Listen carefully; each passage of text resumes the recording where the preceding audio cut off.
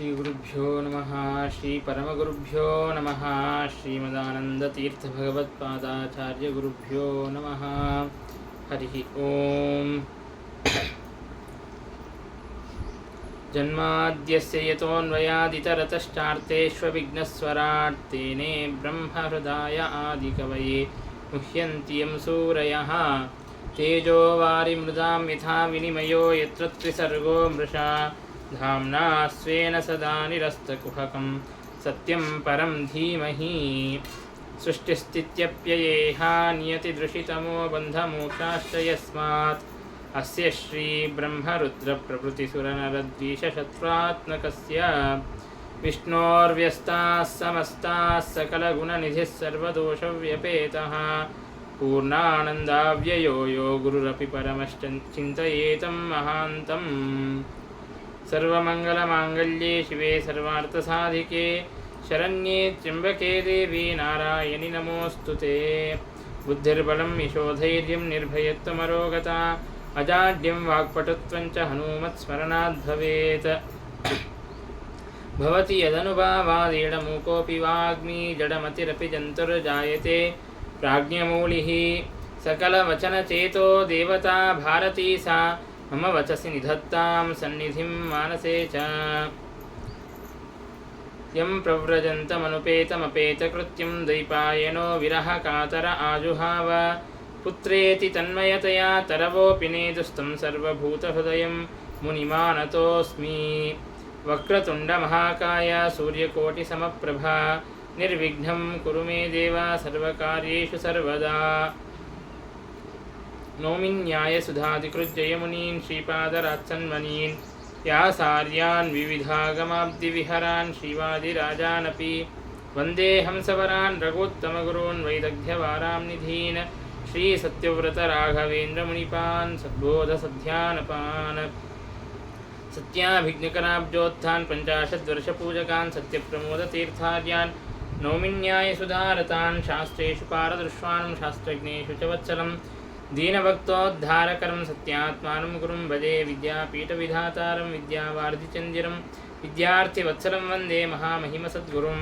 ಆಪಾದಮೌಲಿಪರ್ಯಂತಂ ಗುरूणाम् ಆಕೃತಿಂ ಸ್ಮರೇತ್ ತೇನ ವಿಘ್ನಾಃ ಪ್ರಣಶ್ಯಂತಿ ಸಿದ್ಧ್ಯಂತಿ ಚ ಮನೋರಥಾಃ. ಹರಿ ಓಂ. ಕಥಿತೋ ವಂಶವಿಸ್ತಾರೋ ಭವತಾ ಸೋಮಸೂರ್ಯಯೋಃ ರಾಜ್ಞಾಂ ಚೋಭಯವಂಶ್ಯಾನಾಂ ಚರಿತಂ ಪರಮಾದ್ಭುತಂ. ಸ್ವಸ್ತಿಸ್ತು ಸತಾಂ ಅಖಿಲ ಸನ್ಮಂಗಲಾನಿ ಭವಂತು. ಶ್ಲೋಕೈಕಶ್ರವಣಪಠನಮಾತ್ರೇಣ ಕಥಾ ವಕ್ತುಶ್ಚ ಶ್ರೋತॄಣಾಂ ನಿಖಿಲ ಕಲಿಕೃತ ಕಲ್ಮಷಾಪನೋದನ ಪಟುತರೆ ಧರ್ಮಾದ್ಯಖಿಲ ಪುರುಷಾರ್ಥ ಸಾಧನೀಭೂತೆ ಶ್ರೀಮದ್ಭಾಗವತೆ ಮಹಾಪುರಾಣೆ ಅಷ್ಟಾದಶಸಹಸ್ರ್ಯಾಂ ಸಂಹಿತಾಯಾಂ ಅದ್ಯ ಕಥಾ ಪ್ರಸಕ್ತೋ ಕಿಂಚಿತ್ ಪೂರ್ವಪ್ರಸಕ್ತ ಪ್ರಮೇಯಾನುವಾದಃ. ಹರಿ ಓಂ.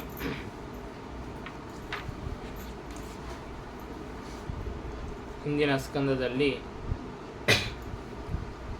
ಸೂರ್ಯವಂಶದ ಹಾಗೂ ಚಂದ್ರವಂಶದ ಅನೇಕ ರಾಜರುಗಳ ಚರಿತ್ರೆಯನ್ನೆಲ್ಲವನ್ನು ಕೂಡ ಬಹಳ ವಿಸ್ತಾರವಾಗಿ ಅದ್ಭುತವಾದಂತಹ ಒಬ್ಬರೊಬ್ಬ ರಾಜರ ಚರಿತ್ರೆಯೂ ಕೂಡ ಪರಮಾದ್ಭುತವಾದದ್ದು.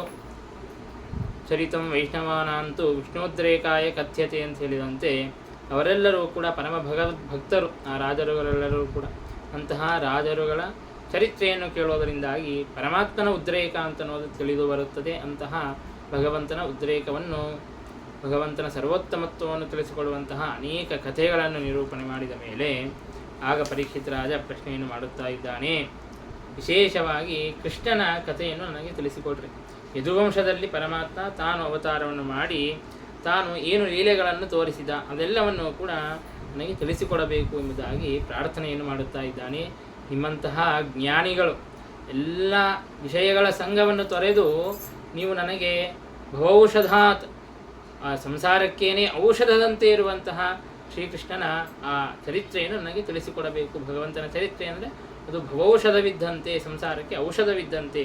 ಶ್ರೋತ್ರ ಮನೋಭಿರಾಮಾತ್, ನಮ್ಮ ಕಿವಿಗಳಿಗೆ ಪರಮಾನಂದವನ್ನು ಉಂಟು ಮಾಡುತ್ತದೆ. ಹಾಗಾಗಿ ಅಂತಹ ಶ್ರೇಷ್ಠವಾದಂತಹ ಭಗವಂತನ ಕಥೆಗಳನ್ನು ಎಷ್ಟು ಕೇಳಿದರೂ ಕೂಡ ಸಾಕು ಅಂತ ಅನಿಸೋದೇ ಇಲ್ಲ.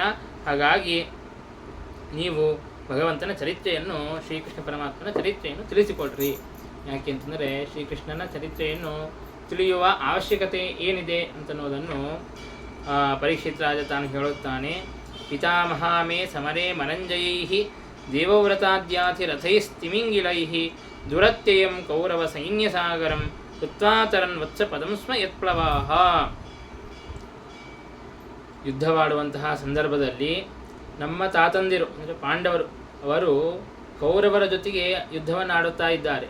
ಆ ಕೌರವ ಸೈನ್ಯ ಅಂತಂದರೆ ಅದು ದೊಡ್ಡ ಸಾಗರದಂತೆ ಇದೆ. ಆ ಸಾಗರದಲ್ಲಿ ಅನೇಕ ತಿಮಿಂಗಳಗಳಿವೆ. ಭೀಷ್ಮರು, ದ್ರೋಣರು, ಕರ್ಣ ಇಂತಹ ಮಹಾ ರಥಿಗಳೆಲ್ಲರೂ ಕೂಡ ಇದ್ದಾರೆ. ಅವರೇ ತಿಮಿಂಗಳಗಳಿದ್ದಂತೆ ಇದ್ದಾರೆ. ಆ ಕೌರವ ಸೈನ್ಯವೆಂಬಂತಹ ಸಾಗರವನ್ನು ದಾಟೋದು ಅತ್ಯಂತ ಅಶಕ್ಯವಾದದ್ದು. ಆದರೂ ಕೂಡ ಪರಮಾತ್ಮ ತಾನು ಪಾಂಡವರ ಪಕ್ಷದಲ್ಲಿ ಇದ್ದದ್ದರಿಂದಾಗಿ, ನಮ್ಮ ತಾತಂದಿರ ಪಕ್ಷದಲ್ಲಿ ಶ್ರೀಕೃಷ್ಣ ಪರಮಾತ್ಮ ಇದ್ದದ್ದರಿಂದಾಗಿ ಆ ಸಾಗರವನ್ನು ಎಷ್ಟು ಸುಲಭವಾಗಿ ದಾಟಿದ್ದಾರೆ ಗೊತ್ತಾ. ವತ್ಸಪದಂ, ಒಂದು ಸಣ್ಣ ಕರು, ಆ ಕರು ನಡೆಯಬೇಕಾದಾಗ ತೆಗ್ಗು ಬಿದ್ದರೆ ಅದರಲ್ಲಿ ನೀರು ತುಂಬಿದರೆ ಅದನ್ನು ದಾಟೋದಕ್ಕೇನಾದರೂ ಆಯಾಸವಾಗುತ್ತದೆ. ಅತ್ಯಂತ ಅನಾಯಾಸವಾಗಿ ಯಾವ ರೀತಿಯಾಗಿ ದಾಟಬೇಕೋ ಹಾಗೆ ಅತ್ಯಂತ ಅನಾಯಾಸವಾಗಿ ಆ ಕೌರವ ಸೈನ್ಯವನ್ನು ದಾಟಿದ್ದಾರೆ. ಅವರನ್ನೆಲ್ಲರನ್ನೂ ಕೂಡ ಸಂಹಾರ ಮಾಡಿದ್ದಾರೆ. ಹಾಗಾಗಿ ನಮಗೆ ಎಂತಹದ್ದೇ ದೊಡ್ಡ ಕಷ್ಟ ಬಂದಿರಲಿ, ಪರಮಾತ್ಮ ನಮ್ಮ ಪಕ್ಷದಲ್ಲಿದ್ದರೆ, ನಾವು ಪರಮಾತ್ಮನನ್ನು ಆಶ್ರಯಿಸಿದ್ದರೆ ಆ ಕಷ್ಟವನ್ನು ಅತ್ಯಂತ ಸುಲಭವಾಗಿ ದಾಟಬಹುದು ಅಂತನ್ನುವುದನ್ನು ನಮಗೆ ಭಾಗವತ ಇದರಿಂದಾಗಿ ಸೂಚಿಸುತ್ತಾ ಇದೆ. ಮತ್ತು ನನ್ನ ತಾತಂದಿರನ್ನು ರಕ್ಷಣೆ ಮಾಡಿದ್ದಷ್ಟೇ ಅಲ್ಲದೆ ನನ್ನನ್ನೂ ಕೂಡ ಪರಮಾತ್ಮ, ಶ್ರೀಕೃಷ್ಣ ಪರಮಾತ್ಮ ತಾನು ರಕ್ಷಣೆ ಮಾಡಿದ್ದಾನೆ. ಯಾವಾಗ ಅಶ್ವತ್ಥಾಮಾಚಾರ್ಯರು ತಾವು ಬ್ರಹ್ಮಾಸ್ತ್ರವನ್ನು ಪ್ರಯೋಗವನ್ನು ಮಾಡಿದ್ರು, ದ್ರೌಣ್ಯಸ್ತ್ರ ವಿಪ್ಲುಷ್ಟಮಿದಂ ಮದಂಗಂ ಸಂತಾನ ಬೀಜಂ ಕುರು ಪಾಂಡವಾನಾಂ ಜುಗೋಪಕುಕ್ಷಿಂಗತ ಆಪ್ತಚಕ್ರೋ ಮಾತುಶ್ಚ ಮೇ ಯಶರಣಂಗತಾಯಾಹ. ಹಾಗಾಗಿ ಗರ್ಭದಲ್ಲಿ ಇದ್ದಾಗಲೂ ರಕ್ಷಣೆಯನ್ನು ಮಾಡಿದರು, ಮತ್ತು ಹುಟ್ಟುವಾಗಲೂ ಮರಣವನ್ನು ಹೊಂದಿ ಹುಟ್ಟಿದರೆ ಮತ್ತೆ ಜೀವನಗೊಳಿಸಿದ ಶ್ರೀಕೃಷ್ಣ ಪರಮಾತ್ಮ. ಹೀಗೆ ನಾನು ಪರಮಾತ್ಮನಿಂದಾಗಿ ರಕ್ಷಿತನಾಗಿದ್ದೇನೆ. ಹಾಗಾಗಿ ಪರಮಾತ್ಮನ ಕಥೆಯನ್ನು ನನಗೆ ಉಪದೇಶವನ್ನು ಮಾಡಿರಿ ಎಂಬುದಾಗಿ ಪರೀಕ್ಷಿತ್ ರಾಜ ತಾನು ಕೇಳುತ್ತಾ ಇದ್ದಾನೆ. ಮತ್ತು ಪರೀಕ್ಷಿತ್ ರಾಜ ಅಷ್ಟೇ ಕೇಳಿದರೆ ಸಾಕ, ಯಾಕಂದ್ರೆ ಪರೀಕ್ಷಿತ್ ರಾಜನ ತಾತಂದರಿಗೆ ಮತ್ತು ಪರೀಕ್ಷಿತ್ ರಾಜನಿಗೆ ಶ್ರೀಕೃಷ್ಣ ಪರಮಾತ್ಮ ತಾನು ಉಪಕಾರವನ್ನು ಮಾಡಿದ. ಬೇರೆಯವರು ಕೇಳಬೇಕಾಗಿಲ್ಲೇನು ಅಂತಂದರೆ ಅದಕ್ಕೆ ಹೇಳುತ್ತಾರೆ, ಎಲ್ಲ ಪ್ರಾಣಿಗಳಿಗೂ ಕೂಡ ಪರಮಾತ್ಮನ ಅನಂತ ಉಪಕಾರವಿದೆ. ಅವರ ಸೃಷ್ಟಿ ಸ್ಥಿತಿ ಲಯಾದಿಗಳೆಲ್ಲವೂ ಕೂಡ ಅವರ ಸತ್ವ ಅಂತನ್ನೋದು, ಅವರು ಇದ್ದಾರೆ, ಅವರಿಗೆ ಅಸ್ತಿತ್ವವಿದೆ ಅಂತಂದರೆ ಅದು ಪರಮಾತ್ಮನ ಅನುಗ್ರಹದಿಂದಾಗಿದೆ. ಹಾಗಾಗಿ ಪರಮಾತ್ಮನ ಕಥೆಯನ್ನು ಎಲ್ಲರೂ ಕೂಡ ಕೇಳಲೇಬೇಕು ಅನ್ನುವಂತಹ ಅಭಿಪ್ರಾಯದಿಂದಾಗಿ ಆ ರೀತಿಯಾಗಿ ಪರೀಕ್ಷಿತ್ ರಾಜ ಹೇಳಿದ್ದಾನೆ. ಹಾಗಾಗಿ ಶ್ರೀಕೃಷ್ಣ ಪರಮಾತ್ಮನ ಕಥೆಯನ್ನು ವಿಶೇಷವಾಗಿ ತಿಳಿಸಿಕೊಡ್ರಿ. ಅಲ್ಲ, ನಾನು ಉಪವಾಸದಿಂದಾಗಿದ್ದೇನೆ, ಹಾಗಾಗಿ ಕಥೆಯನ್ನು ಹೇಗೆ ಹೇಳಬೇಕು ಅಂತ ಸಂಕೋಚವನ್ನು ಮಾಡಬೇಡ್ರಿ. ಯಾಕೆಂತಂದರೆ ನಾನು ನೀರನ್ನು ಬಿಟ್ಟಿದ್ದೇನೆ, ಉಪವಾಸದಿಂದ ಇದ್ದರೂ ಕೂಡ ನನಗೆ ಹಸಿವೆ ಬಾಯಾರಿಕೆಗಳೇ ಆಗುತ್ತಾ ಇಲ್ಲ. ಯಾಕೆಂದರೆ ಪಿಬಂತಂ ತನ್ಮುಖಾಂಬೋಜ ಶ್ರುತಂ ಹರಿಕಥಾಮೃತಂ, ನಿಮ್ಮ ಮುಖದಿಂದಾಗಿ ಭಗವಂತನ ಕಥೆ ಎಂಬಂತಹ ಅಮೃತವನ್ನು ನಾನು ಪಾನ ಮಾಡುತ್ತಾ ಇದ್ದೇನೆ. ಹಾಗಾಗಿ ನನಗೆಲ್ಲಿಂದ ಹಸಿವೆ ಬಾಯಾರಿಕೆಗಳಾಗಬೇಕು, ಹಾಗಾಗಿ ನನಗೆ ಯಾವ ಹಸಿವೆ ಬಾಯಾರಿಕೆಗಳು ಕಾಡುತ್ತಾ ಇಲ್ಲ. ನೀವು ವಿಶೇಷವಾಗಿ ಶ್ರೀಕೃಷ್ಣ ಪರಮಾತ್ಮನ ಚರಿತ್ರೆಯನ್ನು ಉಪದೇಶವನ್ನು ಮಾಡಿರಿ ಎಂಬುದಾಗಿ ಹೇಳಿದಾಗ ಶುಕಾಚಾರ್ಯರು ಆ ಪರೀಕ್ಷಿತ್ ರಾಜನ ಭಗವಂತನಲ್ಲಿರುವಂತಹ ನಿಷ್ಠೆಯನ್ನು ಕಂಡು ಅವರನ್ನು ಪ್ರಶಂಸೆಯನ್ನು ಮಾಡಿದ್ದಾರೆ. ಇನ್ನು ಪ್ರಶಂಸೆಯನ್ನು ಮಾಡಿ ಶ್ರೀಕೃಷ್ಣ ಪರಮಾತ್ಮನ ಅವತಾರವಾಗುವಂತಹ ಹಿನ್ನೆಲೆಯನ್ನು ತಿಳಿಸಿಕೊಡುತ್ತಾ ಇದ್ದಾರೆ. ಶೂರಸೇನ ಅನ್ನುವಂತಹ ಒಬ್ಬ ರಾಜ ಇದ್ದ. ಆ ರಾಜನಿಗೆ ವಸುದೇವ ಅನ್ನುವಂತಹ ಮಗನಿದ್ದ. ಆ ವಸುದೇವನು ತಾನು ದೇವಕರಾಜನ ಮಗಳಾದಂತಹ ದೇವಕಿಯನ್ನು ವಿವಾಹ ಮಾಡಿಕೊಳ್ಳುತ್ತಾನೆ. ಆ ದೇವಕ ಹಾಗೂ ಉಗ್ರಸೇನ ಇಬ್ಬರು ಕೂಡ ಅಣ್ಣ ತಮ್ಮಂದಿರಾಗಿದ್ದರು. ಹಾಗಾಗಿ ಆ ಉಗ್ರಸೇನನ ಮಗ ಕಂಸ, ಹಾಗಾಗಿ ದೇವಕಿ ಹಾಗೂ ಕಂಸ ಇಬ್ಬರು ಕೂಡ ಅಣ್ಣ ತಂಗಿಯಂದರಾಗಿದ್ದರು. ಆಗ ವಸುದೇವ ಯಾವಾಗ ದೇವಕಿಯನ್ನು ವಿವಾಹ ಮಾಡಿಕೊಂಡನೋ ಆಗ ಅತ್ಯಂತ ಪ್ರೀತಿಯಿಂದಾಗಿ ಕಂಸ ತಾನೇ ಇವರನ್ನು ಮೆರವಣಿಗೆ ಮಾಡಿಸುತ್ತೇನೆ, ಅವರಿಗೆ ಮನೆಗೆ ನಾನೇ ಕರೆದುಕೊಂಡು ಹೋಗುತ್ತೇನೆ ಎಂಬುದಾಗಿ ತಾನು ರಥದಲ್ಲಿ ಕುಳಿಸಿಕೊಂಡು ತಾನೇ ರಥವನ್ನು ಓಡಿಸುತ್ತಾ ಕರೆದುಕೊಂಡು ಹೋಗುತ್ತಾ ಇದ್ದಾನೆ. ಅಷ್ಟರಲ್ಲಿ ಆಕಾಶವಾಣಿಯಾಗಿದೆ. ವಾಯುದೇವರು ಅದೃಶ್ಯ ರೂಪದಿಂದಾಗಿ ಬಂದು ಹೇಳುತ್ತಾ ಇದ್ದಾರೆ, ಯಾವ ನಿನ್ನ ತಂಗಿಯನ್ನು ಅತ್ಯಂತ ಪ್ರೀತಿಯಿಂದಾಗಿ ಕರೆದುಕೊಂಡು ಹೋಗುತ್ತಾ ಇದೆಯೋ ಅವಳ 8ನೇ ಗರ್ಭವೇ ನಿನ್ನನ್ನು ಸಂಹಾರ ಮಾಡುತ್ತದೆ ಎಂಬುದಾಗಿ ಆಕಾಶವಾಣಿಯಾಗಿದೆ. ಕೂಡಲೇ ಕಂಸ ತನ್ನ ನಿಜ ಸ್ವಭಾವವನ್ನು ತೋರಿಸುತ್ತಾ ಇದ್ದಾನೆ. ತಾನು ಆ ದೇವಕಿಯನ್ನು ಸಂಹಾರ ಮಾಡುವುದಕ್ಕಾಗಿ ಅಂತಲೇ ಖಡ್ಗವನ್ನು ತೆಗೆದಿದ್ದಾನೆ ದುಷ್ಟ. ಅಷ್ಟರಲ್ಲಿ ವಸುದೇವ ತಾನು ಕಂಸನ ಕಾಲಿಗೆ ಬಿದ್ದು ಪ್ರಾರ್ಥನೆ ಮಾಡುತ್ತಾ ಇದ್ದಾನೆ. ನಿನ್ನ ತಂಗಿಯಾದಂತಹ ದೇವಕಿಯನ್ನು ನೀನು ಸಂಹಾರ ಮಾಡಬೇಡ, ಅದು ಕೂಡ ವಿವಾಹದಂತಹ ಶುಭ ಸಂದರ್ಭದಲ್ಲಿ ಹೇಗೆ ಸಂಹಾರವನ್ನು ಮಾಡಬೇಡ ಎಂಬುದಾಗಿ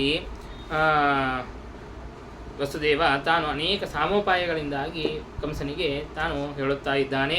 ನೀನು ಒಳ್ಳೆ ಶೂರಸೇನ ರಾಜ್ಯದಲ್ಲಿ ಹುಟ್ಟಿದ್ದೀಯಾ, ಇಡೀ ಭೋಜ ಕುಲಕ್ಕೇನೆ ನೀನು ಯಶಸ್ಸನ್ನು ತಂದುಕೊಡುತ್ತೀಯ. ಅಂತಹದ್ದು ನೀನೇನಾದರೂ ಸ್ತ್ರೀಯರನ್ನು ಸಂಹಾರ ಮಾಡಿಬಿಟ್ರೆ ಆಗ ನಿನಗೆ ಅಪಕೀರ್ತಿ ಬರುತ್ತದೆ, ಹಾಗಾಗಿ ನೀನು ಸಂಹಾರ ಮಾಡಬೇಡ ಎಂಬುದಾಗಿ ಹೇಳುತ್ತಾ ಇದ್ದಾನೆ. ಹಾಗಿದ್ರೂ ಕೂಡ ಅವನು ತಾನು ಕೇಳಲು ಸಿದ್ಧವಾಗುತ್ತಾ ಇಲ್ಲ. ಆಗ ವಸುದೇವ ತಾನು ಮುಂದೆ ಏನಾಗುತ್ತದೆ ಅಂತನ್ನೋದು ಮುಂದೆ ಬಿಡೋಣ, ಈಗ ಅದರ ಬಗ್ಗೆ ವಿಚಾರವನ್ನು ಮಾಡೋದು ಬೇಡ. ಈಗ ದೇವಕಿಯನ್ನು ರಕ್ಷಣೆಯನ್ನು ಮಾಡಿಕೊಳ್ಳಬೇಕು. ಹಾಗಾಗಿ ಮುಂದೆ ಮಕ್ಕಳು ಹುಟ್ಟಿದಾಗ ಆಗ ಕಂಸ ಇರುತ್ತಾನೋ ಇಲ್ಲೋ, ನನಗೆ ಯಾವಾಗ ಮಕ್ಕಳು ಹುಟ್ಟುತ್ತಾರೋ ಏನೋ, ಅದೆಲ್ಲ ವಿಚಾರ ಮುಂದಿನದು. ಈಗಂತೂ ದೇವಕಿಯನ್ನು ರಕ್ಷಣೆ ಮಾಡಿಕೊಳ್ಳಬೇಕು ಅಂತ ಹೇಳ್ಬಿಟ್ಟು ವಸುದೇವ ಹೇಳುತ್ತಾನೆ. ನಿನಗೆ ಆಕಾಶವಾಣಿ ಏನು ಹೇಳಿದೆ, ನಿನ್ನ ತಂಗಿಯ ಮಕ್ಕಳಿಂದಾಗಿ ನಿನಗೆ ಅಪಾಯವಿದೆ ಅಂತ, ಆ ಅಪಾಯ ಅಂತನೋದು ನಿನಗೆ ಇಲ್ಲ. ಆ ಚಿಂತೆಯನ್ನು ನೀನು ಬಿಟ್ಟುಬಿಡು. ಯಾಕೆ ಅಂತಂದರೆ ಹುಟ್ಟಿದ ಮಕ್ಕಳನ್ನೆಲ್ಲವನ್ನು ಕೂಡ ನಿನಗೆ ನಾನು ತಂದು ಒಪ್ಪಿಸುತ್ತೇನೆ ಎಂಬುದಾಗಿ ವಸುದೇವ ತಾನು ಹೇಳಿದ್ದಾನೆ. ಆಗ ಕಂಸನು ಕೂಡ ಸರಿ ಎಂಬುದಾಗಿ ಆ ಮಾತನ್ನು ಕೇಳಿ ತಾನು ಬಿಟ್ಟಿದ್ದಾನೆ. ಹೀಗೆ ಕೆಲವು ದಿನವಾದ ಮೇಲೆ ಆಗ ದೇವಕಿಯು ತಾನು ಗರ್ಭವತಿಯಾಗಿದ್ದಾಳೆ. ಮೊದಲನೇ ಶಿಶುವನ್ನು ಪಡೆದಿದ್ದಾಳೆ, ಕೀರ್ತಿಮಂತ ಅನ್ನುವಂತಹ ಶಿಶುವನ್ನು ಪಡೆದಾಗ ಆಗ ವಸುದೇವ ತಾನು ತನ್ನ ಸತ್ಯನಿಷ್ಠೆಯನ್ನು ತೋರುತ್ತಾ ತಾನು ಆ ಕೂಸನ್ನು, ಆ ಶಿಶುವನ್ನು ಕಳೆದುಕೊಂಡು ಕಂಸನಿಗೆ ತೆಗೆದುಕೊಂಡು ಒಪ್ಪಿಸಿದ್ದಾನೆ, ಕಂಸನ ಹತ್ತಿರ ಒಪ್ಪಿಸಿದ್ದಾನೆ. ಆ ಕಂಸನೂ ಕೂಡ ಆ ವಸುದೇವನ ನಿಷ್ಠೆಯನ್ನು ನೋಡಿ, ಸತ್ಯನಿಷ್ಠೆಯನ್ನು ನೋಡಿ ತಾನು ಸ್ವಲ್ಪ ಕರುಣೆಯನ್ನು ಮಾಡಿ, ನನಗೆ ಈ ಶಿಶುವಿನಿಂದಂತೂ ಅಪಾಯವಿಲ್ಲ, 8ನೇ ಗರ್ಭದಿಂದಾಗಿ ಅಪಾಯವಿದೆ ಅಂತ ಹೇಳಿದ್ದಾರೆ, ಹಾಗಾಗಿ ಈ ಶಿಶುವನ್ನು ನೀನು ಕರೆದುಕೊಂಡು ಹೋಗು ಎಂಬುದಾಗಿ ಹೇಳಿದ್ದಾರೆ. ಆದರೆ ಅಷ್ಟರಲ್ಲಿ ಆ ದೈವ ಕಾರ್ಯ ಅಂತನ್ನೋದು ಆಗಬೇಕಾಗಿದೆ. ಹಾಗಾಗಿ ನಾರದರು ಬಂದು ಹೇಳುತ್ತಾರೆ, ನೀನು ದೇವತೆಗಳ ಮೇಲೆ ವಿಶ್ವಾಸವನ್ನು ಮಾಡಬೇಡ, ಅವರು ನಿನ್ನನ್ನು ಹೇಗಾದರೂ ಸಂಹಾರ ಮಾಡಬೇಕು ಅಂತ ಅಂದುಕೊಂಡಿದ್ದಾರೆ. ಹಾಗಾಗಿ 8ನೇ ಗರ್ಭವಾದರೂ ಇರ್ಬೋದು, 1ನೇ ಗರ್ಭವಾದರೂ ಇರ್ಬೋದು, ನಿನಗೆ ಹೇಗೆ ಗೊತ್ತಾಗುತ್ತದೆ ಎಂಬುದಾಗಿ ನಾರದರು ಬಂದು ಹೇಳಿದ್ದಾರೆ. ಆಗ ತಾನು ಆ ಶಿಶುವನ್ನು ತೆಗೆದುಕೊಂಡು ಸಂಹಾರವನ್ನು ಮಾಡಿದ್ದಾನೆ. ಅದಷ್ಟೇ ಅಲ್ಲದೆ ವಸುದೇವ ದೇವಕಿಯರನ್ನು ಅವನು ಕಾರಾಗಾರದಲ್ಲಿಯೂ ಕೂಡ ಬಂಧಿಸಿಬಿಟ್ಟಿದ್ದಾನೆ.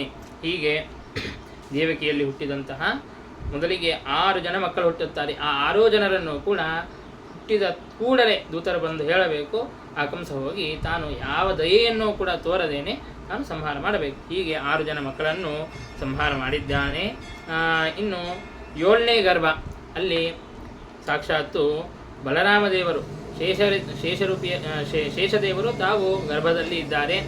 ಆಗ ಪರಮಾತ್ಮ ತಾನು ದುರ್ಗೆಗೆ ಆದೇಶವನ್ನು ಮಾಡುತ್ತಾನೆ, ಈ ಗರ್ಭವನ್ನು ತೆಗೆದುಕೊಂಡು ಹೋಗಿ ರೋಹಿಣಿಯ ಗರ್ಭದಲ್ಲಿ ಇಡಬೇಕು. ರೋಹಿಣಿಯು ಕೂಡ ಗರ್ಭವತಿಯಾಗಿದ್ದಾಳೆ.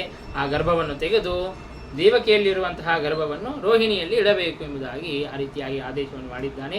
ದುರ್ಗಾದೇವಿಯು ಕೂಡ ಸರಿ ಹಾಗೆ ಆಗಲಿ ಎಂಬುದಾಗಿ ಆ ಬಲರಾಮನ ಗರ್ಭವನ್ನು, ಶೇಷದೇವರನ್ನು ಅಲ್ಲಿ ರೋಹಿಣಿಯ ಗರ್ಭದಲ್ಲಿ ಇರಿಸಿದ್ದಾಳೆ. ಹೀಗೆ ಆ ಗರ್ಭವನ್ನು ಅಲ್ಲಿಗೆ ಒಯ್ದದ್ದರಿಂದಾಗಿ ಸಂಕರ್ಷಣ ಎಂಬುದಾಗಿ ಕುಮುದ, ಚಂಡಿಕಾ, ಕೃಷ್ಣ, ಮಾಧವಿ ಅನೇಕ ಹೆಸರುಗಳು ಆ ದುರ್ಗಾದೇವಿಗೆ ಬಂದಿದೆ ಎಂಬುದಾಗಿ ನಮಗೆ ಭಾಗವತ ತಿಳಿಸಿಕೊಡುತ್ತದೆ. ಹೀಗೆ ಆಗ 7ನೇ ಗರ್ಭ ಅಂತನ್ನೋದು ರೋಹಿಣಿಯ ಗರ್ಭದಲ್ಲಿ ಅದನ್ನು ಒಯ್ದ ಮೇಲೆ ಇಲ್ಲಿ 7ನೇ ಗರ್ಭ ಅಂತನ್ನೋದು ಪಾತವಾಯಿತು, ಗರ್ಭಸ್ರಾವವಾಯಿತು ಎಂಬುದಾಗಿ ಎಲ್ಲರೂ ಕೂಡ ತಿಳಿದಿದ್ದಾರೆ. ಇನ್ನು 8ನೇ ಗರ್ಭವನ್ನು ದೇವಕಿಯು ತಾನು ಧಾರಣೆ ಮಾಡಿದ್ದಾಳೆ. ಸಾಕ್ಷಾತ್ತು ಶ್ರೀಕೃಷ್ಣ ಪರಮಾತ್ಮ ತಾನು ಅವತಾರವನ್ನು ಮಾಡೋದಕ್ಕಾಗಿ ಅಂತ ಹೇಳಿಬಿಟ್ಟು ತಾನು ದೇವಕಿಯ ಗರ್ಭವನ್ನು ಪ್ರವೇಶ ಮಾಡಿದ್ದಾನೆ. ಯಾಕೆ ಅಂತಂದರೆ ಹಿಂದಕ್ಕೆ ಭೂಮಿಯು ತಾನು ಗೋರೂಪವನ್ನು ಧರಿಸಿ ಅಶ್ರುಮುಖಿಯಾಗಿ ಅಳುತ್ತಾ ಬ್ರಹ್ಮದೇವರ ಹತ್ತಿರ ಬಂದು ತಾನು ಶರಣಾಗತಳಾಗುತ್ತಾಳೆ. ಎಲ್ಲ ದುಷ್ಟರು, ಶೂದ್ರಪ್ರಾಯರಾದಂತಹ ರಾಜರೆಲ್ಲರೂ ಕೂಡ ನನ್ನನ್ನು ಭೋಗ ಮಾಡುತ್ತಾ ಇದ್ದಾರೆ, ಅವರೆಲ್ಲರೂ ಕೂಡ ನನಗೆ ಭಾರಪ್ರಾಯವಾಗಿದ್ದಾರೆ, ಹಾಗಾಗಿ ನನ್ನ ಭಾರವನ್ನು ಅಪಹಾರ ಮಾಡಬೇಕು ಎಂಬುದಾಗಿ ಪ್ರಾರ್ಥನೆ ಮಾಡಿದಾಗ, ಭಗವಂತನನ್ನು ಹೋಗಿ ಪ್ರಾರ್ಥನೆ ಮಾಡಿದಾಗ ಭಗವಂತ ತಾನು ಅವತಾರವನ್ನು ಮಾಡುತ್ತೇನೆ ಎಂಬುದಾಗಿ ತಾನು ಅಭಯವನ್ನು ನೀಡಿದ್ದಾನೆ. ಎಲ್ಲ ದೇವತೆಗಳಿಗೂ ಕೂಡ ಅವತಾರ ಮಾಡಿ ಸೇವೆಯನ್ನು ಮಾಡುವುದಕ್ಕಾಗಿ ಅಂತ ಆದೇಶವನ್ನು ನೀಡಿದ್ದಾನೆ. ಹಾಗಾಗಿ ಸಾಕ್ಷಾತ್ತು ಪರಮಾತ್ಮ ತಾನು ದೇವಕಿಯರಲ್ಲಿ ತಾನು ಅವತಾರ ಮಾಡುವುದಕ್ಕಾಗಿ ನಿಶ್ಚಯಿಸಿದ್ದಾನೆ. ಆಗ ದೇವಕಿಯ ಗರ್ಭದಲ್ಲಿ ವಸುದೇವನಿಂದಾಗಿ ತಾನು ಪ್ರವೇಶವನ್ನು ಮಾಡಿದ್ದಾನೆ. ಹೀಗೆ ದೇವಕಿಯು ಸಾ ದೇವಕಿ ಸರ್ವ ಜಗನ್ನಿವಾಸ ನಿವಾಸಭೂತ ನಿತರಾಂ ವಿರೇಜೆ ಸಕಲ ಜಗತ್ತಿಗೂ ನಿವಾಸನಾದಂತಹ ಪರಮಾತ್ಮನಿಗೂ ಕೂಡ ದೇವಕಿಯು ಆಗ ನಿವಾಸಳಾಗಿದ್ದಾಳೆ. ಹೀಗೆ ಪರಮಾತ್ಮನನ್ನು ಗರ್ಭದಲ್ಲಿ ಹೊತ್ತಿದ್ದಾಳೆ. ಆಗ ತನ್ನ ದೇಹದ ಕಾಂತಿ, ಮುಖದ ಕಾಂತಿ ಅಂತ ಅನ್ನೋದು ಬಹಳ ವಿಶೇಷವಾಗಿ ಕಂಡುಬರುತ್ತಾ ಇದೆ. ಆ ದೇವಕಿಯನ್ನು ನೋಡಿ ಕಂಸ ಅಂದುಕೊಂಡ, ಪ್ರಾಯಃ ನನ್ನ ಪ್ರಾಣವನ್ನು ಅಪಹಾರ ಮಾಡುವಂತಹ ಶ್ರೀಹರಿ ತಾನು ದೇವಕಿಯ ಗರ್ಭವನ್ನು ಪ್ರವೇಶಿಸಿದ್ದಾನೆ ಅಂತ ತಾನು ಅಂದುಕೊಂಡಿದ್ದಾನೆ. ಆದರೆ ದೇವಕಿಯನ್ನು ತಾನು ಸಂಹಾರ ಮಾಡುವಂತೆ ಇಲ್ಲ, ಯಾಕಂದ್ರೆ ಗರ್ಭವತಿಯಾಗಿದ್ದಾಳೆ, ಹಾಗಾಗಿ ಸಂಹಾರ ಮಾಡುವಂತೆ ಇಲ್ಲ ಎಂಬುದಾಗಿ ತಾನು ಬಿಟ್ಟಿದ್ದಾನೆ. ಆದರೆ ತನಗೆ ಒಳಗೆ ಭಯ ಅಂತ ಅನ್ನೋದು ಕಾಡುತ್ತಾ ಇದೆ. ಆಸೀನ ಸಂವಿಶನ್ಸ್ತಿಷ್ಠನ್ ಭುಂಜಾನ ಪರ್ಯಟನ್ ಪಿವನ್ ಚಿಂತಯಾನೋ ಹೃಷಿಕೇಶಂ ಅಪಶ್ಯತ್ ತನ್ಮಯಂ ಜಗತ್ ಎಂಬುದಾಗಿ ಹೇಳಿದಂತೆ ತಾನು ಕೂತಾಗೊಮ್ಮೆ, ನಡೆಯುವಾಗೊಮ್ಮೆ, ಊಟ ಮಾಡುವಾಗೊಮ್ಮೆ, ಸಂಚಾರ ಮಾಡಬೇಕಾದಾಗ, ಮಲಗುವಾಗ ಸದಾಕಾಲ ಆ ಪರಮಾತ್ಮನನ್ನೇ ನೆನೆಸಿ ತಾನು ಭಯವನ್ನು ಹೊಂದುತ್ತಾ ಇದ್ದಾನೆ. ಒಂದು ಮಾತನ್ನು ಹಿಂದೆ ನಾವು ನರಸಿಂಹದೇವರ ಚರಿತ್ರೆಯನ್ನು ಕೇಳಬೇಕಾದಾಗ ಸಪ್ತಮ ಸ್ಕಂದದಲ್ಲಿ ಹೇಳಿದರು. ಅಲ್ಲಿ ಏನು ಅಂತಂದರೆ, ಯಾರು ಭಕ್ತರು ನಿರಂತರವಾಗಿ ಅವರಿಗೆ ಸ್ಮರಣೆ ಮಾಡಲಿಕ್ಕೆ ಸಾಧ್ಯವಾಗೋದಿಲ್ಲ ಅಂತ. ಅದೇ ವೈರದಿಂದಾಗಿ, ಭಯದಿಂದಾಗಿ ಯಾವ ಅಸುರರು ತಾವು ಭಗವಂತನನ್ನು ನೆನೆಸುತ್ತಾ ಇರುತ್ತಾರೆ, ಅವರು ನಿರಂತರವಾಗಿ ಭಗವಂತನನ್ನು ತಾವು ನೆನೆಸುತ್ತಾರೆ ಅಂತೆ. ಆದರೆ ಒಂದೇ ಅವರು ಭಕ್ತಿಯನ್ನು ಮಾಡೋದಿಲ್ಲ. ಹಾಗಾಗಿ ಎಷ್ಟು ನೆನೆಸಿದರೂ ಕೂಡ ಅವರಿಗೆ ಫಲ ಅಂತ ಅನ್ನೋದು ಸಿಗೋದಿಲ್ಲ. ಹಾಗೆ ಕಂಸ ತಾನು ಕಾಲನೇಮಿ, ಹಾಗಾಗಿ ಆ ದುಷ್ಟನು ತಾನು ಭಯದಿಂದಾಗಿ ಆ ಪರಮಾತ್ಮನನ್ನು ನಿರಂತರ ಸ್ಮರಣೆಯನ್ನು ಮಾಡುತ್ತಾ ಇದ್ದಾನೆ. ಆಗ ದೇವಕಿಯ ಗರ್ಭದಲ್ಲಿ ಶ್ರೀಕೃಷ್ಣ ಪರಮಾತ್ಮ ಇದ್ದದ್ದನ್ನು ತಿಳಿದು ಬ್ರಹ್ಮಾದಿ ದೇವತೆಗಳೆಲ್ಲರೂ ಕೂಡ ಬಂದು ತಾವು ಆ ಶ್ರೀಕೃಷ್ಣ ಪರಮಾತ್ಮನ ಸ್ತೋತ್ರವನ್ನು ಮಾಡುತ್ತಾ ಇದ್ದಾರೆ. ದಿವ್ಯವಾದಂತಹ ಗರ್ಭಸ್ತುತಿ ಎಂಬುದಾಗಿ ನಾವು ಕೇಳುತ್ತೇವೆ. ಆ ಗರ್ಭಸ್ತುತಿಯನ್ನೆಲ್ಲವನ್ನು ಕೂಡ ಮಾಡಿದ್ದಾರೆ. ಆಗ ಗರ್ಭಸ್ತುತಿಯನ್ನೆಲ್ಲ ಮಾಡಿ ಅವರು ಮತ್ತೆ ತಮ್ಮ ಲೋಕಕ್ಕೆ ತಾವು ಹೋಗಿದ್ದಾರೆ. ಆಗ ವಸುದೇವ ದೇವಕಿಯರು ಕೂಡ ಆ ಪರಮಾತ್ಮನ ಸ್ತೋತ್ರವನ್ನು ಮಾಡಿದ್ದಾರೆ. ಹೀಗೆಲ್ಲ ಸ್ತೋತ್ರ ಎಲ್ಲ ಮುಗಿದ ಮೇಲೆ ಇನ್ನು ಪ್ರಸವಿಸುವಂತಹ ಕಾಲ ಅಂತ ಅನ್ನೋದು ಆಸನ್ನವಾಗಿದೆ. ಅಥ ಸರ್ವಗುಣೋಪೇತಃ ಕಾಲ ಪರಮಶೋಭನಃ ಯರ್ಷೇವ ಜನಜನ್ಮರ್ಕ್ಷಃ ಕ್ರಾಂತರ್ಕ್ಷ ಗ್ರಹತಾರಕಃ. ಆ ಕಾಲದಲ್ಲಿ ಎಲ್ಲ ಗ್ರಹಗಳು ಕೂಡ ಉಚ್ಚಸ್ಥಾನದಲ್ಲಿ ಇದೆ. ಎಲ್ಲ ದಿಕ್ಕುಗಳು ಕೂಡ ನಿರ್ಮಲವಾಗಿ ಇದೆ. ಗಾಳಿಯು ಕೂಡ ಬಹಳ ನಿಧಾನವಾಗಿ, ಎಷ್ಟು ಜೋರಾಗಿ ಬೀಸಿದರೆ ಆನಂದವಾಗಬೇಕು ಅಷ್ಟು ಜೋರಾಗಿ ಅದು ಬೀಸುತ್ತಾ ಇದೆ. ಹೀಗೆ ಎಲ್ಲ ಕಡೆಗೂ ಕೂಡ ಮಂಗಲವೇ ಕಾಣುತ್ತಾ ಇದೆ, ಎಲ್ಲ ಒಳ್ಳೆಯ ಶಕುನಗಳೇ ಕಾಣುತ್ತಾ ಇವೆ. ಹಾಗೆ ಪರಮಾತ್ಮ ತಾನು ರಾತ್ರಿಯ ಕಾಲದಲ್ಲಿ ನಿಶೀಥೆ ತಮ ಉದ್ಭೂತೆ ಜಾಯಮಾನೆ ಜನಾರ್ದನೆ ದೇವಕ್ಯಾಂ ದೇವರೂಪಿಣ್ಯಾಂ ವಿಷ್ಣು ಸರ್ವಗುಹಾಶಯ ಪ್ರಾದುರಾಸೀತ್ ಯಥಾ ಪ್ರಾಚ್ಯಾಂ ದಿಶೀಂದು ರಿವ ಪುಷ್ಕಲಃ. ಯಾವ ರೀತಿಯಾಗಿ ಚಂದ್ರನು ತಾನು ಪೂರ್ವದಲ್ಲಿ ಉದಯಿಸಬೇಕು, ಹಾಗೆ ಶ್ರೀಕೃಷ್ಣ ಪರಮಾತ್ಮ ಆ ರಾತ್ರಿಯ ಕಾಲದಲ್ಲಿ, ಅಪರಾತ್ರಿಯಲ್ಲಿ 12 ಗಂಟೆಗೆ ಆಗ ಶ್ರೀಕೃಷ್ಣ ಪರಮಾತ್ಮ ತಾನು ಅವತಾರವನ್ನು ಮಾಡುತ್ತಾ ಇದ್ದಾನೆ. ಶ್ರಾವಣ ಮಾಸದ ಕೃಷ್ಣ ಪಕ್ಷದ ಅಷ್ಟಮಿ ದಿನದಂದು ಶ್ರೀಕೃಷ್ಣ ಪರಮಾತ್ಮ ತಾನು ಅವತಾರವನ್ನು ಮಾಡಿದ್ದಾನೆ. ತಮದ್ಭುತಂ ಬಾಲಕಮಂಬುಜೇಕ್ಷಣಂ ಚತುರ್ಭುಜಂ ಶಂಖ ಗದಾದ್ಯುಧಾಯುಧಂ ಶ್ರೀವತ್ಸಲಕ್ಷ್ಮಂ ಗಲಶೋಭಿ ಕೌಸ್ತುಭಂ ಪೀತಾಂಬರಂ ಸಾಂದ್ರಪಯೋಧ ಸೌಭಗಂ ಮಹಾಹ್ರವೈರೂರ್ಯ ಕಿರೀಟಕುಂಡಲ ತ್ವಿಷಾ ಪರಿಷ್ವಕ್ತ ಸಹಸ್ರಕುಂತಲಂ ಉದ್ಧಾಮಕಾಂಚ್ಯಂಗದ ಕಂಕನಾಧಿಭಿರ್ವಿರೋಚಮಾನಂ ವಸುದೇವ ಐಕ್ಷತ. ಪರಮಾತ್ಮ ತಾನು ಹುಟ್ಟೋದೇ ತಾನು ಚತುರ್ಭುಜಗಳನ್ನು ತೆಗೆದುಕೊಂಡು ಶಂಖಚಕ್ರ ಗದಾಪದ್ಮಗಳನ್ನು ಧಾರಣೆ ಮಾಡಿ ಪೀತಾಂಬರವನ್ನು ಉಟ್ಟುಕೊಂಡು ಅನೇಕ ಆಭರಣಗಳನ್ನು ತೊಟ್ಟು ತಾನು ಪರಮಾತ್ಮ ತಾನು ಅವತಾರವನ್ನು ಮಾಡಿದ್ದಾನೆ. ಅದಕ್ಕೆ ಹೇಳಿದ್ರು ತಮದ್ಭುತಂ ಬಾಲಂ, ಅದ್ಭುತವಾದಂತಹ ಬಾಲಕನಾಗಿ ಹುಟ್ಟಿದ್ದಾನೆ. ಯಾರಾದರೂ ಹೀಗೆ ಹುಟ್ಟಲಿಕ್ಕೆ ಸಾಧ್ಯವಿದೆಯಾ? ಯಾರಿಗೂ ಕೂಡ ಈ ರೀತಿಯಾಗಿ ಹುಟ್ಟಲಿಕ್ಕೆ ಸಾಧ್ಯನೇ ಇಲ್ಲ. ಹಾಗೆ ಪರಮಾತ್ಮ ತಾನು ಅವತಾರವನ್ನು ಮಾಡಿದ್ದಾನೆ. ಪರಮಾತ್ಮನಿಗೆ ಗರ್ಭವಾಸಾದಿ ದುಃಖ ಯಾವುದೂ ಕೂಡ ಇಲ್ಲ, ಶುಕ್ಲ ಶೋಣಿತ ಸಂಬಂಧವೇ ಇಲ್ಲ. ತಾನು ಜ್ಞಾನಾನಂದ ಸ್ವರೂಪನಾಗಿ ತಾನು ಅಲ್ಲಿ ಪ್ರಾದುರ್ಭೂತನಾಗಿದ್ದಾನೆ. ಯಾವ ರೀತಿಯಾಗಿ ಸ್ತಂಭದಿಂದಾಗಿ ನರಸಿಂಹದೇವರು ಪ್ರಾದುರ್ಭೂತರಾದರೋ ಹಾಗೆ ದೇವಕಿಯ ಗರ್ಭದಿಂದಾಗಿ ಶ್ರೀಕೃಷ್ಣ ಪರಮಾತ್ಮ ತಾನು ಪ್ರಾದುರ್ಭೂತವಾದದ್ದಷ್ಟೇ. ಆಗ ವಸುದೇವ ದೇವಕಿಯರು ಸ್ತೋತ್ರವನ್ನು ಮಾಡಿದ್ದಾರೆ. ಆಗ ದೇವಕಿಯು ಬಹಳ ಸ್ತೋತ್ರವನ್ನು ಮಾಡಿದ್ಲು. ನೀನು ಸಾಕ್ಷಾತ್ತು ಪರಮಾತ್ಮನೇ ಎಂಬುದಾಗಿ ರೀತಿಯಾಗಿ ಎಲ್ಲ ಸ್ತೋತ್ರವನ್ನು ಮಾಡಿ ಕಾಲವು ನಿನ್ನನ್ನು ಏನೂ ಮಾಡಲಿಕ್ಕೆ ಸಾಧ್ಯವಾಗೋದಿಲ್ಲ, ಕಾಲಕ್ಕೂ ನೀನು ನಿಯಾಮಕನಾಗಿದ್ದಿ. ಯೋಯಂ ಕಾಲಸ್ತಸ್ಯತೆ ವ್ಯಕ್ತಬಂಧೋ ಚೇಷ್ಟಾಮಾಹುಶ್ಚೇಷ್ಟತೆ ಏನ ವಿಶ್ವಂ ನಿಮೇಶಾದಿರ್ವತ್ಸರಾಂತೋ ಮಹೀಯಾಂತಂ ತ್ವೇಷಾನಂ ಕ್ಷೇಮಧಾಮ ಪ್ರಪದ್ಯೆ ಎಂಬುದಾಗಿ ರೀತಿಯಾಗಿ ಸ್ತೋತ್ರವನ್ನು ಮಾಡಿದ್ದಾಳೆ. ಆದರೆ ಅಷ್ಟರಲ್ಲಿ ಮತ್ತೆ ಆಕೆಗೆ ಮೋಹ ಅಂತನೂ ಉಂಟಾಗುತ್ತಾ ಇದೆ. ಆಗ ಮತ್ತೆ ತಾನು ಹೇಳುತ್ತಾಳೆ ದೇವಕಿ ಕೃಷ್ಣನಿಗೆ, ನೀನು ಈ ದಿವ್ಯವಾದಂತಹ ರೂಪವನ್ನು ಬಿಟ್ಟು ಬಿಡು, ಯಾಕಂದರೆ ಕಂಸನಿಗೆ ಏನಾದರೂ ಗೊತ್ತಾದರೆ ತಾನು ಇನ್ನನ್ನು ಸಂಹಾರ ಮಾಡೋದಕ್ಕಾಗಿ ಬರುತ್ತಾನೆ ಅಂತ ಹೇಳುತ್ತಾ ಇದ್ದಾಳೆ. ಇಷ್ಟೊತ್ತು ಶ್ರೀಹರಿ ಸರ್ವೋತ್ತಮ ಅಂತ ತಾನು ಸ್ತೋತ್ರವನ್ನು ಮಾಡಿದವಳೇ ಈಗ ಮತ್ತೆ ಕಂಸನು ನಿನ್ನನ್ನು ಸಂಹಾರ ಮಾಡೋದಕ್ಕಾಗಿ ಬರುತ್ತಾನೆ ಅಂತ ಹೀಗೆ ಮೋಹಿತರಾಗಿ ಮಾತನಾಡುತ್ತಾ ಇದ್ದಾಳೆ. ಆಗ ಪರಮಾತ್ಮ ತಾನು ವಸುದೇವ ದೇವಕಿಯರ ಪೂರ್ವ ವೃತ್ತಾಂತವನ್ನೆಲ್ಲವನ್ನು ಕೂಡ ತಿಳಿಸಿಕೊಡುತ್ತಾನೆ. ನೀವು ಇದೇ ಮೊದಲನೇ ಸಲ ನನ್ನನ್ನು ಮಗನನ್ನಾಗಿ ಪಡೆಯೋದಲ್ಲ, ಹಿಂದೆಯೂ ಕೂಡ ನೀವು ನನ್ನನ್ನು ಪಡೆದಿದ್ದೀರಿ. ಹಿಂದೆ ಸ್ವಯಂಭುವ ಮನ್ವಂತರದಲ್ಲಿ ಕೃಷ್ಣಿ ಅಂತ ಹೆಸರಿನಿಂದಾಗಿ ದೇವಕಿಯು ಹುಟ್ಟಿದ್ದಳು. ವಸುದೇವ ತಾನೂ ಕೂಡ ಒಬ್ಬ ಸುತಪ ಅನ್ನುವಂತಹ ಪ್ರಜಾಪತಿಯಾಗಿ ಹುಟ್ಟಿದ್ದ. ಆಗ ಕೃಷ್ಣಿಗರ್ಭ ಎಂಬುದಾಗಿ ನಾನು ಅವತಾರವನ್ನು ಮಾಡಿದ್ದೆ. ಮತ್ತು ನೀವು ಅದಿತಿ ಕಶ್ಯಪರಾಗಿ ಇದ್ದಾಗ ವಾಮನ ರೂಪಿಯಾಗಿ ನಾನು ಅವತಾರವನ್ನು ಮಾಡಿದ್ದೆ. ಆದರೆ ನೀವು ನನ್ನನ್ನು ಮಗ ಅಂತಲೇ ತಿಳಿದಿರಿ ಹೊರತು ಸರ್ವೋತ್ತಮನಾದಂತಹ ಭಗವಂತ ಅಂತ ತಿಳಿಯದೇ ಇದ್ದುದರಿಂದಾಗಿ ನೀವು ಮುಕ್ತಿಯನ್ನು ಹೊಂದಲಿಲ್ಲ.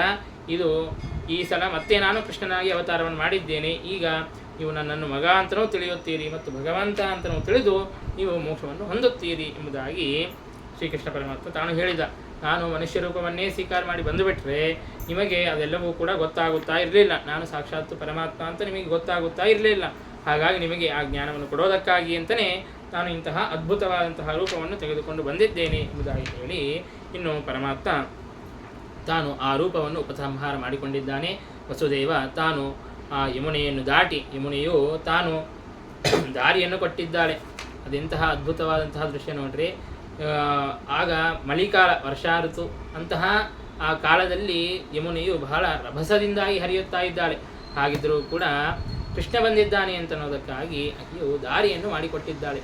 ಕರಸ್ಥ ದೇವಸ್ಯ ಕುತೋಂತರಾಯ ಎಂಬುದಾಗಿ ವಾದಿರಾಜರು ಹೇಳುತ್ತಾರೆ. ಯಾರ ಕೈಯಲ್ಲಿ ಪರಮಾತ್ಮ ಇರುತ್ತಾನೋ ಅವರಿಗೆ ಎಲ್ಲಿಂದ ವಿಘ್ನ ಬರಬೇಕು. ಹಾಗಾಗಿ ಆ ಕೃಷ್ಣನನ್ನು ತೆಗೆದುಕೊಂಡು ವಸುದೇವ ತಾನು ಬುಟ್ಟಿಯಲ್ಲಿ ಇಟ್ಟುಕೊಂಡು ಹೋಗಬೇಕಾದಾಗ ಆ ಯಮುನಿಯೂ ಕೂಡ ದಾರಿಯನ್ನು ಬಿಟ್ಟುಕೊಟ್ಟಿದ್ದಾಳೆ. ಅಲ್ಲೆಲ್ಲ ಭೃತ್ಯರು, ಅವರೆಲ್ಲರೂ ಕೂಡ ಶಾಪವನ್ನು ಹೊಂದಿಬಿಟ್ಟಿದ್ದಾರೆ. ಶೃಂಖಲಗಳೆಲ್ಲವೂ ಕೂಡ, ಆ ಬಂಧನಗಳೆಲ್ಲವೂ ಕೂಡ ಬಿಚ್ಚಿಕೊಂಡು ಬಂದಿವೆ. ವಸುದೇವ ತಾನು ಅಲ್ಲಿಗೆ ಹೋಗಿ ಅಲ್ಲಿ ದುರ್ಗೆಯು ತಾನು ನಂದಗೋಪನ ಮಡದಿಯಾದಂತಹ ಯಶೋದೆಯಲ್ಲಿ ಅವತಾರವನ್ನು ಮಾಡಿದ್ಲು. ಆ ಹೆಣ್ಣು ಕೂಸನ್ನು ನೀನು ಈ ಕಡೆಗೆ ತೆಗೆದುಕೊಂಡು ಬಾ, ನನ್ನನ್ನು ಅಲ್ಲಿ ಇರಿಸು ಎಂಬುದಾಗಿ ಕೃಷ್ಣನ ಆದೇಶದಂತೆ ಆ ವಸುದೇವ ತಾನು ಆ ಶ್ರೀಕೃಷ್ಣನನ್ನು ಅಲ್ಲಿ ಇಟ್ಟಿದ್ದಾನೆ. ಆ ದುರ್ಗಾದೇವಿಯನ್ನು ತಾನು ಈ ಕಡೆಗೆ ಕರೆದುಕೊಂಡು ಬಂದಿದ್ದಾನೆ. ಇನ್ನು ಮತ್ತೆ ಈ ಕಡೆಗೆ ಕರೆದುಕೊಂಡು ಬಂದ ಮೇಲೆ ಮತ್ತೆ ದುರ್ಗೆಯ ಆ ಶಕ್ತಿಯಿಂದಾಗಿ ಆ ದ್ವಾರಗಳೆಲ್ಲವೂ ಕೂಡ ಮೊದಲಿನಂತೆ ಅದು ಬಂಧನವನ್ನು ಹೊಂದಿವೆ. ಆ ಶೃಂಖಲಗಳೆಲ್ಲವೂ ಕೂಡ ಮತ್ತೆ ಮೊದಲಿಗೆ ಹೇಗಿತ್ತೋ ಹಾಗೆಲ್ಲವೂ ಕೂಡ ಆಗಿವೆ. ಆಗ ಎಲ್ಲ ಸೈನಿಕರು ಕೂಡ ಇದ್ದಿದ್ದಾರೆ. ಕೂಸು ಹುಟ್ಟಿದೆ ಎಂಬುದಾಗಿ ತಿಳಿದು ಈ ಕೂಸಿನ ಬಗ್ಗೆ ಬಹಳ ವಿಶೇಷವಾಗಿ ಅವರು ನಿರೀಕ್ಷೆಯನ್ನು ಮಾಡುತ್ತಾ ಇದ್ರು. ಯಾಕಂದರೆ 8ನೇ ಕೂಸು. ಹಾಗಾಗಿ ಕೂಡಲೇ ಹೋಗಿ ಕಂಸನಿಗೆ ತಿಳಿಸಿದ್ದಾರೆ. ಕಂಸನು ಕೂಡ ತಾನು ಓಡಿ ಬಂದಿದ್ದಾನೆ. ಬಂದು ತಾನು ಆ ಕೂಸನ್ನು ಸಂಹಾರ ಮಾಡೋದಕ್ಕಾಗಿ ಅಂತ ಹೋಗುತ್ತಾ ಇದ್ದಾನೆ. ಆಗ ದೇವಕಿಯು ತಡೆಯುತ್ತಾ ಇದ್ದಾಳೆ. ಧಾತುಮರ್ಹಸಿ ಮಂದಾಯ ಅಂಗೇಮಾಂ ಚರಮಾಂ ಪ್ರಜಾಂ, ಇದು ನನ್ನ ಕೊನಿ ಕೂಸು, ಇದನ್ನಾದರೂ ಕೊಟ್ಟು ಬಿಡು. ಯಾಕೆ ಅಂತಂದರೆ ಇದು ಹೆಣ್ಣು ಕೂಸಾಗಿದೆ, ಹೆಣ್ಣು ಕೂಸಿನಿಂದಾಗಿ ನಿನಗೇನು ಅಪಾಯ, ಹಾಗಾಗಿ ಬಿಟ್ಟು ಬಿಡು ಎಂಬುದಾಗಿ ತಾನು ದೀನಲಾಗಿ ಅಳುತ್ತಾ ಇದ್ದಾಳೆ. ಹಾಗಿದ್ದರೂ ಕೂಡ ಕಂಸನು ಕೇಳದೆ ಆ ಶಿಶುವಿನ ಕಾಲನ್ನು ಹಿಡಿದುಕೊಂಡು ತಿರುಗಿಸಿ ಅಪ್ಪಳಿಸಿ ನೆಲಕ್ಕೆ ಹೊಡೆಯಬೇಕು ಅಂತ ಅಂದುಕೊಂಡಿದ್ದಾನೆ. ಅಷ್ಟರಲ್ಲಿ ಆ ದುರ್ಗೆಯು ತಾನು ಕೈ ಜಾರಿಸಿಕೊಂಡು ತಾನು ಮೇಲಕ್ಕೆ ಹಾರಿದ್ದಾಳೆ. ಆಕಾಶಕ್ಕೆ ಹಾರಿ ತಾನು ಹೇಳುತ್ತಾಳೆ, ಕಂಸ ಹುಚ್ಚ ಮೂಢ, ನಿನ್ನನ್ನು ಸಂಹಾರ ಮಾಡುವಂತಹ ಶಿಶು ಬೇರೆ ಕಡೆಗೆ ಹುಟ್ಟಿದೆ ಎಂಬುದಾಗಿ ಹೇಳಿ ತಾನು ಅದೃಶ್ಯಳಾಗಿದ್ದಾಳೆ. ಆಗ ಕಂಸನಿಗೆ ಚಿಂತೆ ಹತ್ತಿತು. ಆಮೇಲೆ ತಾನು ಪ್ರಾಯಶ್ಚಿತ್ತವನ್ನು ಪಶ್ಚಾತ್ತಾಪವನ್ನು ಪಡುತ್ತಾ ಇದ್ದಾನೆ. ನಾನು ಮಾಡಿದ್ದು ತಪ್ಪಾಯಿತು, ವಸುದೇವ ದೇವಕಿಯರ ಮಗನಾಗಿ ನನ್ನ ಸಂಹಾರವನ್ನು ಮಾಡುವಂತಹವನು ಹುಟ್ಟಲೇ ಇಲ್ಲ, ದೇವತೆಗಳು ಕೂಡ ಸುಳ್ಳು ಹೇಳ್ತಾರಾ ಅಂತ ಹೇಳಿಬಿಟ್ಟು ಅವರನ್ನು ಕಾರಾಗಾರದಿಂದಾಗಿ ವಿಮುಕ್ತರನ್ನಾಗಿ ಮಾಡಿದ್ದಾನೆ. ಆಮೇಲೆ ಎಲ್ಲ ಅಸುರರನ್ನು ಕೂಡ ಮೀಟಿಂಗ್ ಮಾಡೋದಕ್ಕಾಗಿ ಅಂತ ಕರೆದಿದ್ದಾನೆ. ಮುಂದೆ ಏನು ಮಾಡಬೇಕು, ನನ್ನ ಮೃತ್ಯುವು ಬೇರೆ ಕಡೆಗೆ ಬೆಳೆಯುತ್ತಾ ಇದೆ ಎಂಬುದಾಗಿ ಆ ಶಿಶು ಹೇಳಿತು. ಆಕಾಶಕ್ಕೆ ಹಾರಿ ಮತ್ತೆ ಮುಂದೆ ನಾನು ಮಾಡುವಂತಹ ಕಾರ್ಯವೇನು ಅಂತ ಆ ಕಂಸ ತಾನು ಭೀತನಾಗಿ ಎಲ್ಲರನ್ನೂ ಕೂಡ ಕರೆದು ವಿಚಾರವನ್ನು ಮಾಡುತ್ತಾ ಇದ್ದಾನೆ. ಆಗ ಆ ಸುರರೆಲ್ಲರೂ ಕೂಡ ಹೇಳಿದರು, ಏನು ಚಿಂತೆ ಮಾಡಬೇಕಾಗಿಲ್ಲ, ದೇವತೆಗಳು ಕೂಡ ನಿನ್ನನ್ನು ನೋಡಿ ಹೆದರಿ ಹಾರಿ ಹೋಗುತ್ತಾರೆ. ಹಾಗಾಗಿ ನೀನು ಆ ಶಿಶುವಿನ ಬಗ್ಗೆ ಚಿಂತೆಯನ್ನು ಮಾಡಬೇಡ. ಹಾಗಿದ್ದರೂ ಕೂಡ ಅವರು ನಮ್ಮ ಶತ್ರುಗಳಾಗಿದ್ದಾರೆ, ಹಾಗಾಗಿ ಉಪೇಕ್ಷೆಯನ್ನು ಮಾಡಬಾರದು. ಹಾಗಾಗಿ ಏನು ಮಾಡಬೇಕೋ ವಿಚಾರವನ್ನು ಮಾಡು ಅಂತ ಹೇಳಿದಾಗ ಕಂಸ ಹೇಳುತ್ತಾನೆ, ಎಲ್ಲ ದೇವತೆಗಳಿಗೂ ಕೂಡ ಬಲ ಯಾರಿಂದ ಅಂತಂದರೆ ಎಲ್ಲ ದೇವತೆಗಳಿಗೂ ಬಲ ಬರೋದು ವಿಷ್ಣುವಿನಿಂದಾಗಿ. ಮೂಲಂ ವಿಷ್ಣುರ್ಹಿ ದೇವಾನಾಂ ಯಚ್ಚ ಧರ್ಮ ಸನಾತನಃ ಎಂಬುದಾಗಿ ವಿಷ್ಣುವೇ ಆ ಎಲ್ಲ ದೇವತೆಗಳಿಗೂ ಕೂಡ ಮೂಲನಾಗಿದ್ದಾನೆ. ಆ ವಿಷ್ಣುವಿನಿಂದಲೇ ಎಲ್ಲ ದೇವತೆಗಳಿಗೂ ಕೂಡ ಬಲ ಅಂತ ಅನ್ನೋದು ಬರುತ್ತದೆ. ಇನ್ನು ಆ ವಿಷ್ಣುವಿಗಾದರೂ ಬ್ರಾಹ್ಮಣರಿಂದಾಗಿ, ಗೋವುಗಳಿಂದಾಗಿ, ಅವರಿಂದಾಗಿ, ಯಜ್ಞಗಳಿಂದಾಗಿ ಪರಮಾತ್ಮನಿಗೆ ಬಲ ಅಂತ ಅನ್ನೋದು ಬರುತ್ತದೆ. ಹಾಗಾಗಿ ಎಲ್ಲಿಯೂ ಕೂಡ ಯಜ್ಞಗಳು ನಡೆಯಬಾರದು, ಗೋಬ್ರಾಹ್ಮಣರ ಹತ್ಯೆಯನ್ನು ಮಾಡ್ರಿ ಎಂಬುದಾಗಿ ಹೇಳಿದ್ದಾನೆ. ಅದಷ್ಟೇ ಅಲ್ಲದೆ ಮೃತ್ಯುವು ಹೀಗೆ ಹುಟ್ಟಿದೆ ಅಂತ ಹೇಳಿದ್ದಾರೆ. ಹಾಗಾಗಿ ಸಣ್ಣ ಸಣ್ಣ ಶಿಶುಗಳು ಸುತ್ತಮುತ್ತ ಇರುವಂತಹ ಗ್ರಾಮಗಳಲ್ಲಿ, ದೇಶಗಳಲ್ಲಿ ಯಾವ ಯಾವ ಸಣ್ಣ ಸಣ್ಣ ಕೂಸುಗಳಿವೆಯೋ ಎಲ್ಲ ಕೂಸುಗಳನ್ನು ಕೂಡ, ಶಿಶುಗಳನ್ನು ಸಂಹಾರ ಮಾಡಿಬಿಡ್ರಿ ಎಂಬುದಾಗಿ ತಾನು ಆದೇಶವನ್ನು ಮಾಡಿದ್ದಾನೆ. ಅವರು ಸ್ವಾಭಾವಿಕವಾಗಿಯೇ ಅಂತಹ ದುಷ್ಟ ಕಾರ್ಯಗಳನ್ನು ಮಾಡೋದರಲ್ಲಿ ಅವರಿಗೆ ಆಸಕ್ತಿ ಹೆಚ್ಚು. ಇನ್ನು ಕಂಸನೂ ಕೂಡ ಆದೇಶವನ್ನು ಮಾಡಿದ್ದಾನೆ, ಬೆಂಕಿಗೆ ತುಪ್ಪ ಹಾಕಿದಂತೆ ಆಗಿದೆ. ಅವರೆಲ್ಲರೂ ಕೂಡ ಹೋಗಿ ಅನೇಕ ಶಿಶುಗಳನ್ನು ಸಂಹಾರ ಮಾಡುತ್ತಾ ಇದ್ದಾರೆ. ಮೊದಲಿಗೆ ಒಬ್ಬ ಹೆಣ್ಣು ರಾಕ್ಷಸಿ ಪೂತನೆಯು ತಾನು ಇಚ್ಛಾವೇಶವನ್ನು ಧಾರಣೆ ಮಾಡುತ್ತಾ ತಾನು ಬರುತ್ತಾ ಇದ್ದಾಳೆ. ಅವರೆಲ್ಲರೂ ಕೂಡ ಅಸುರರು ತಾವು ಎಂತಹ ಮನೆಗಳಿಗೆ ಹೋಗ್ತಾ ಇದ್ರು ಅಂತಂದರೆ, ಎಲ್ಲಿ ಭಗವಂತನ ಕಥೆ ಎನ್ನುವುದು, ಭಗವಂತನ ಗುಣಗಾನ ನಡೆಯುತ್ತಾ ಇರುತ್ತಿಲ್ಲವೋ ಅಂತಹ ಆ ಮನೆಗಳಿಗೇನೆ ಹೋಗಿ ಆ ಶಿಶುಗಳನ್ನು ಸಂಹಾರ ಮಾಡುತ್ತಾ ಇದ್ರು ಎಂಬುದಾಗಿ ನಮಗೆ ಭಾಗವತ ಅಂತನ್ನೋದು ತಿಳಿಸಿಕೊಡುತ್ತದೆ. ಹೀಗೆ ಅವರೆಲ್ಲರೂ ಕೂಡ ಹೋಗಿ ಆ ಶಿಶುಗಳ ಹತ್ಯೆಯನ್ನು ಮಾಡುತ್ತಾ ಇದ್ದಾರೆ. ಪತಮಾನೋಪಿ ತದ್ದೇಹ ತ್ರಿಗವ್ಯೋತ್ಯಂತರೇ ಧ್ರುಮಾನ್ ಚೂರ್ಣಯಾಮಾಸ ರಾಜೇಂದ್ರ ಮಹದಾಸಿ ತದದ್ಭುತಂ. ಆಗ ಆ ಪೂತನೆಯು ಬೇರೆ ಬೇರೆ ಮನೆಗಳಿಗೆ ಹೋಗಿ ಕೊನೆಗೆ ಕೃಷ್ಣ ಇರುವಂತಹ ಮನೆಗೆ ಹೋಗಿದ್ದಾಳೆ. ಸುಂದರವಾದಂತಹ ರೂಪವನ್ನು ಧಾರಣೆ ಮಾಡಿ ಹೋಗಿದ್ದಾಳೆ. ಅವರನ್ನು ನೋಡಿ ಅಲ್ಲಿರುವಂತಹ ಗೋಪಿಕಾಸ್ತ್ರೀಯರು ಕೂಡ ಮೈ ಮರೆತು ಬಿಟ್ಟಿದ್ದಾಳೆ. ಆಗ ಆ ಪೂತನೆಯು ಹೋಗಿ ಶ್ರೀಕೃಷ್ಣ ಪರಮಾತ್ಮನನ್ನು ಎತ್ತಿಕೊಂಡಿದ್ದಾಳೆ. ಎತ್ತಿಕೊಂಡು ಸ್ತನಪಾನವನ್ನು ಮಾಡಿಸುತ್ತಾ ಇದ್ದಾಳೆ. ಆಗ ತಾಯಿ ತಡೆಯಬೇಕಾಗಿಲ್ಲ. ಆದರೆ ಆ ಸ್ತ್ರೀಯ ಒಂದು ರೂಪಲಾವಣ್ಯವನ್ನು ನೋಡಿ ಆಕೆಯು ಕೂಡ ಮೋಹಿತಳಾಗಿ ಸುಮ್ಮನೆ ಇದ್ದಾಳೆ. ಆ ವಿಷಪೂರಿತವಾದಂತಹ ಹಾಲನ್ನು ಪಾನ ಮಾಡಿಸುತ್ತಾ ಇದ್ದಾಳೆ. ಆಗ ಪರಮಾತ್ಮ ತಾನು ಶ್ರೀಕೃಷ್ಣ ತನ್ನ ಕರಗಳಿಂದಾಗಿ ಆ ಸ್ತನವನ್ನು ಪೀಡಿಸುತ್ತಾ ಆ ಪ್ರಾಣವನ್ನೇ ಅಪಹರಿಸುತ್ತಾ ಇದ್ದಾನೆ. ಹಾಲಿನ ಜೊತೆಗೆ ಆ ಪ್ರಾಣವನ್ನೇ ಅಪಹರಿಸುತ್ತಾ ಇದ್ದಾನೆ. ಆ ಪೂತನೆಯು ಬಿಡು ಬಿಡು ಎಂಬುದಾಗಿ ತಾನು ಆಕ್ರೋಶವನ್ನು ಮಾಡುತ್ತಾ ಇದ್ದಾಳೆ, ಅಳುತ್ತಾ ಇದ್ದಾಳೆ. ಆದರೆ ಶ್ರೀಕೃಷ್ಣ ಪರಮಾತ್ಮ ಕೇಳದೇನೆ ಅವಳ ಪ್ರಾಣಗಳನ್ನು ಅಪಹಾರವನ್ನು ಮಾಡಿಬಿಟ್ಟಿದ್ದಾನೆ. ಹೀಗೆ ಹಾಲನ್ನು ಕುಡಿಯುವಂತಹ ಒಂದು ನೆಪದಿಂದಾಗಿ ಶ್ರೀಕೃಷ್ಣ ಪರಮಾತ್ಮ ಆ ಪೂತನೆಯ ಪ್ರಾಣಗಳನ್ನೇ ಅಪಹಾರವನ್ನು ಮಾಡಿದ್ದಾನೆ. ಯಾವಾಗ ಪ್ರಾಣವನ್ನು ಕಳೆದುಕೊಂಡೋ ಆಗ ತನ್ನ ಸ್ವಾಭಾವಿಕವಾದಂತಹ ದೊಡ್ಡದಾದಂತಹ ದೇಹವನ್ನು ಪಡೆದುಕೊಂಡು ಆಕೆಯು ಬಿದ್ದಿದ್ದಾಳೆ. ಸುತ್ತಮುತ್ತ ಇರುವಂತಹ ಗಿಡಗಳೆಲ್ಲವೂ ಕೂಡ ಚೂರ್ಣವಾಗಿ ಹೋಗಿಬಿಟ್ಟಿದೆ. ಅಂತಹ ದೊಡ್ಡದಾದಂತಹ ದೇಹವನ್ನು ಪಡೆದುಕೊಂಡು ಬಿದ್ದಿದ್ದಾಳೆ. ಆ ದೊಡ್ಡದಾದಂತಹ ದೇಹದ ಮೇಲೆ ಸಣ್ಣ ಬಾಲಕನಾದಂತಹ ಶ್ರೀಕೃಷ್ಣ ತಾನು ಕ್ರೀಡಿಸುತ್ತಾ ಇದ್ದಾನೆ. ಅಷ್ಟರಲ್ಲಿ ನಂದಗೋಪ ತಾನು ಕಂಸನ ಹತ್ತಿರ ಹೋಗಿರುತ್ತಾನೆ ಕರವನ್ನು ಕೊಟ್ಟು ಬರೋದಕ್ಕಾಗಿ ಅಂತ. ಅವನೂ ಕೂಡ ಬರುತ್ತಾನೆ. ಇಲ್ಲಿ ಗೋಪಾಲಕರವರೆಲ್ಲರೂ ಕೂಡ ಗಾಬರಿಯಾಗಿ ಶ್ರೀಕೃಷ್ಣ ಪರಮಾತ್ಮನನ್ನು ಕರೆದುಕೊಂಡು ಬರುತ್ತಾರೆ. ಗೋಪಿಕಾಸ್ತ್ರೀಯರು, ಯಶೋದೇವರೆಲ್ಲರೂ ಕೂಡ ರಕ್ಷೆಯನ್ನು ಹಾಕುತ್ತಾರೆ ಶ್ರೀಕೃಷ್ಣ ಪರಮಾತ್ಮನಿಗೆ.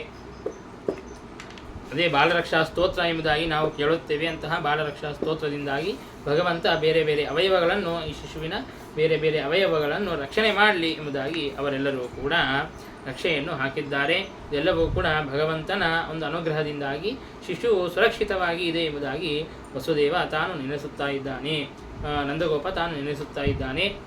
ಹೀಗೆ ಆ ಪೂತನೆಯ ಸಂಹಾರವನ್ನು ಮಾಡಿದ ಪರಮಾತ್ಮ. ಹಿಂದೆ ರಾಮಾವತಾರದಲ್ಲಿಯೂ ಕೂಡ ಮೊದಲಿಗೆ ತಾಟಕೆಯನ್ನೇ ಸಂಹಾರ ಮಾಡಿದ, ಇಲ್ಲಿಯೂ ಕೂಡ ಪೂತನೆಯನ್ನೇ ಸಂಹಾರ ಮಾಡಿದ. ಹಾಗಾಗಿ ಅವರು ಸ್ತ್ರೀಯರೇ ಆಗಿರಬಹುದು, ಆದರೆ ದುಷ್ಟ ಸ್ವಭಾವದವರಾಗಿದ್ದರೆ ಅವರಿಗೂ ಕೂಡ ನಿಗ್ರಹವನ್ನು ಮಾಡುತ್ತೇನೆ ಎಂಬುದಾಗಿ ಪರಮಾತ್ಮ ತಾನು ತೋರಿಸುತ್ತಾ ಇದ್ದಾನೆ. ಹೀಗೆ ಆ ಗೋಕುಲದಲ್ಲಿ ಪರಮಾತ್ಮ ಅನೇಕ ಕ್ರೀಡೆಗಳನ್ನು ಮಾಡುತ್ತಾ ಇದ್ದಾನೆ. ಯಾರ್ಯಾರೇ ಅಸುರರು ಬರುತ್ತಾರೆಯೋ ಅವರೆಲ್ಲರನ್ನೂ ಕೂಡ ಸಂಹಾರ ಮಾಡುತ್ತಾ ಇದ್ದಾನೆ. ಒಂದು ಸಲ ಶ್ರೀಕೃಷ್ಣ ಪರಮಾತ್ಮ ಕೆಲವು ತಿಂಗಳುಗಳ ಆದ ಮೇಲೆ, ಒಂದು 3 ತಿಂಗಳು 6 ತಿಂಗಳು ಆದ ಮೇಲೆ ಶ್ರೀಕೃಷ್ಣ ಪರಮಾತ್ಮ ತಾನು ಬೋರ್ಲು ಬಿದ್ದಾನೆ ಅಂತ ಹೇಳಿಬಿಟ್ಟು ಉತ್ಸವವನ್ನು ಮಾಡುತ್ತಾ ಇದ್ದಾರೆ. ಆಗ ಉತ್ಸವವನ್ನು ಮಾಡೋದಕ್ಕಾಗಿ ಅಂತ ನದಿ ತೀರಕ್ಕೆ ಬಂದು ಅನೇಕ ಜನ ಬ್ರಾಹ್ಮಣರನ್ನು ಕರೆದು ಭೋಜನವನ್ನು ಮಾಡಿಸುತ್ತಾ ಇದ್ದಾರೆ. ಶ್ರೀಕೃಷ್ಣನಿಗೆ ಅಭ್ಯಂಗ ಸ್ನಾನವನ್ನು ಮಾಡಿಸಿದ್ದಾರೆ. ಆಗ ಶಿಶುಗಳಿಗೆ ಸ್ನಾನವನ್ನು ಮಾಡಿಸಿದ ಮೇಲೆ ನಿದ್ದೆ ಬರುತ್ತದೆಯಲ್ಲ, ಹಾಗೆ ಶ್ರೀಕೃಷ್ಣ ಪರಮಾತ್ಮನು ಕೂಡ ನಿದ್ದೆ ಬಂದಂತೆ ತಾನು ಮಾಡಿದ್ದಾನೆ. ಆಗ ಯಶೋದೆಯು ಎಲ್ಲಿ ಮಲಗಿಸಬೇಕು ಅಂತ ಹುಡುಕಿದ್ದು, ಎಲ್ಲಿಯೂ ಕೂಡ ನೆರಳೇ ಇರಲಿಲ್ಲ, ಇಂತಹ ಘೋರವಾದಂತಹ ಬಿಸಿಲೇ ಇತ್ತು. ಆಗ ಎಲ್ಲಿ ಮಲಗಿಸಬೇಕು ಎಂಬುದಾಗಿ ತಾನು ನೋಡಿ ಒಂದು ಬಂಡಿಯ ಕೆಳಗೆ, ಒಂದು ಶಕಟದ ಕೆಳಗೆ, ಎತ್ತಿನ ಬಂಡಿಯ ಕೆಳಗೆ ಮಲಗಿಸಿದ್ದಾಳೆ. ಅಲ್ಲಿ ನೆರಳಿದೆ ಎಂಬುದಾಗಿ ತಿಳಿದು ಅಲ್ಲಿ ಮಲಗಿಸಿದ್ದಾಳೆ. ಆ ಶಕಟದಲ್ಲಿ ಒಬ್ಬ ಅಸುರ ಇದ್ದಾನೆ, ಕಂಸನಿಂದಾಗಿ ಪ್ರೇಷಿತನಾದಂತಹ ಅಸುರ, ಶಕಟಾಸುರ ಅಂತ ಹೇಳಿಬಿಟ್ಟು. ಆಗ ಶ್ರೀಕೃಷ್ಣ ಪರಮಾತ್ಮ ಅಳುತ್ತಾ ಅಳುತ್ತಾ ಸ್ತನಪಾನವನ್ನು ಮಾಡುವುದಕ್ಕಾಗಿ ಅಂತ ತಾಯಿಯನ್ನು ಕರೆದಿದ್ದಾನೆ. ಆದರೆ ತಾಯಿಯಲ್ಲಿ ಕಾರ್ಯಗಳಲ್ಲಿ ವ್ಯಸ್ತಲಾಗಿಬಿಟ್ಟಿದ್ದಾಳೆ. ಹಾಗಾಗಿ ಶ್ರೀಕೃಷ್ಣ ಪರಮಾತ್ಮ ಅಳುತ್ತಾ ಅಳುತ್ತಾ ತನ್ನ ಕಾಲನ್ನು ನಿಧಾನವಾಗಿ ಆ ಶಕಟಕ್ಕೆ ತಾಕಿಸಿದ್ದಾನೆ ಅಷ್ಟೇ. ಆಗ ಆ ಶಕಟವು ಬಹಳ ಮೇಲಕ್ಕೆ ಹಾರಿ ಕೆಳಗೆ ಬಿದ್ದು ಪುಡಿ ಪುಡಿ ಆಗಿಬಿಟ್ಟಿದೆ. ಆ ಅಸುರನೂ ಕೂಡ ಸಂಹಾರವನ್ನು ಹೊಂದಿದ್ದಾನೆ. ಇದನ್ನು ನೋಡಿ ಮತ್ತೆ ನಂದಗೋಪ, ಯಶೋದೆ ಅವರೆಲ್ಲರೂ ಕೂಡ ಗಾಬರಿಯಾಗಿ ಶ್ರೀಕೃಷ್ಣನನ್ನು ಮತ್ತೆ ಕರೆದುಕೊಂಡು ತಾಯಿಯು ಸ್ತನಪಾನವನ್ನು ಮಾಡಿಸಿದ್ದಾಳೆ.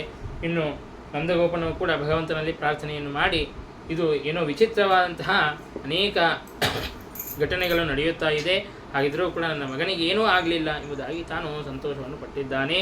ಇನ್ನೊಂದು ಸಲ ತೃಣಾವರ್ತನನ್ನು ಸಂಹಾರ ಮಾಡುವಂತಹ ಪ್ರಸಂಗ. ಶ್ರೀಕೃಷ್ಣ ಪರಮಾತ್ಮನನ್ನು ಯಶೋದೆಯು ತಾನು ತೊಡೆಯ ಮೇಲೆ ಎತ್ತಿಕೊಂಡು ಆಡಿಸುತ್ತಾ ಇದ್ದಾಳೆ. ಆಗ ಶ್ರೀಕೃಷ್ಣ ಪರಮಾತ್ಮ ಒಮ್ಮಿಂದೊಮ್ಮೆ ತಾನು ಭಾರವಾದಂತೆ ಆಗಿಬಿಟ್ಟಿದ್ದಾನೆ, ಒಂದು ಪರ್ವತದಷ್ಟು ಭಾರವಾಗಿದ್ದಾನೆ. ಆಗ ಯಶೋದೆಗೆ ಎತ್ತುಕೊಳ್ಳಲಿಕ್ಕೆ ಸಾಧ್ಯವಾಗಲಿಲ್ಲ, ಕೆಳಗೆ ಕೂಡಿಸಿದ್ದಾಳೆ. ಅಷ್ಟರಲ್ಲಿ ಸುಡಿಗಾಳಿ ಬಂದಿದೆ. ಆ ತೃಣಾವರ್ತನು ಆ ಗಾಳಿಯ ರೂಪದಲ್ಲಿ ಬಂದು ತಾನು ಶ್ರೀಕೃಷ್ಣನನ್ನು ಎತ್ತಿಕೊಂಡು ಹೋಗಿಬಿಟ್ಟಿದ್ದಾನೆ.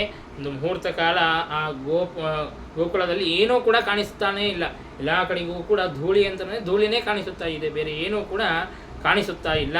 ಅಂತಹ ಸಂದರ್ಭದಲ್ಲಿ ಯಶೋದೆಯು ಬಂದು ನೋಡುತ್ತಾಳೆ, ಕೃಷ್ಣನನ್ನು ಎಲ್ಲಿ ಇಟ್ಟಿದ್ಲೋ ಅಲ್ಲಿ ಬಂದು ಹುಡುಕಿದ್ರೆ ಕೃಷ್ಣನು ಕಾಣಿಸುತ್ತಾನೇ ಇಲ್ಲ, ಬಹಳ ಗಾಬರಿಯಾಗಿದ್ದಾಳೆ. ಆಗ ಆ ಅಸುರನು ತಾನು ಕೃಷ್ಣನನ್ನು ಹಿಡಿದುಕೊಂಡು ತಾನು ಆಕಾಶಕ್ಕೆ ಹಾರಿದ್ದಾನೆ. ಹಾರೋ ತನಕ ಶ್ರೀಕೃಷ್ಣ ಪರಮಾತ್ಮ ಅವನೇ ಹಿಡಿದುಕೊಂಡು ಹಾರಿದ್ದಾನೆ ಎನ್ನುವಂತೆ ಸುಮ್ಮನೆ ಇದ್ದಾನೆ. ಯಾವಾಗ ಆಕಾಶಕ್ಕೆ ಹೋರಿದ್ನೋ ಆಗ ಶ್ರೀಕೃಷ್ಣ ಪರಮಾತ್ಮನೇ ಅವನ ಕುತ್ತಿಗೆಯನ್ನು ಹಿಡಿದುಕೊಂಡು ಬಿಟ್ಟಿದ್ದಾನೆ. ಅವನು ಎಷ್ಟು ಬಿಡಿಸ್ಕೊಳ್ಳಬೇಕು ಅಂತ ಪ್ರಯತ್ನ ಮಾಡಿದ್ರು ಕೂಡ ಬಿಡಿಸ್ಕೊಳ್ಳಿಕ್ಕೆ ಆಗುತ್ತಾ ಇಲ್ಲ. ಆ ಮಕ್ಕಳು ಹಿಡ್ಕೋಬೇಕಂತಂದರೆ ಬಹಳ ಗಟ್ಟಿ ಹಿಡ್ಕೊತವೆ ನೋಡ್ರಿ, ಉಡುಂಪಟ್ಟು ಅಷ್ಟು ಗಟ್ಟಿ ಹಿಡಿದುಕೊಂಡು ಬಿಟ್ಟಿದ್ದಾನೆ. ಅದನ್ನು ಶ್ರೀಕೃಷ್ಣ ಪರಮಾತ್ಮ ಹಿಡ್ಕೊಂಡ್ರೆ ಬಿಡಿಸ್ಕೊಳ್ಳೋದೇನಾದರೂ ಸಾಧ್ಯ ಇದೆಯಾ? ಹಾಗಾಗಿ ಅವನಿಗೆ ಬಿಡಿಸ್ಕೊಳ್ಳಿಕ್ಕೇನೆ ಸಾಧ್ಯವಾಗಲಿಲ್ಲ. ಅವನ ಉಸಿರುಗಟ್ಟಿ ತಾನು ಕೆಳಗೆ ಬಿದ್ದು ತಾನು ಸಂಹಾರವನ್ನು ಹೊಂದಿದ್ದಾನೆ. ಆ ಅಸುರನ ಮೇಲೆ ಶ್ರೀಕೃಷ್ಣ ಪರಮಾತ್ಮ ಮತ್ತೆ ಕ್ರೀಡಿಸುತ್ತಾ ಇದ್ದಾನೆ. ಯಶೋದೆಯು ಬಂದು ತಾನು ಮತ್ತೆ ಶ್ರೀಕೃಷ್ಣ ಪರಮಾತ್ಮನನ್ನು ಆಲಿಂಗನ ಮಾಡಿಕೊಂಡು ಮುದ್ದಾಡುತ್ತಾ ಇದ್ದಾಳೆ. ಹೀಗೆ ಶ್ರೀಕೃಷ್ಣ ಪರಮಾತ್ಮ ತನ್ನ ಅನೇಕ ಬಾಲಲೀಲೆಗಳನ್ನು ತೋರಿಸುತ್ತಾ ಇದ್ದಾನೆ. ಇನ್ನು ಒಂದು ಸಲ ಗರ್ಗಾಚಾರ್ಯರು ತಾವು ಆ ಗೋಕುಲಕ್ಕೆ ಬಂದಿದ್ದಾರೆ.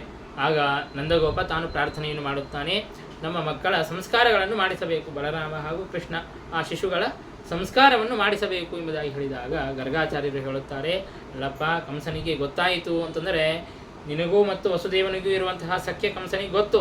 ಹಾಗಾಗಿ ಈಗ ನಾನು ಅವರಿಗೆ ಕ್ಷತ್ರಿಯೋಚಿತವಾದಂತಹ ಸಂಸ್ಕಾರಗಳನ್ನು ಮಾಡ್ರಿ ಅಂತ ಕೇಳುತ್ತಾ ಇದ್ದೆ. ಯಾಕೆಂದರೆ ಅವರು ಕ್ಷತ್ರಿಯರು. ಹಾಗಾಗಿ ಕ್ಷತ್ರಿಯೋಚಿತವಾದಂತಹ ನಾನು ಸಂಸ್ಕಾರಗಳನ್ನು ಮಾಡಿದೆ ಅಂತಂದರೆ ಕಂಸನಿಗೆ ಗೊತ್ತಾಗುತ್ತದೆ, ವಸುದೇವನ ಮಗನೇ ಎಂಬುದಾಗಿ ತಿಳಿದು ತಾನು ಸಂಹಾರವನ್ನು ಮಾಡಿಬಿಡ್ತಾನೆ. ಹಾಗಾಗಿ ಬಹಳ ದೊಡ್ಡ ಅನರ್ಥವಾಗುತ್ತದೆ ಅಂತ ಹೇಳಿದಾಗ ಆಗ ನಂದಗೋಪ ಹೇಳುತ್ತಾನೆ, ನಮ್ಮ ಬಾಂಧವರಿಗೂ ಕೂಡ ನಾನು ಕರೆಯೋದಿಲ್ಲ, ಅತ್ಯಂತ ಏಕಾಂತದಲ್ಲಿ ಸಂಸ್ಕಾರಗಳನ್ನು ಮಾಡಿಬಿಡೋಣ ಎಂಬುದಾಗಿ ಸಂಸ್ಕಾರಗಳನ್ನು ಮಾಡಿದ್ದಾರೆ.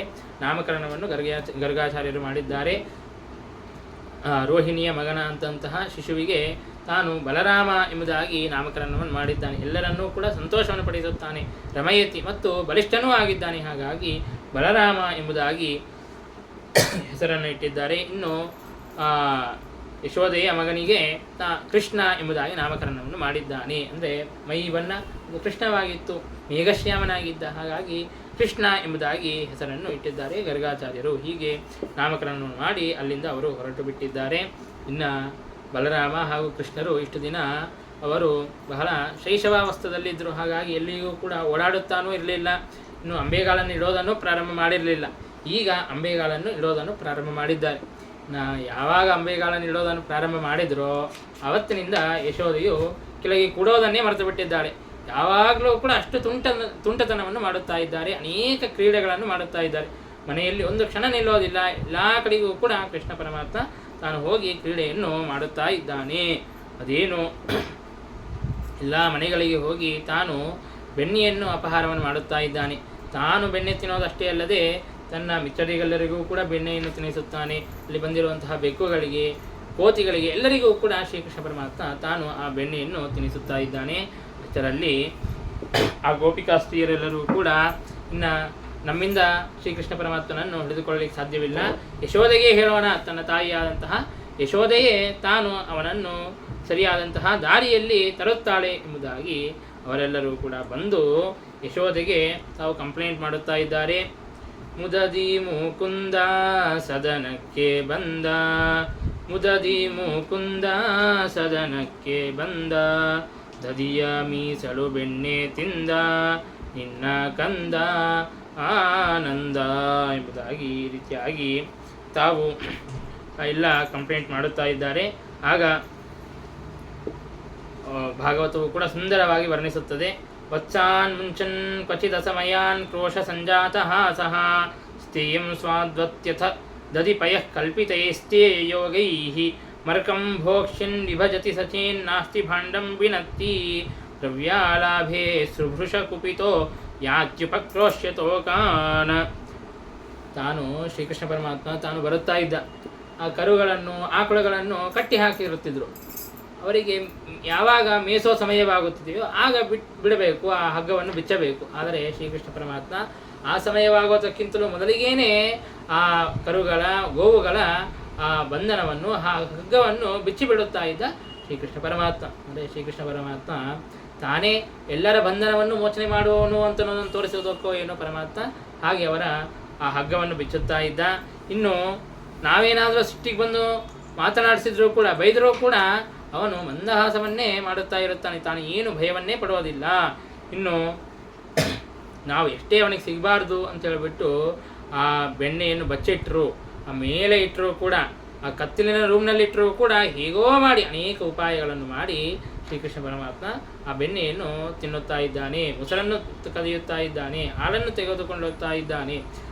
ಅಂದದೇ ನಾವು ಬಹಳ ಮೇಲೆ ಇಟ್ಟರೂ ಕೂಡ ಹೊರಳು ಹಾಕಿಕೊಳ್ಳುತ್ತಾನೆ, ಮತ್ತು ಬೇರೆ ಏನೋ ಟೇಬಲ್ ಹಾಕಿಕೊಳ್ಳುತ್ತಾನೆ. ಅದರ ಮೇಲೆ ಏರಿ ಶ್ರೀಕೃಷ್ಣ ಪರಮಾತ್ಮ ತಾನು ಅದನ್ನು ಸ್ವೀಕಾರ ಮಾಡುತ್ತಾ ಇದ್ದಾನೆ. ಇನ್ನು ಕೋಳಿನಿಂದಾಗಿ ಹೊಡೆದು ಆ ಬೆಣ್ಣೆಯನ್ನು ತೆಗೆದುಕೊಳ್ಳುತ್ತಾ ಇದ್ದಾನೆ. ಇನ್ನು ಕತ್ತಲಿನ ರೂಮ್ನಲ್ಲಿ ಅಲ್ಲಿ ಏನಿದೆ ಅಂತ ಅನ್ನೋದು ಕೂಡ ಗೊತ್ತಾಗಬಾರ್ದು, ಅಂತಹ ಗಾಢಾಂಧಕಾರ ಇರುವಂತಹ ಆ ಪ್ರಕೋಷ್ಠದಲ್ಲಿ ನಾವು ಆ ಗಡಿಗೆಯನ್ನು ಇಟ್ಟರೂ ಕೂಡ ಪರಮಾತ್ಮ ತನ್ನ ಮೈಯ ಕಾಂತಿಯಿಂದಲೇ ಆ ರೂಮನ್ನೆಲ್ಲವನ್ನೂ ಕೂಡ ಬೆಳಗುತ್ತಾ ತಾನು ಆ ಬೆಣ್ಣೆಯನ್ನು ಕದಿಯುತ್ತಾ ಇದ್ದಾನೆ ಎಂಬುದಾಗಿ ಅವರೆಲ್ಲರೂ ಕೂಡ ಹೇಳುತ್ತಾ ಇದ್ದಾರೆ. ಒಂದು ವೇಳೆ ನಮ್ಮ ಮನೆಯಲ್ಲಿ ಬೆನ್ನಿನೇ ಇರಲಿಲ್ಲ ಅಂತನ್ನುವಂತಹ ಪಕ್ಷದಲ್ಲಿ ಶ್ರೀಕೃಷ್ಣ ಪರಮಾತ್ಮ ಸುಮ್ಮನೆ ಹೋಗುತ್ತಾನೇ ಇರಲಿಲ್ಲ. ತಾನು ಬಂದು ನಮ್ಮ ಮನೆಯಲ್ಲೆಲ್ಲ ಮಲಮೂತ್ರ ವಿಸರ್ಜನೆಯನ್ನು ಮಾಡಿ ನಮ್ಮ ಮನೆಯಲ್ಲೆಲ್ಲ ಹೊಲಸು ಮಾಡಿಬಿಡುತ್ತಾ ಇದ್ದ.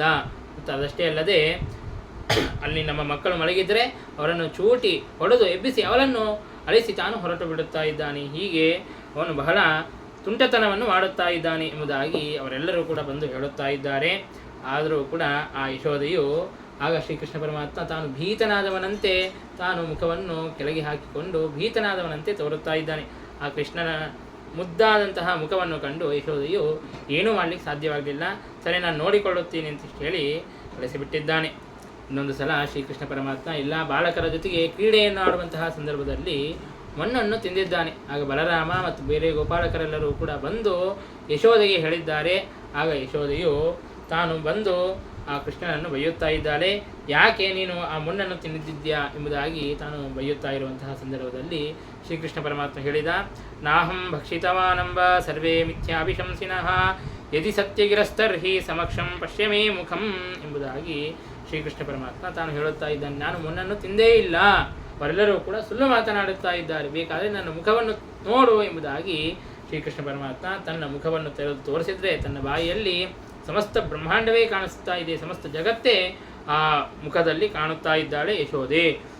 ಸ್ವಯಂ ಈ ಗೋಕುಲವೂ ಕಾಣುತ್ತಾ ಇದೆ. ಆ ಗೋಕುಲದಲ್ಲಿ ಕೃಷ್ಣನೂ ಕಂಡ, ಯಶೋದೆಯೂ ಕಂಡಳು. ಇಂತಹ ಪರಮಾದ್ಭುತವಾದಂತಹ ದೃಶ್ಯವನ್ನು ಶ್ರೀಕೃಷ್ಣ ಪರಮಾತ್ಮ ತೋರಿಸಿದ್ದಾನೆ. ಆಕೆಯು ಗಾಬರಿಯಾಗಿದ್ದಾಳೆ. ಇದೇನು, ನಾನೇನಾದರೂ ಕನಸು ಕಾಣುತ್ತಾ ಇದ್ದೇನೆಯಾ ಏನು ಎಂಬುದಾಗಿ ಕಣ್ಣು ಒರೆಸ್ಕೊಂಡು ನೋಡುತ್ತಾ ಇದ್ದಾಳೆ. ಹಾಗಿದ್ರೂ ಕೂಡ ಅದು ಕಾಣಿಸುತ್ತಾ ಇದೆ. ಇನ್ನು ಸ್ವಲ್ಪ ಹೊತ್ತಾದ ಮೇಲೆ ಶ್ರೀಕೃಷ್ಣ ಪರಮಾತ್ಮ ಮತ್ತೆ ಅದನ್ನು ಮೊದಲಿನಂತೆ ಮಾಡಿಬಿಟ್ಟು ಆಕೆಗೆ ಮತ್ತೆ ತನ್ನ ಮಗ ಅನ್ನುವಂತಹ ವ್ಯಾಮೋಹವನ್ನು ತಾನು ಕೊಟ್ಟು ಬಿಟ್ಟಿದ್ದಾನೆ. ಇತ್ತಂ ವಿದಿತ ತತ್ವಾಯಾಂ ಗೋಪಿಕಾಯಾಂ ಸ ಈಶ್ವರ ವೈಷ್ಣವೀಂ ವ್ಯತನೋನ್ಮಾಯಾಂ ಪ್ರಜಾಸ್ನೇಹಮಯೀಂ ವಿಭು. ಹೀಗೆ ತನ್ನ ಮಗ ಅನ್ನುವಂತಹ ಸ್ನೇಹವನ್ನು ಮತ್ತೆ ಯಶೋದೆಗೆ ಕೊಟ್ಟು ಬಿಟ್ಟಿದ್ದಾನೆ. ಹೀಗೆ ಶ್ರೀಕೃಷ್ಣ ಪರಮಾತ್ಮ ಆ ನಂದಗೋಪನಿಗೂ ಮತ್ತು ಯಶೋದೆಗೂ ಅನೇಕ ಬಾಲಲೀಲೆಗಳನ್ನು ತೋರಿಸುತ್ತಾ ಅವರನ್ನು ಸಂತೋಷಪಡಿಸುತ್ತಾ ಇದ್ದಾನೆ. ಆಗ ಪರೀಕ್ಷಿತ್ ರಾಜ ಕೇಳಿದ, ನಂದಗೋಪ ಹಾಗೂ ಯಶೋದೆಯರು ಇಂತಹ ಭಾಗ್ಯವನ್ನು ಪಡೆಯೋದಕ್ಕೆ ತಾವು ಎಂತಹ ಪುಣ್ಯವನ್ನು ಮಾಡಿದ್ದಾರೆ ಅಂತ ಹೇಳಿದಾಗ ನಂದಗೋಪ ಹಾಗೂ ಯಶೋದೆಯರ ಪೂರ್ವವೃತ್ತಾಂತವನ್ನು ತಿಳಿಸಿಕೊಡುತ್ತಾರೆ. ನಂದಗೋಪ ತಾನು ವಸುಗಳಲ್ಲಿ ಶ್ರೇಷ್ಠನಾದಂತಹ ದ್ರೋಣ ಅನ್ನುವಂತಹ ವಸು, ಯಶೋದೆಯು ಆ ವಸುವಿನ ಹೆಂಡತಿಯಾದಂತಹ ದ್ರೋಣನ ಹೆಂಡತಿಯಾದಂತಹ ಧರಾದೇವಿ ಅವರಿಬ್ಬರೂ ಕೂಡ ಬ್ರಹ್ಮದೇವರ ಆದೇಶದಂತೆ ತಾವು ಈಗ ಅವತಾರವನ್ನು ಮಾಡಿದ್ದಾರೆ. ಆಗ ಅವತಾರ ಮಾಡಬೇಕಾದಾಗ ಅವರು ಪ್ರಾರ್ಥನೆಯನ್ನು ಮಾಡಿಕೊಂಡರು. ನಮ್ಮ ಮಗನಾಗಿ ಶ್ರೀಕೃಷ್ಣ ಪರಮಾತ್ಮ ಭಗವಂತ ತಾನು ಅವತಾರವನ್ನು ಮಾಡಬೇಕು ಎಂಬುದಾಗಿ ತಾವು ಪ್ರಾರ್ಥನೆಯನ್ನು ಮಾಡಿಕೊಂಡಿದ್ದರಿಂದಾಗಿ ಆ ಬ್ರಹ್ಮದೇವರ ಒಂದು ವರದಿಂದಾಗಿ ಶ್ರೀಕೃಷ್ಣ ಪರಮಾತ್ಮ ಅವರಿಗೆ ಈ ರೀತಿಯಾಗಿ ಅನೇಕ ಬಾಲಲೀಲೆಗಳನ್ನೆಲ್ಲವನ್ನು ಕೂಡ ತೋರಿಸುತ್ತಾ ಇದ್ದಾನೆ ಎಂಬುದಾಗಿ ಹೇಳಿದ್ದಾರೆ. ಇನ್ನು ಒಂದು ಸಲ ಯಶೋದೆಯು ತಾನು ಬೆನ್ನಿ ಕಡಿಯುತ್ತಾ ಇದ್ದಾಳೆ. ಆಕೆಯ ಮನೆಯಲ್ಲಿ ಬೇಕಾದಷ್ಟು ದಾಸಿಯರಿದ್ದಾರೆ. ಅವರೆಲ್ಲರೂ ಕೂಡ ಬೇರೆ ಬೇರೆ ಕೆಲಸದಲ್ಲಿ ವ್ಯಸ್ತವಾಗಿ ಬಿಟ್ಟಿದ್ದಾರೆ.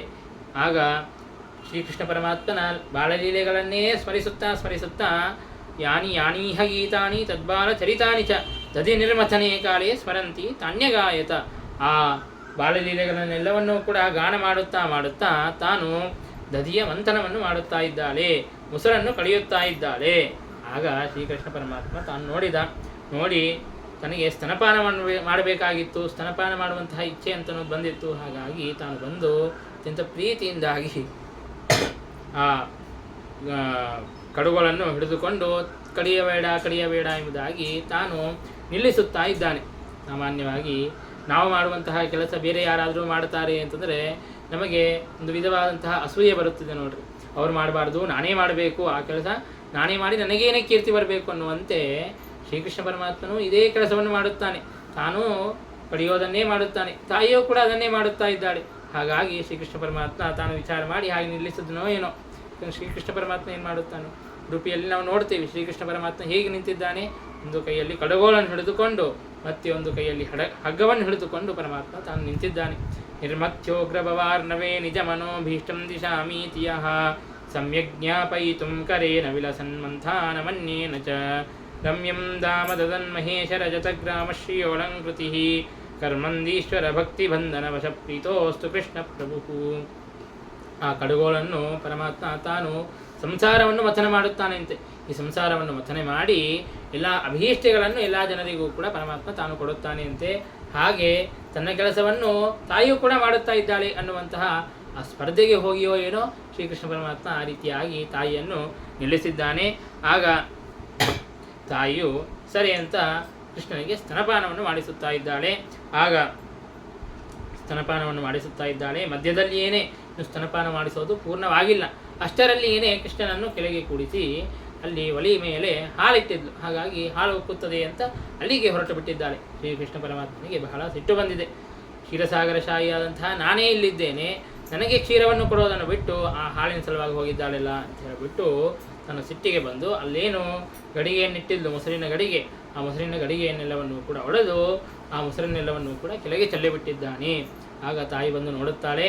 ಹೀಗೆ ಶ್ರೀಕೃಷ್ಣ ಪರಮಾತ್ಮ ತಾನು ಎಷ್ಟು ತುಂಟತನವನ್ನು ಮಾಡುತ್ತಾ ಇದ್ದಾನೆ, ಇವನಿಗೆ ಬುದ್ಧಿ ಕಳಿಸ್ಬೇಕು ಅಂತ ಹೇಳಿಬಿಟ್ಟು ಕಟ್ಟಿಗೆಯನ್ನು ಹಿಡಿದುಕೊಂಡು ಆ ಕೃಷ್ಣನ ಹಿಂದೆ ಓಡುತ್ತಾ ಇದ್ದಾಳೆ.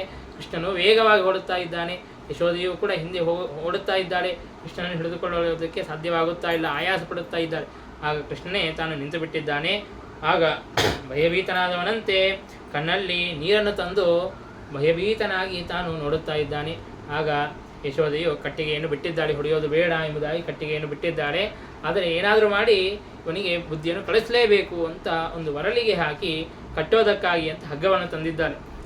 ಹಗ್ಗವನ್ನು ತಂದು ಕಟ್ಟಬೇಕು ಅಂತಂದುಕೊಂಡ್ರೆ 2 ಬೆರಳಷ್ಟು ಅದು ದೆಂಗುಳುವನಂ ಅಭೂತ್ ಎಂಬುದಾಗಿ 2 ದೆಂಗುಳುವನಂ ಅಭೂತ್ತೇನ ಸಂದದೇನ್ಯಚ್ಚ ಗೋಪಿಕಾ, 2 ಬೆರಳು ಅದು ಕಡಿಮೆ ಆಗುತ್ತಾ ಇದೆ. ಸರಿ ಅಂತ ಬೇರೆ ಹಗ್ಗವನ್ನು ತಂದಿದ್ದಾಳೆ. ತನ್ನ ಮನೆಯಲ್ಲಿರುವಂತಹ ಎಲ್ಲ ಹಗ್ಗಗಳನ್ನು ತಂದಿದ್ದಾಳೆ. ಸುತ್ತಮುತ್ತ ಇರುವಂತಹ ಜನರ ಮನೆಯಲ್ಲಿರುವಂತಹ ಹಗ್ಗಗಳನ್ನು ಕೂಡ ತಂದು ಎಷ್ಟು ಪ್ರಯತ್ನ ಮಾಡಿದರೂ ಕೂಡ 2 ಬೆರಳು ಅದು ಕಡಿಮೆ ಆಗುತ್ತಾ ಇದೆ. ಅಂತಂದರೆ ನಾವು ತಿಳಿದಂತೆ 2 ಏನು ಕಡಿಮೆ ಆಗ್ತಿತ್ತು ಅಂತಂದರೆ ಯಶೋದೆಯಲ್ಲಿ ಪ್ರೀತಿ ಇತ್ತು, ಆದರೆ ಜ್ಞಾನ ಮತ್ತು ವೈರಾಗ್ಯಗಳು ಅವು ಕಡಿಮೆ ಆಗುತ್ತಾ ಇತ್ತು. ಹಾಗಾಗಿ ಬಂಧನೆ ಮಾಡಲಿಕ್ಕೆ ಸಾಧ್ಯವಾಗುತ್ತಾ ಇರಲಿಲ್ಲ. ಹಾಗಿದ್ದರೂ ಕೂಡ ಪರಮಾತ್ಮ ತಾನು ಭಕ್ತ ಪರವಶನಾಗಿದ್ದಾನೆ ಎಂಬುದಾಗಿ ತೋರಿಸಿಕೊಡುವುದಕ್ಕಾಗಿ ತಾನು ಪ್ರೀತಿಯಿಂದಾಗಿ ಕಟ್ಟುವಂತಹ ಯಶೋದೆಗೆ ವಶನಾಗಿ ತಾನು ಆ ಹಗ್ಗವನ್ನು ಕಟ್ಟಿಸಿಕೊಂಡಿದ್ದಾನೆ. ಇನ್ನು ತಾಯಿ ಮತ್ತೆ ಬೇರೆ ಕೆಲಸದಲ್ಲಿ ತಾನು ವ್ಯಸ್ತಳಾದಾಗ ಈ ಕಡೆಗೆ ಪರಮಾತ್ಮ ತಾನು ಒಂದು ಕಡೆಗೆ ನಿಲ್ಲೋದೇ ಇಲ್ಲ. ಹಾಗಾಗಿ ತಾನು ಅಲ್ಲಿಂದ ಮತ್ತೆ ಹೊರಟು ಬಿಟ್ಟಿದ್ದಾನೆ. ಆ ವರಲನ್ನು ಕಟ್ಟಿದ್ದಾಳೆ. ಆ ವರಲನ್ನು ಕೂಡ ಎಳೆದುಕೊಂಡು ತಾನು ಹೊರಗೆ ಬಂದಿದ್ದಾನೆ. ಅಲ್ಲಿ 2 ವೃಕ್ಷಗಳಿದ್ವು, ಅರ್ಜುನ ವೃಕ್ಷಗಳು. ಆ ಅರ್ಜುನ ವೃಕ್ಷಗಳನ್ನು ಕೆಳಗೆ ಹಾಕಿದ್ದಾನೆ. ಅದು ನಲಕೂಬರ ಮಣಿಗ್ರೀವರು. ತಾವು ನಾರದರ ಶಾಪದಿಂದಾಗಿ ಹೀಗೆ ವೃಕ್ಷರಾಗಿ ಬಿದ್ದಿದ್ದರು. ಅವರ ಶಾಪ ವಿಮೋಚನೆಯನ್ನು ಮಾಡಿದ್ದಾನೆ. ಆಗ ಅವರು ಪ್ರಾರ್ಥನೆಯನ್ನು ಮಾಡಿದ್ದಾರೆ ನಲಕೂಬರ ಮಣಿಗ್ರೀವರು. ವಾಣಿ ಗುಣಾನುಕಥನೆ ಶ್ರವಣೌ ಕಥಾಯ ಹಸ್ತೌಚ ಕರ್ಮಸು ಮನಸ್ತವ ಪಾದಯೋರ್ನೋ ಎಂಬುದಾಗಿ ಸದಾಕಾಲ ನಮ್ಮ ಇಂದ್ರಿಯಗಳೆಲ್ಲವೂ ಕೂಡ ನಿನ್ನ ಆರಾಧನೆಯಲ್ಲಿಯೇ ಉಪಯೋಗವಾಗಲಿ, ನಿನ್ನ ಸೇವೆಗಾಗಿಯೇ ಉಪಯೋಗವಾಗಲಿ ಎಂಬುದಾಗಿ ಪ್ರಾರ್ಥನೆಯನ್ನು ಮಾಡಿ ಕೃಷ್ಣನಿಗೆ ಪ್ರದಕ್ಷಿಣೆ ನಮಸ್ಕಾರಗಳನ್ನು ಹಾಕಿ ತಾವು ತಮ್ಮ ಲೋಕಕ್ಕೆ ಹೊರಟು ಬಿಟ್ಟಿದ್ದಾರೆ.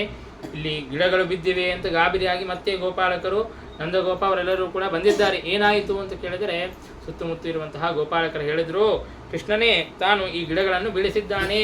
ತಾನು ವರಲನ್ನು ಎಳೆದುಕೊಂಡು ಬಂದು ಆ ವರಲನ್ನು ಮಧ್ಯದಿಂದಾಗಿ ಒಯ್ಯಬೇಕಾದಾಗ ಈ ಅರ್ಜುನ ವೃಕ್ಷಗಳು ಬಿದ್ದಿವೆ ಎಂಬುದಾಗಿ ಹೇಳಿದ್ದಾನೆ. ಆದರೆ ಯಾರು ನಂಬುತ್ತಾರೆ ಹೇಳಿದ್ರೆ, ಸಣ್ಣ ಶಿಶು ಗಿಡಗಳನ್ನು ಬೆಳೆಸಲಿಕ್ಕೆ ಸಾಧ್ಯವಿದೆಯಾ? ಆನೆಗಳು ಬೆಳೆಸಬಹುದು, ಸಣ್ಣ ಶಿಶು ಹೇಗೆ ಬೆಳೆಸಲಿಕ್ಕೆ ಸಾಧ್ಯವಿದೆ? ಹಾಗಾಗಿ ಅವರು ನಂಬಲಿಲ್ಲ. ಅಂತೂ ಪರಮಾತ್ಮ ತಾನು ಹೀಗೆ ಅನೇಕ ಕ್ರೀಡೆಗಳನ್ನು, ಲೀಲೆಗಳನ್ನು ತೋರಿಸುತ್ತಾ ಇದ್ದಾನೆ. ಒಂದು ಸಲ ಶ್ರೀಕೃಷ್ಣ ಪರಮಾತ್ಮ ತಾನು ವಿಚಾರವನ್ನು ಮಾಡಿದ, ನಾವಿಲ್ಲಿ ಗೋಕುಳದಲ್ಲಿ ಇರೋದು ಇನ್ನು ಸಾಕು, ಯಾಕಂದರೆ ಗೋವುಗಳಿಗೆ ಮೇಯಿಸೋದಕ್ಕೆ ಬಹಳ ಆಹಾರ ಅಂತನ್ನೋದು ಸಿಗುತ್ತಾ ಇಲ್ಲ. ಅವರಿಗೆ ಚೆನ್ನಾಗಿ ಆಹಾರ ಸಿಕ್ಕರೆ, ಮೇಯೋದಕ್ಕಾಗಿ ಅಂತ ಚೆನ್ನಾಗಿ ಆಹಾರ ಸಿಕ್ಕರೆ ಅವರು ಚೆನ್ನಾಗಿ ಸಂತೋಷದಿಂದಾಗಿ ಗೋವುಗಳು ಇರುತ್ತವೆ. ಹಾಗಾಗಿ ನಾವು ಇಲ್ಲಿಂದ ವೃಂದಾವನಕ್ಕೆ ಹೋಗೋಣ ಎಂಬುದಾಗಿ ಹೇಳಿದ್ದಾನೆ. ಒಬ್ಬ ಹಿರಿಯ ಉಪನಂದ ಅನ್ನುವಂತಹ ಒಬ್ಬ ಗೋಪಾಲಕ ಈ ಮಾತನ್ನು ಹೇಳಿದ್ದಾನೆ. ಆದರೆ ಯಾರೂ ಕೂಡ ಕೇಳಲಿಲ್ಲ. ಆಗ ಪರಮಾತ್ಮ ತನ್ನ ಕೂದಲುಗಳಿಂದಲೇ ವೃಕಾನ್ ವ್ಯಾಘ್ರ ಸಮಾನನಾದಂತಹ ಆ ತೋಳುಗಳನ್ನು ತನ್ನ ಕೂದಲುಗಳಿಂದಾಗಿ ಹುಟ್ಟಿಸಿ ಪರಮಾತ್ಮ ಸಸರ್ಜ ರೋಮಕೂಪೇಭ್ಯೋ ವೃಕಾನ್ ವ್ಯಾಘ್ರ ಸಮಾನ್ಬಳೆ ಅಂತಹ ಬಲಿಷ್ಠವಾದಂತಹ ತೋಳುಗಳನ್ನು ಹುಟ್ಟಿಸಿ ಆ ಎಲ್ಲ ಗೋಪಾಲಕರಿಗೂ ಕೂಡ ಭಯವನ್ನು ಉಂಟು ಮಾಡಿ ತಾವು ವೃಂದಾವನಕ್ಕೆ ಹೋಗಿದ್ದಾರೆ. ಇನ್ನು ವೃಂದಾವನದಲ್ಲಿ ಗೋವರ್ಧನ ಪರ್ವತ, ಯಮುನಾ ನದಿ ಅಂತಹ ಸುಂದರವಾದಂತಹ ಪ್ರದೇಶದಲ್ಲಿ ಪರಮಾತ್ಮ ತಾನು ಕ್ರೀಡೆಯನ್ನು ಮಾಡುತ್ತಾ ಇದ್ದಾನೆ.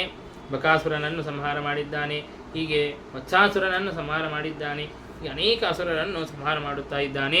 ಇನ್ನು ಪೌಗಂಡ ವಯಸ್ಸು ಬಂದಿದೆ ಅಂತಂದರೆ 10 ವರ್ಷಗಳ ಕಾಲ, 10 ವರ್ಷ ಪರಮಾತ್ಮನಿಗೆ ಬಂದಿದೆ.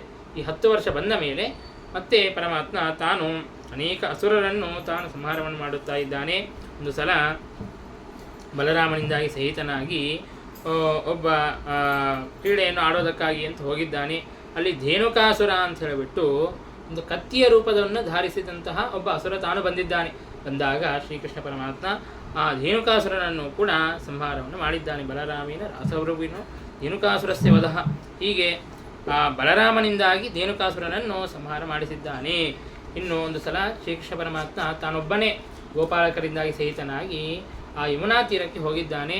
ಆಗ ಯಮುನೆಯಲ್ಲಿ ಕಾಳಿಯನ ವಿಷದಿಂದಾಗಿ ಆ ಗೋವುಗಳು ಅದವೆಲ್ಲವೂ ಕೂಡ ಕೆಳಗೆ ಬಿದ್ದು ತಾವು ಮೂರ್ಛೆಗೊಂಡಿವೆ. ಆಗ ಶ್ರೀಕೃಷ್ಣ ಪರಮಾತ್ಮ ತಾನು ತನ್ನ ಅಮೃತಮಯವಾದಂತಹ ದೃಷ್ಟಿಯಿಂದಾಗಿ ಮತ್ತೆ ಅವರನ್ನೆಲ್ಲರನ್ನೂ ಕೂಡ ಎಬ್ಬಿಸಿದ್ದಾನೆ. ಇನ್ನು ಆ ಕಾಳಿಯನನ್ನು ನಿಗ್ರಹವನ್ನು ಮಾಡಬೇಕು ಅಂತ ತಾನು ಧುಮುಕಿದ್ದಾನೆ. ಯಮುನೆಯಲ್ಲಿ ಧುಮುಕಿ ತಾನು ನಾಟ್ಯವನ್ನು ಮಾಡುತ್ತಾ ಇದ್ದಾನೆ ಕಾಳಿಯನಾಗನ ಆ ಹೆಡೆಗಳ ಮೇಲೆ. ಯದ್ಯಚ್ಚಿರೋನ ನಮತೆ ಗರಕಾಲ ಶೀರ್ಷ್ಣಃ ಎಂಬುದಾಗಿ ಹೇಳಿದಂತೆ ಯಾವ ಯಾವ ಹೆಡೆಯನ್ನು ಆ ಕಾಳಿಯವು ಎತ್ತುತ್ತಾ ಇತ್ತೋ ಆಯಾ ಹೆಡೆಯ ಮೇಲೆ ತಾನು ನರ್ತನೆಯನ್ನು ಮಾಡುತ್ತಾ ಇದ್ದಾನೆ. ತಾನು ನರ್ತನೆ ಮಾಡಬೇಕಾದರೆ ಎಲ್ಲ ದೇವತೆಗಳು ಗಂಧರ್ವರೆಲ್ಲ ಬಂದು ಗಾನವನ್ನು ಮಾಡುತ್ತಾ ಇದ್ದಾರೆ, ಅನೇಕ ಅಪ್ಸರಾಸ್ತ್ರೀಯರು ಬಂದು ನರ್ತನೆಯನ್ನು ಮಾಡುತ್ತಾ ಇದ್ದಾರೆ, ಅನೇಕ ವಾದ್ಯಗಳನ್ನು ಬಾರಿಸುತ್ತಾ ಇದ್ದಾರೆ. ಹಾಗೆ ಮಹಾ ಸಂಭ್ರಮದಿಂದಾಗಿ ಅವರೆಲ್ಲರೂ ಕೂಡ ಗಾನಾದಿಗಳನ್ನು ಮಾಡುತ್ತಾ ಇದ್ದಾರೆ. ಆ ದೃಶ್ಯ ನೋಡಲಿಕ್ಕೆ ಎಷ್ಟು ಮನೋಹರವಾಗಿರಬೇಕು. ಸಾಕ್ಷಾತ್ತು ಶ್ರೀಕೃಷ್ಣ ಪರಮಾತ್ಮ ತಾನು ನರ್ತನೆಯನ್ನು ಮಾಡುತ್ತಾ ಇದ್ದಾನೆ, ಗಂಧರ್ವಾದಿಗಳೆಲ್ಲ ತಾವು ಗಾನವನ್ನು ಮಾಡುತ್ತಾ ಇದ್ದಾರೆ, ಇನ್ನು ಅನೇಕ ದೇವತೆಗಳು ವಾದ್ಯಗಳನ್ನು ಬಾರಿಸುತ್ತಾ ಇದ್ದಾರೆ. ಇಂತಹ ದಿವ್ಯವಾದಂತಹ ದೃಶ್ಯವನ್ನು ಅಲ್ಲಿನವರೆಲ್ಲರೂ ಕೂಡ ಕಂಡಿದ್ದಾರೆ. ನಾವು ಯಾವುದೋ ಟ್ಯಾಲೆಂಟ್ ಶೋ ನೋಡ್ತೀವಿ, ನಾವು ಅದರಲ್ಲೇನೆ ಬಹಳ ಸಂತೋಷವನ್ನು ಪಡ್ತೀವಿ. ಅಂತಹದ್ದು ಸರ್ವೋತ್ತಮನಾದಂತಹ ಶ್ರೀಕೃಷ್ಣ ಪರಮಾತ್ಮ ತಾನು ಇಂತಹ ಲೀಲೆಗಳನ್ನು ತಾನು ತೋರಿಸುತ್ತಾ ಇದ್ದಾನೆ. ಆಗ ಕಾಳಿಯನಾಗನ ಎಲ್ಲ ಹೆಂಡಂದಿರೆಲ್ಲರೂ ಕೂಡ ಬಂದು ಪ್ರಾರ್ಥನೆಯನ್ನು ಮಾಡಿದ್ದಾರೆ. ನೀನು ನಮ್ಮ ಗಂಡನ ಮೇಲೆ ಅನುಗ್ರಹವನ್ನೇ ಮಾಡಿದ್ದಿ, ಅವನ ಪಾಪಗಳನ್ನು ದೋಷಗಳನ್ನೆಲ್ಲವನ್ನು ಕೂಡ ಪರಿಹಾರ ಮಾಡಿದ್ದಿ. ಆದರೆ ಇನ್ನು ನೀನು ಮರ್ದನವನ್ನು ಮಾಡಿ ಅಂತಂದರೆ ನಮ್ಮ ಗಂಡ ತಾನು ಪ್ರಾಣಗಳನ್ನು ಬಿಡುತ್ತಾನೆ, ಅವನ ಅಪರಾಧವನ್ನು ಏನೋ ಮಾಡಿದ್ದಾನೆ, ಆ ಅಪರಾಧವನ್ನು ಸರಿದಿದ್ದುಕೊಳ್ಳುವುದಕ್ಕಾಗಿ ಒಂದು ಅವಕಾಶವನ್ನು ಕೊಡು ಅಂತ ಹೇಳಿದಾಗ ಶ್ರೀಕೃಷ್ಣ ಪರಮಾತ್ಮ ನೀವು ರಮಣಕದ್ವೀಪಕ್ಕೆ ಹೋಗ್ರಿ ಎಂಬುದಾಗಿ ಹೇಳಿದ್ದಾನೆ. ಗರುಡನಿಂದಾಗಿ ಭಯ ಇದೆ ಅಂತಂದರೆ ಯಾವ ಭಯವೂ ಕೂಡ ಇಲ್ಲ, ನನ್ನ ಪಾದದ ಗುರುತು ನಿನ್ನ ಹೆಡೆಯ ಮೇಲೆ ಇದ್ದದರಿಂದಾಗಿ ಆ ಗರುಡನು ಏನೂ ಮಾಡೋದಿಲ್ಲ ಎಂಬುದಾಗಿ ಅಭಯವನ್ನು ತಾನು ಕೊಟ್ಟಿದ್ದಾನೆ. ಹೀಗೆ ಕಾಳಿಯನಾಗನ ನಿಗ್ರಹವನ್ನು ಕೂಡ ಪರಮಾತ್ಮ ತಾನು ಮಾಡಿದ್ದಾನೆ. ಇನ್ನು ಪರಮಾತ್ಮ ತಾನು ಒಂದು ಸಲ ಮುಂಜಾಟವಿಗೆ ಎಲ್ಲ ಗೋವುಗಳು ಕೂಡ ಹೋದಾಗ ಅಲ್ಲಿ ಕಾಡ್ಗಿಚ್ಚು ಅಂತ ಅನ್ನೋದು ಬರುತ್ತದೆ. ಆಗ ಆ ಕಾಡ್ಗಿಚ್ಚನ್ನು ತಾನೇ ಪಾನವನ್ನು ಮಾಡಿ ಆ ಶ್ರೀಕೃಷ್ಣ ಪರಮಾತ್ಮ ಎಲ್ಲ ಗೋಪಾಲಕರನ್ನು ಕೂಡ ತಾನು ರಕ್ಷಣೆಯನ್ನು ಮಾಡುತ್ತಾನೆ. ಹೀಗೆ ಪರಮಾತ್ಮ ಅನೇಕ ಲೀಲೆಗಳನ್ನು ತಾನು ತೋರಿಸುತ್ತಾ ಇದ್ದಾನೆ. ಒಂದು ಸಲ ಶ್ರೀಕೃಷ್ಣ ಪರಮಾತ್ಮ ತಾನು ವೇಣುನಾದವನ್ನು ಮಾಡುತ್ತಾ ಇದ್ದಾನೆ. ಆಗ ಗೋಪಿಕಾಸ್ತ್ರೀಯರೆಲ್ಲರೂ ಕೂಡ ಆ ವೇಣುನಾದವನ್ನು ಕೇಳಿ ಮೈಮರೆತು ಬಿಟ್ಟಿದ್ದಾರೆ. ತಾವು ಆ ವೇಣುವಿನ ಆ ಭಾಗ್ಯವೆಂತಹದ್ದು ಎಂಬುದಾಗಿ ತಾವು ಆಲೋಚನೆಯನ್ನು ಮಾಡುತ್ತಾ ಇದ್ದಾರೆ. ಯಾಕೆಂದರೆ ಸಾಕ್ಷಾತ್ತು ಶ್ರೀಕೃಷ್ಣ ಪರಮಾತ್ಮನ ಅಧರಗಳ ಸ್ಪರ್ಶ ಅಂತ ಅನ್ನೋದು ಆ ವೇಣುವಿಗೆ ಆಗುತ್ತದೆ. ವೇಣು ಋಷಿಮುನಿಗಳಿಗೂ ಕೂಡ ತಿಳಿಯದೇ ಇರುವಂತಹ ಏನಾದರೂ ತಪಸ್ಸನ್ನು ಆ ವೇಣು ಆಚರಣೆ ಮಾಡಿದೆಯೋ ಏನೋ, ಆ ಕೊಳಲು ಆಚರಣೆಯನ್ನು ಮಾಡಿದೆಯೋ ಏನೋ ಎಂಬುದಾಗಿ ತಾವು ಆ ರೀತಿಯಾಗಿ ಸ್ತೋತ್ರವನ್ನು ಮಾಡುತ್ತಾ ಇದ್ದಾರೆ. ಏಕೆಂದರೆ ಪರಮಾತ್ಮ ಗಾನ ಮಾಡಿದಾಗ ಮೊದಲಿಗೆ ಕೇಳಿಸೋದು ಆ ವೇಣುವಿಗೇನೆ, ಆ ಕೊಳಲಿಗೇನೆ ಕೇಳಿಸುತ್ತದೆ. ಅನಂತರದಲ್ಲಿ ಅಲ್ಲಿರುವಂತಹ ಗಿಡ ಮರಗಳಿಗೆ ಕೇಳಿಸುತ್ತವೆ, ಅನಂತರದಲ್ಲಿ ನಮಗೆ ಕೇಳಿಸುತ್ತದೆ ಎಂಬುದಾಗಿ ಅವರು ಹೇಳುತ್ತಾ ಇದ್ದಾರೆ. ಆ ಗಿಡಗಳಿಗೆಲ್ಲ ಪರಮಾತ್ಮನ ವೇಣುನಾದವನ್ನು ಕೇಳಿ ಬಹಳ ಸಂತೋಷವಾಗಿತ್ತಂತೆ. ಹಾಗಾಗಿಯೇ ಆ ಸಂತೋಷದಿಂದಲೇ ರೋಮಾಂಚನವಾಗಿ ದರ್ಭಗಳು ಬೆಳೆದಿವೆಯೋ ಏನೋ, ದರ್ಭಗಳು ಅಂತಂದರೆ ಅದು ರೋಮಗಳಿದ್ದಂತೆ ಇರ್ತದೆ. ಹಾಗಾಗಿ ರೋಮಾಂಚನವಾಗಿ ದರ್ಭಗಳು ಬೆಳೆದಿವೆಯೋ ಏನೋ ಎಂಬುದಾಗಿ ಅವರೆಲ್ಲರೂ ಕೂಡ ಮಾತನಾಡಿಕೊಳ್ಳುತ್ತಾ ಇದ್ದಾರೆ, ಸ್ತೋತ್ರವನ್ನು ಮಾಡುತ್ತಾ ಇದ್ದಾರೆ. ಹೀಗೆ ಆ ಪರಮಾತ್ಮ ತನ್ನ ಸುಂದರವಾದಂತಹ ವೇಣುನಾದವನ್ನು ಮಾಡಿದ್ದಾನೆ. ಇನ್ನು ಒಂದು ಸಲ ಗೋಪಾಲಕರೆಲ್ಲರೂ ಕೂಡ ಸೇರಿ ತಾವು ಒಂದು ಸಲ ಕ್ರೀಡೆಯನ್ನು ಮಾಡುತ್ತಾ ಇರುವಂತಹ ಸಂದರ್ಭದಲ್ಲಿ ಆ ಗೋಪಾಲಕರೆಲ್ಲರೂ ಕೂಡ ಹೇಳಿದರು, ನಮಗೆ ಬಹಳ ಹಸಿವೆ ಆಗುತ್ತಾ ಇದೆ ಅಂತ ಹೇಳಿದಾಗ ಇಲ್ಲೇ ವಿಪ್ರರೆಲ್ಲರೂ ಕೂಡ ಸೇರಿಕೊಂಡು ಒಂದು ಯಾಗವನ್ನು ಮಾಡುತ್ತಾ ಇದ್ದಾರೆ ಅಂತಂದ ಮೇಲೆ ಅಲ್ಲಿ ಅನ್ನ ಇದ್ದೇ ಇರುತ್ತದೆ. ಹಾಗಾಗಿ ಅಲ್ಲಿಗೆ ಹೋಗಿ ಕೇಳ್ರಿ ಎಂಬುದಾಗಿ ಹೋಗಿ ಅವರೆಲ್ಲರನ್ನು ಕೂಡ ಕೊಟ್ಟು ಕಳಿಸಿದ್ದಾನೆ. ಗೋಪಾಲಕರು ಹೋಗಿ ಬ್ರಾಹ್ಮಣರನ್ನು ಕೇಳಿದ್ದಾರೆ, ಇನ್ನೂ ಯಾಗ ಮುಗ್ದಿಲ್ಲ, ನೈವೇದ್ಯ ಆಗಿಲ್ಲ ಅಂತ ಹೇಳಿಬಿಟ್ಟು ಅವರು ತಿರುಗಿ ಕೊಟ್ಟು ಕಳಿಸಿಬಿಟ್ಟಿದ್ದಾರೆ. ಆಗ ಅವರ ಹೆಂಡಂದರನ್ನು ಕೇಳ್ರಿ ಅಂತ ಹೇಳಿದಾಗ ಅವರೆಲ್ಲರೂ ಕೂಡ ಹೆಂಡಂದರು ಅತ್ಯಂತ ಪ್ರೀತಿಯಿಂದಾಗಿ ಕೃಷ್ಣ ಬಂದಿದ್ದಾನೆ, ಬಲರಾಮ ಬಂದಿದ್ದಾನೆ ಎನ್ನುವಂತಹ ಪ್ರೀತಿಯಿಂದಾಗಿ ಅವರೆಲ್ಲರೂ ಕೂಡ ಇಲ್ಲಿ ಮಾಡಿದಂತಹ ಅಡಿಗೆಯನ್ನೆಲ್ಲವನ್ನೂ ಕೂಡ ಇಲ್ಲಿ ತೆಗೆದುಕೊಂಡು ಬಂದಿದ್ದಾರೆ. ಆಗ ಒಬ್ಬ ಸ್ತ್ರೀಯನ್ನು ಮಾತ್ರ ತನ್ನ ಗಂಡ ಬಿಡಲೇ ಇಲ್ಲವಂತೆ. ಆಗ ಆ ಸ್ತ್ರೀ ಅಲ್ಲೇ ಕೃಷ್ಣನನ್ನು ನೆನೆಸುತ್ತಾ ತನ್ನ ಪ್ರಾಣಗಳನ್ನು ಬಿಟ್ಟಿದ್ದಾಳೆ. ಶ್ರೀಕೃಷ್ಣ ಪರಮಾತ್ಮ ಅವಳಿಗೂ ಕೂಡ ಸದ್ಗತಿಯನ್ನು ಕೊಟ್ಟಿದ್ದಾನೆ. ಹೀಗೆ ಆ ಪತ್ನಿಯರೆಲ್ಲರೂ ಕೂಡ ವಿಪ್ರಪತ್ನಿಯರು ತಾವು ಶ್ರೀಕೃಷ್ಣ ಪರಮಾತ್ಮನಲ್ಲಿ ವಿಶೇಷವಾದಂತಹ ಪ್ರೀತಿಯನ್ನು ತೋರುತ್ತಾ ಇದ್ದಾರೆ. ಆಗ ಬ್ರಾಹ್ಮಣರೆಲ್ಲರೂ ಕೂಡ ತಾವು ತಮ್ಮ ಹೆಂಡಂದರನ್ನು ನೋಡಿ ನಾವು ಬಹಳ ಅಪರಾಧವನ್ನು ಮಾಡಿಬಿಟ್ವಿ ಎಂಬುದಾಗಿ ಪಶ್ಚಾತ್ತಾಪವನ್ನು ಪಡುತ್ತಾ ಇದ್ದಾರೆ. ನಮಗೆ ಧಿಕ್ಕಾರವಿರಲಿ, ನಾವೇನು ಭಾರಿ ಓದಿಕೊಂಡಿದ್ದೇವೆ, ಪಂಡಿತರು ಜ್ಞಾನಿಗಳು ಅಂತನ್ನುವಂತಹ ಮದದಿಂದಾಗಿ ನಾವಿದ್ದೇವೆ. ಆದರೆ ಈ ಎಲ್ಲದಕ್ಕೂ ಕೂಡ ಧಿಕ್ಕಾರವಿರಲಿ, ನಾವೇನು ಓದಿಕೊಂಡಿದ್ದೇವೆ, ನಾವೇನು ನಮ್ಮ ಪಾಂಡಿತ್ಯವೇನಿದೆ ಅದೆಲ್ಲದಕ್ಕೂ ಕೂಡ ಧಿಕ್ಕಾರವಿರಲಿ. ಯಾಕಂದರೆ ನಾವು ಪರಮಾತ್ಮನಿಂದಾಗಿ ವಿಮುಖರಾಗಿಬಿಟ್ವಲ್ಲ, ಅದೆಲ್ಲವೂ ಕೂಡ ಉಪಯೋಗಕ್ಕೇನೇ ಇಲ್ಲ ಎಂಬುದಾಗಿ ಸ್ತ್ರೀಯರಾದರೂ ಕೂಡ ಇವರು ಭಗವಂತನಲ್ಲಿ ವಿಶೇಷವಾದಂತಹ ಪ್ರೀತಿಯನ್ನು ಮಾಡಿದ್ದಾರೆ. ಹಾಗಾಗಿ ಇವರೇ ಬಹಳ ಭಾಗ್ಯವಂತರು ಎಂಬುದಾಗಿ ತಾವು ಭಾವಿಸುತ್ತಾ ಇದ್ದಾರೆ. ಹೀಗೆ ಮತ್ತೊಂದು ಸಲ ಎಲ್ಲ ಗೋಪಿಕಾಸ್ತ್ರೀಯರು ತಾವು ಕಾತ್ಯಾಯಿನಿ ವ್ರತವನ್ನು ಮಾಡುತ್ತಾ ಇದ್ದಾರೆ. ಕಾತ್ಯಾಯಿನಿ ಮಹಾಭಾಗೆ ಮಹಾಯೋಗಿನಿ ಯಧೀಶ್ವರಿ ನಂದಗೋಪಸುತಂ ದೇವಿ ಪತಿಮ್ಮೆ ಕುರುತೇ ನಮಃ ಎಂಬುದಾಗಿ ತಮ್ಮಲ್ಲಿ ಲಕ್ಷ್ಮೀದೇವಿಯ ಸನ್ನಿಧಾನ ಬರೋದಕ್ಕಾಗಿ, ಯಾಕೆಂದರೆ ಶ್ರೀಕೃಷ್ಣ ಪರಮಾತ್ಮ ಲಕ್ಷ್ಮೀದೇವಿ ಅಥವಾ ಲಕ್ಷ್ಮೀದೇವಿಯ ಸನ್ನಿಧಾನವುಳ್ಳಂತಹ ಸ್ತ್ರೀಯರನ್ನು ಮಾತ್ರ ಸ್ವೀಕಾರವನ್ನು ಮಾಡುತ್ತಾನೆ.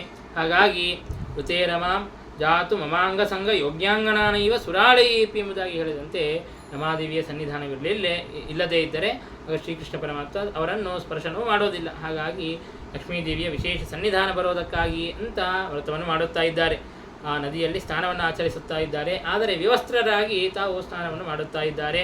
ಆಗ ಪರಮಾತ್ಮ ಹಾಗೆ ಮಾಡಿದರೆ ವ್ರತದ ಫಲ ಸಿಗೋದಿಲ್ಲ ಎಂಬುದಾಗಿ ತಿಳಿಸಿಕೊಡುವುದಕ್ಕಾಗಿ ಅವರ ವಸ್ತ್ರಾಪಹಾರವನ್ನು ಮಾಡಿ ಅವರಿಗೆ ಅದನ್ನೆಲ್ಲವನ್ನೂ ಕೂಡ ತಿಳಿಸಿಕೊಟ್ಟು ಮತ್ತೆ ಅವರಿಗೆ ವಸ್ತ್ರಗಳನ್ನು ಕೊಟ್ಟಿದ್ದಾನೆ. ಹೀಗೆ ಪರಮಾತ್ಮ ತಾನು ಕಾತ್ಯಾಯಿನಿ ವ್ರತ ಮಾಡಿದಂತಹ ಗೋಪಿಕಾಸ್ತ್ರೀಯರಿಗೆ ಮುಂದೆ ಶರತ್ಕಾಲದಲ್ಲಿ ಆ ಶರತ್ಕಾಲದ ರಾತ್ರಿಗಳಲ್ಲಿ ನಿಮಗೆ ರಾಸಕ್ರೀಡೆಯನ್ನು ಮಾಡಿ ನಿಮಗೆ ಸಂತೃಪ್ತಿಯನ್ನು ಕೊಡುತ್ತೇನೆ ಎಂಬುದಾಗಿ ಅವರಿಗೆಲ್ಲರಿಗೂ ಕೂಡ ಅಭಯವನ್ನು ನೀಡಿದ್ದಾನೆ. ಇಲ್ಲಿ ವಾದಿರಾಜರು ಹೇಳಿದಂತಹ ಮಾತನ್ನು ನಾವು ಕೇಳ್ತೀವಲ್ಲ ಲಕ್ಷ್ಮೀ ಶೋಭಾನದಲ್ಲಿ, 10 ವರ್ಷದ ಕೆಳಗೆ ಮಕ್ಕಳಾಟಿಕೆಯಲ್ಲಿ ಚಿತ್ತಸ್ತ್ರೀಯರಿಗೆ ಎರಗುವುದೇ ಅರ್ತಿಯೆಂದರ್ಚಿಸಿದ ಗೋಕುಲದ ಕನ್ಯೆಯರ ಸತ್ಯಸಂಕಲ್ಪ ಬೆರೆಸಿದ್ದ ಶೋಭಾನೆ ಎಂಬುದಾಗಿ. ಹಾಗಾಗಿ ಪರಮಾತ್ಮ ಸಣ್ಣ ಹುಡುಗ, ಹಾಗಾಗಿ ಅವನಿಗೇನು ಕಾಮದ ವಿಕಾರ ಅಂತ ಅನ್ನೋದು ಇಲ್ಲವೇ ಇಲ್ಲ. ಹಾಗಿದ್ರೂ ಕೂಡ ಅವರ ವ್ರತವನ್ನು ಸಂಪೂರ್ಣಗೊಳಿಸುವುದಕ್ಕಾಗಿ ಅಂತ ಪರಮಾತ್ಮ ಈ ರೀತಿಯಾಗಿ ಮಾಡಿದ್ದಾನೆ ಎಂಬುದಾಗಿ ಅದನ್ನು ತಿಳಿಸಿಕೊಟ್ಟಿದ್ದಾರೆ. ಇನ್ನು ಗೋಪಾಲಕರೆಲ್ಲರೂ ಕೂಡ ಸೇರಿ ಇಂದ್ರನನ್ನು ಕುರಿತು ಯಾಗವನ್ನು ಮಾಡುವುದಕ್ಕಾಗಿ ಅಂತ ಸಿದ್ಧರಾಗಿದ್ದಾರೆ. ಆಗ ಶ್ರೀಕೃಷ್ಣ ಪರಮಾತ್ಮ ಬಂದು ಹೇಳುತ್ತಾನೆ, ಇಂದ್ರನಿಗೆ ಗರ್ವ ಬಂದಿತ್ತು. ಆ ತ್ರೈಲೋಕ್ಯಾಧಿಪತ್ಯದ ಒಂದು ಗರ್ವ ಅಂತ ಇದ್ದದ್ದರಿಂದಾಗಿ ಆ ಗರ್ವವನ್ನು ಪರಿಹಾರ ಮಾಡೋದಕ್ಕಾಗಿ ಶ್ರೀಕೃಷ್ಣ ಪರಮಾತ್ಮ ಹೇಳಿದ, ಇಂದ್ರನಿಗೆ ಯಾಕೆ ನೀವು ಪೂಜೆಯನ್ನು ಮಾಡುತ್ತೀರಿ? ನಮಗೆ ಈ ಮಳೆ ಬರೋದು, ಬೆಳೆಗಳೆಲ್ಲವೂ ಕೂಡ ಬೆಳೆಯೋದು ಇಂತಹ ಪರ್ವತಗಳಿಂದಾಗಿ, ವೃಕ್ಷಗಳಿಂದಾಗಿ. ಹಾಗಾಗಿ ಗೋವರ್ಧನ ಪರ್ವತದಲ್ಲಿ ಇರುವಂತಹ ಪರಮಾತ್ಮನನ್ನು ಉದ್ದೇಶಿಸಿ ನೀವು ಕರ್ಮವನ್ನು ಮಾಡ್ರಿ, ಯಾಗವನ್ನು ಮಾಡ್ರಿ ಎಂಬುದಾಗಿ ಹೇಳಿದ್ದಾನೆ. ಎಲ್ಲ ಗೋಪಾಲಕರು ಕೂಡ ಹಾಗೇ ಮಾಡಿದ್ದಾರೆ. ಆಗ ಪರಮಾತ್ಮ ಒಂದು ದೊಡ್ಡ ಪರ್ವತಾಕಾರದ ರೂಪವನ್ನು ತೆಗೆದುಕೊಂಡು ಬಂದು ಬಲಿಯನ್ನು ಸ್ವೀಕಾರ ಮಾಡಿದ್ದಾನೆ, ಅವರಿಗೆ ನಂಬಿಕೆಯನ್ನು ಹುಟ್ಟಿಸೋದಕ್ಕಾಗಿ ಅಂತ. ಹೀಗೆ ಪರಮಾತ್ಮ ತಾನು ಇಂದ್ರನಿಗೆ ಸೇರಬೇಕಾದಂತಹ ಯಾಗವನ್ನು ನಿಲ್ಲಿಸಿ ಗೋವರ್ಧನ ಪರ್ವತದಲ್ಲಿರುವಂತಹ ಪರಮಾತ್ಮನಿಗೆ ತಾನು ಯಾಗವನ್ನು ಮಾಡಿಸಿದ್ದಾನೆ. ಆಗ ಇಂದ್ರನಿಗೆ ಸಿಟ್ಟು ಬಂದು ತಾನು ಜೋರಾಗಿ ಮಳೆಯನ್ನು ಸುರಿಸುತ್ತಾ ಇದ್ದಾನೆ. ಆಗ ಅವರೆಲ್ಲರೂ ಕೂಡ ಗೋಪಾಲಕರು ಕೃಷ್ಣನನ್ನು ಶರಣು ಹೊಂದಿದಾಗ ಶ್ರೀಕೃಷ್ಣ ಪರಮಾತ್ಮ ತಾನು ಗೋವರ್ಧನ ಪರ್ವತವನ್ನು ತನ್ನ ಕಿರುಬೆರಳಿನ ಮೇಲೆ ಹಿಡಿದುಕೊಂಡು ತಾನು ನಿಂತಿದ್ದಾನೆ. 7 ದಿನಗಳವರೆಗೆ ಧಾರಾಕಾರವಾಗಿ ತಾನು ಮಳೆಯನ್ನು ಸುರಿಸುತ್ತಾ ಇದ್ದಾನೆ. ಹಾಗಿದ್ರೂ ಕೂಡ ಯಾರಿಗೂ ಕೂಡ ಒಂದು ಸಣ್ಣ ಅಪಾಯವೂ ಕೂಡ ಆಗದೇ ಇದ್ದಂತೆ ಶ್ರೀಕೃಷ್ಣ ಪರಮಾತ್ಮ ತಾನು ಗೋವರ್ಧನ ಪರ್ವತವನ್ನು ಎತ್ತಿ ಎಲ್ಲರನ್ನೂ ಕೂಡ ರಕ್ಷಣೆ ಮಾಡಿದ್ದಾನೆ. ಆಗ ಯಶೋದೆಯು ಒಬ್ಬರೊಬ್ಬರು ಕೃಷ್ಣನನ್ನು ಒಂದೊಂದು ರೀತಿಯಿಂದಾಗಿ ಕಂಡ್ರಂತೆ. ಯಶೋದೆಯು ತನ್ನ ಮಗನ ಸಾಹಸವನ್ನು ಕಂಡು ಬಹಳ ಆನಂದಪಟ್ಟಳಂತೆ. ಮಕ್ಕಳೇನಾದರೂ ಸಾಹಸವನ್ನು ಮಾಡಿದ್ರು, ಬಹಳ ಉತ್ತಮವಾದಂತಹ ಕಾರ್ಯವನ್ನು ಮಾಡಿದ್ರು ಅಂತಂದರೆ ತಾಯಂದ್ರಿಗೆ ಬಹಳ ಆನಂದವಾಗುತ್ತದೆ. ಹಾಗೆ ಆನಂದದಿಂದಾಗಿ ಯಶೋದೆಯು ನೋಡುತ್ತಾ ಇದ್ದಾಳೆ. ಇನ್ನು ಗೋಪಾಲಕರೆಲ್ಲರೂ ಕೂಡ ತಾವು ಸ್ವಲ್ಪ ಅಸೂಯೆಯನ್ನು ಪಟ್ಟರಂತೆ. ನಾವು ಮಾಡ್ತಿದ್ವಿ, ಕೃಷ್ಣ ಏನು ಮಾಡೋದು ಅಂತ ಅಂದುಕೊಂಡ್ರಂತೆ. ಆಗ ಕೃಷ್ಣ ಪರಮಾತ್ಮ ನೀವು ಹಿಡ್ಕೋರಿ ಅಂತ ಸ್ವಲ್ಪ ತಾನು ಹಿಡಿದಿದ್ದಾನೆ, ಸ್ವಲ್ಪ ಬಿಟ್ಟುಕೊಟ್ಟನಂತೆ. ಅಷ್ಟರಲ್ಲಿಯೇ ಅವರಿಗೆ ಬಹಳ ಆ ಭಾರವನ್ನು ತಡೆಯಲಿಕ್ಕೆ ಆಗದೆ ಅವರು ಬಹಳ ಖುಷರಾಗಿದ್ದಾರೆ. ಆಗ ಪರಮಾತ್ಮ ಮತ್ತೆ ತಾನು ಎತ್ತಿ ಹಿಡಿದಿದ್ದಾನೆ. ಇನ್ನು ವೃದ್ಧರು, ಗೋಪಾಲಕರಲ್ಲಿಯೇ ವೃದ್ಧರೇನಿದ್ರೋ ಅವರಿಗೆ ಸ್ವಲ್ಪ ಹೆದರಿಕೆ ಆಗುತ್ತಾ ಇದ್ದಂತೆ. ಏನಾದರೂ ಶ್ರೀಕೃಷ್ಣ ಪರಮಾತ್ಮ ಯಾವಾಗಾದರೂ ಸಾಕಾಗಿ ಬಿಟ್ಟುಬಿಟ್ರೆ ಏನು ಮಾಡಬೇಕು ಎಂಬುದಾಗಿ ಹೆದರುತ್ತಾ ಇದ್ದಾರೆ.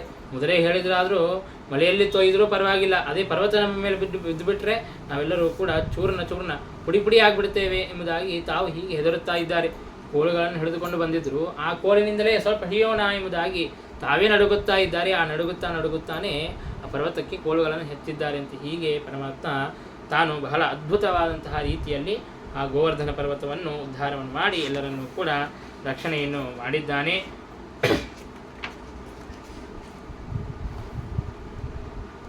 ಆಗ ಇಂದ್ರ ತನ್ನ ಅಪರಾಧವನ್ನು ತಿಳಿದುಕೊಂಡು ತಾನು ಬಂದು ಭಗವಂತನಿಗೆ ಶರಣಾಗತನಾಗಿದ್ದಾನೆ. ಪಿತಾ ಗುರುಸ್ತಂ ಜಗತಾಮಧೀಶೋ ದುರತ್ತೆಯಃ ಕಾಲ ಉಪಾತ್ತದಂಡಃ ಹಿತಾಯ ಸ್ವೇಚ್ಛಾ ತನುಭಿಸ್ಸಮೀಹಸೆ ಮಾನಂ ವಿಧುನ್ವನ್ ಜಗದೀಶವಾಣಿನಾಂ ಎಂಬುದಾಗಿ ತಾನು ಸ್ತೋತ್ರವನ್ನು ಮಾಡುತ್ತಾ ಇದ್ದಾನೆ. ನೀನು ಇಡೀ ಜಗತ್ತಿಗೆ ತಂದೆ ಇದ್ದಂತೆ, ಗುರು ಇದ್ದಂತೆ, ಹಾಗಾಗಿ ನಾನು ಮಾಡಿದಂತಹ ಅಪರಾಧವನ್ನು ಕ್ಷಮಿಸು. ನನಗೆ ಅಹಂಕಾರ ಬಂದಿತ್ತು, ನಾನೇ ಸ್ವಾಮಿ ಎಂಬುದಾಗಿ, ನಾನೇ ಸ್ವತಂತ್ರ ಎಂಬುದಾಗಿ ತಿಳಿದಿದ್ದೆ, ಆ ಮಾನವನ್ನು ಅಪಹಾರವನ್ನು ಮಾಡಿದಿ ಎಂಬುದಾಗಿ ಶ್ರೀಕೃಷ್ಣ ಪರಮಾತ್ಮನಿಗೆ ತಾನು ಶರಣಾಗತನಾಗಿ ತನ್ನ ಅಪರಾಧವನ್ನು ಕ್ಷಮಿಸು ಎಂಬುದಾಗಿ ಕ್ಷಮಾಯಾಚನೆಯನ್ನು ಮಾಡಿದ್ದಾನೆ. ಇನ್ನು ಶರತ್ಕಾಲ ಅಂತ ಅನ್ನೋದು ಬಂದಾಗ ಪರಮಾತ್ಮ ತಾನು ಸುಂದರವಾದಂತಹ ಅತ್ಯಂತ ಮನೋಹರವಾದಂತಹ ವೇಣುನಾದವನ್ನು ಮಾಡುತ್ತಾ ಇದ್ದಾನೆ. ಆಗ ಗೋಕುಲದಲ್ಲಿರುವಂತಹ ಸ್ತ್ರೀಯರೆಲ್ಲರೂ ಕೂಡ ತಾವು ಮಾಡುವಂತಹ ಕೆಲಸವನ್ನೆಲ್ಲವನ್ನೂ ಕೂಡ ಬಿಟ್ಟು ಶ್ರೀಕೃಷ್ಣ ಪರಮಾತ್ಮನನ್ನು ನೋಡೋದಕ್ಕಾಗಿ ಅಂತ ಬರುತ್ತಾ ಇದ್ದಾರೆ. ಒಬ್ಬಳೇನು ಕಾಡಿಗೆಯನ್ನು ಹಚ್ಚಿಕೊಳ್ಳುತ್ತಾ ಇದ್ಲು, ಒಂದು ಕಣ್ಣಿಗೆ ಕಾಡಿಗೆಯನ್ನು ಹಚ್ಚಿಕೊಂಡಿದ್ದಾಳೆ. ಅಷ್ಟರಲ್ಲಿ ಕೃಷ್ಣನ ಆ ವೇಣುನಾದ ಕೆಣಿಸಿದೆ. ಆಗ ಅಲ್ಲಿಗೆ ತಾನು ಬಿಟ್ಟು, ಆ ಅಲಂಕಾರವನ್ನು ಬಿಟ್ಟು ತಾನು ಓಡಿ ಬರುತ್ತಾ ಇದ್ದಾಳೆ. ಗಂಡ ಹೇಳುತ್ತಾ ಇದ್ದಾನೆ, ಒಂದೇ ಕಣ್ಣಿಗೆ ಕಾಡಿಗೆ ಹಚ್ಕೊಂಡು ಇನ್ನೊಂದು ಕಣ್ಣಿಗೆ ಕಾಡಿಗೆ ಹಚ್ಕೊಂಡಿಲ್ಲ ಅಂತಂದರೆ ಕೃಷ್ಣನನ್ನು ನೋಡೋದೇ ಅದು ಅಲಂಕಾರ ಎಂಬುದಾಗಿ ಹೇಳಿ ತಾನು ಓಡಿ ಬರುತ್ತಾ ಇದ್ದಾಳೆ. ಇನ್ನೊಬ್ಬ ಗಂಡ ಅಂತೂ ತಾನು ಓವರ್ ಟೈಮ್ ಜಾಬ್ ಮಾಡಿ ತಾನು ರಾತ್ರಿ ಬಹಳ ಸ್ವಲ್ಪ ತಡವಾಗಿ ಬಂದಿದ್ದಾನೆ. ಆಗ ಬಡಿಸುತ್ತಾ ಇದ್ದಾಳೆ. ಆಗ ಮಧ್ಯದಲ್ಲಿಯೇ ವೇಣುನಾದ ಕೇಳಿಸಿದೆ, ನಿಮ್ಮದು ನೀವು ಬಳಸ್ಕೋರಿ ಅಂತ ಹೇಳಿಬಿಟ್ಟು ಅಲ್ಲೇ ಇಟ್ಟು ತಾನು ಅಲ್ಲಿಂದ ಓಡಿ ಬರುತ್ತಾ ಇದ್ದಾಳೆ.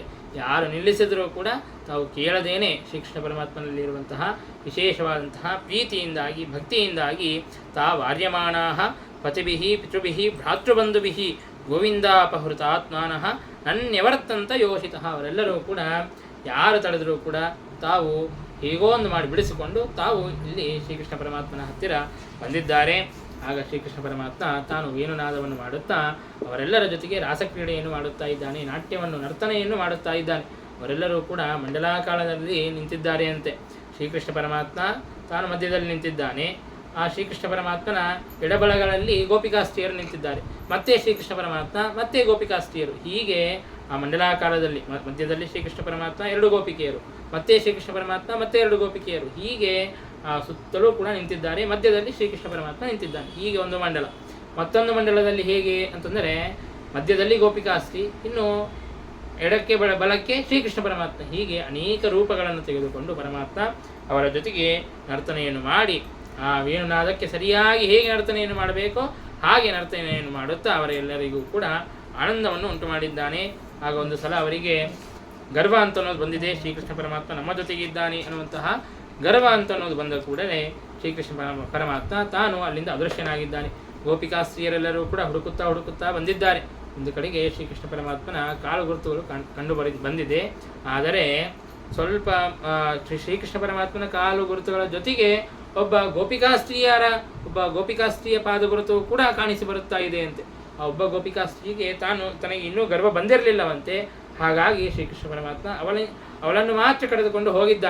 ಆಗ ಅದನ್ನು ಕಂಡು ಗೋಪಿಕಾಸ್ತ್ರೀಯರಿಗೆಲ್ಲರಿಗೂ ಕೂಡ ಇನ್ನೂ ಅಧಿಕವಾದಂತಹ ದುಃಖ ಅಂತನೊಂದುಂಟಾಗುತ್ತಾ ಇದೆ. ನಮಗೆ ಸಿಗದೇ ಇರುವಂತಹ ಭಾಗ್ಯ ಆ ಸ್ತ್ರೀಗೆ ಸಿಕ್ಕಿದೆಯಲ್ಲ ಅಂತ ಅವರೆಲ್ಲರೂ ಕೂಡ ದುಃಖಿಸುತ್ತಾ ಇದ್ದಾರೆ.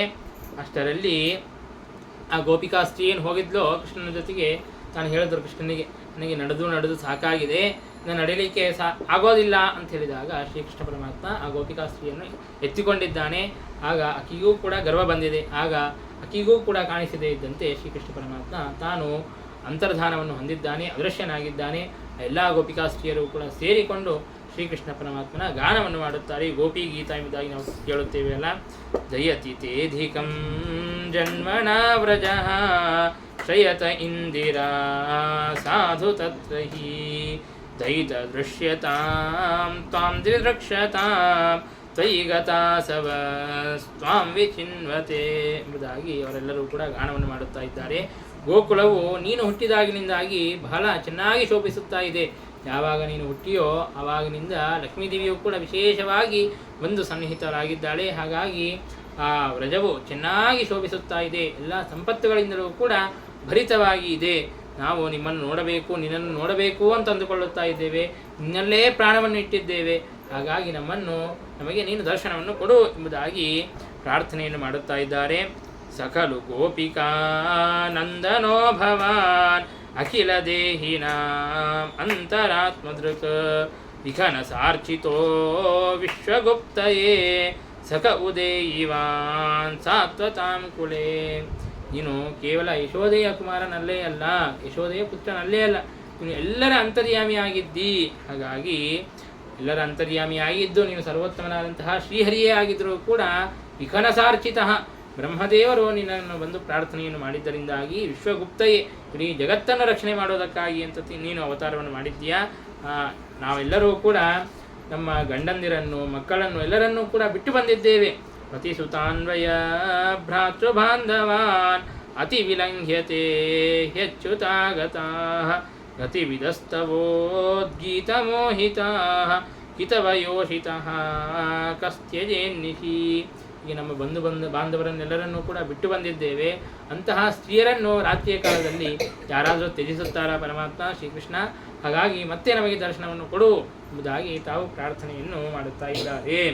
ಆಗ ತಾಸಾಂ ಆವಿರಭೂಚ್ಛೋದಿ ಸ್ಮಯಮಾನ ಮುಖಾಂಬುಜಃ ಪೀತಾಂಬರಧರಸ್ಸಗ್ವಿ ಸಾಕ್ಷಾನ್ ಮನ್ಮಥನಾದಂತಹ ಶ್ರೀಕೃಷ್ಣ ಪರಮಾತ್ಮ ಮತ್ತೆ ಅವರಿಗೆ ಗೋಚರನಾಗಿದ್ದಾನೆ. ಆಗ ಮತ್ತೆ ಚೆನ್ನಾಗಿ ರಾಸಕ್ರೀಡೆಯನ್ನು ಮಾಡಿದ್ದಾರೆ. ಪರಮಾತ್ಮ ಅವರೆಲ್ಲರಿಗೂ ಕೂಡ ಚೆನ್ನಾಗಿ ಸಂತೋಷವನ್ನು ಕೊಟ್ಟಿದ್ದಾನೆ. ಈ ಕಡೆಗೆ ನಾರದರು ಆಲೋಚನೆಯನ್ನು ಮಾಡಿದರು.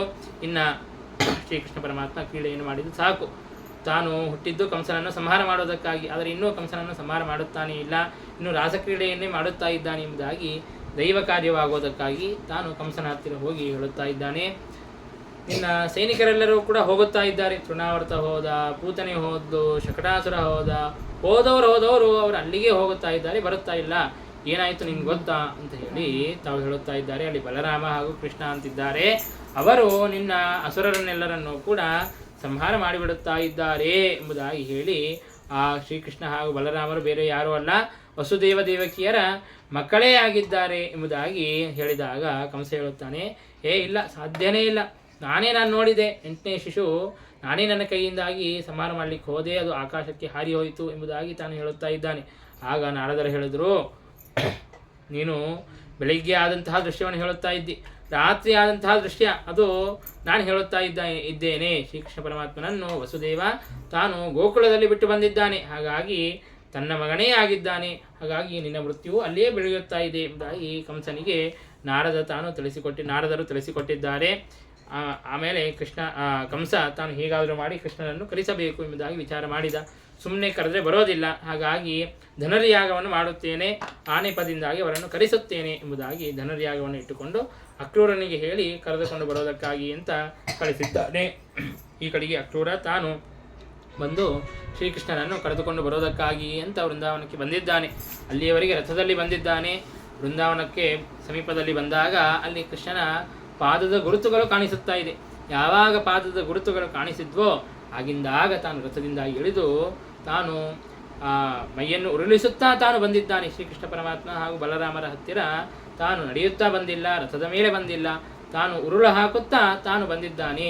ಆ ಶ್ರೀಕೃಷ್ಣನ ಪಾದದ ಗುರುತುಗಳು ತನ್ನ ಮೈಗೆ ತಾಕಿದ ಕೂಡಲೇ ತನಗೆ ರೋಮಾಂಚವಾಗುತ್ತಾ ಇದೆ. ಅಂತಹ ಭಕ್ತಿಯನ್ನು ಮಾಡುತ್ತಾ ಅಕ್ರೂರ ನನ್ನ ಭಾಗ್ಯವಿದು ಪರಮಾತ್ಮನನ್ನು ಕಾಣಲಿಕ್ಕೆ ಬಂದಿದ್ದೇನೆ ಅಲ್ಲ ಅಂತ ಅಷ್ಟು ಪ್ರೀತಿಯಿಂದಾಗಿ ಭಕ್ತಿಯಿಂದಾಗಿ ತಾನು ಬಂದಿದ್ದಾನೆ.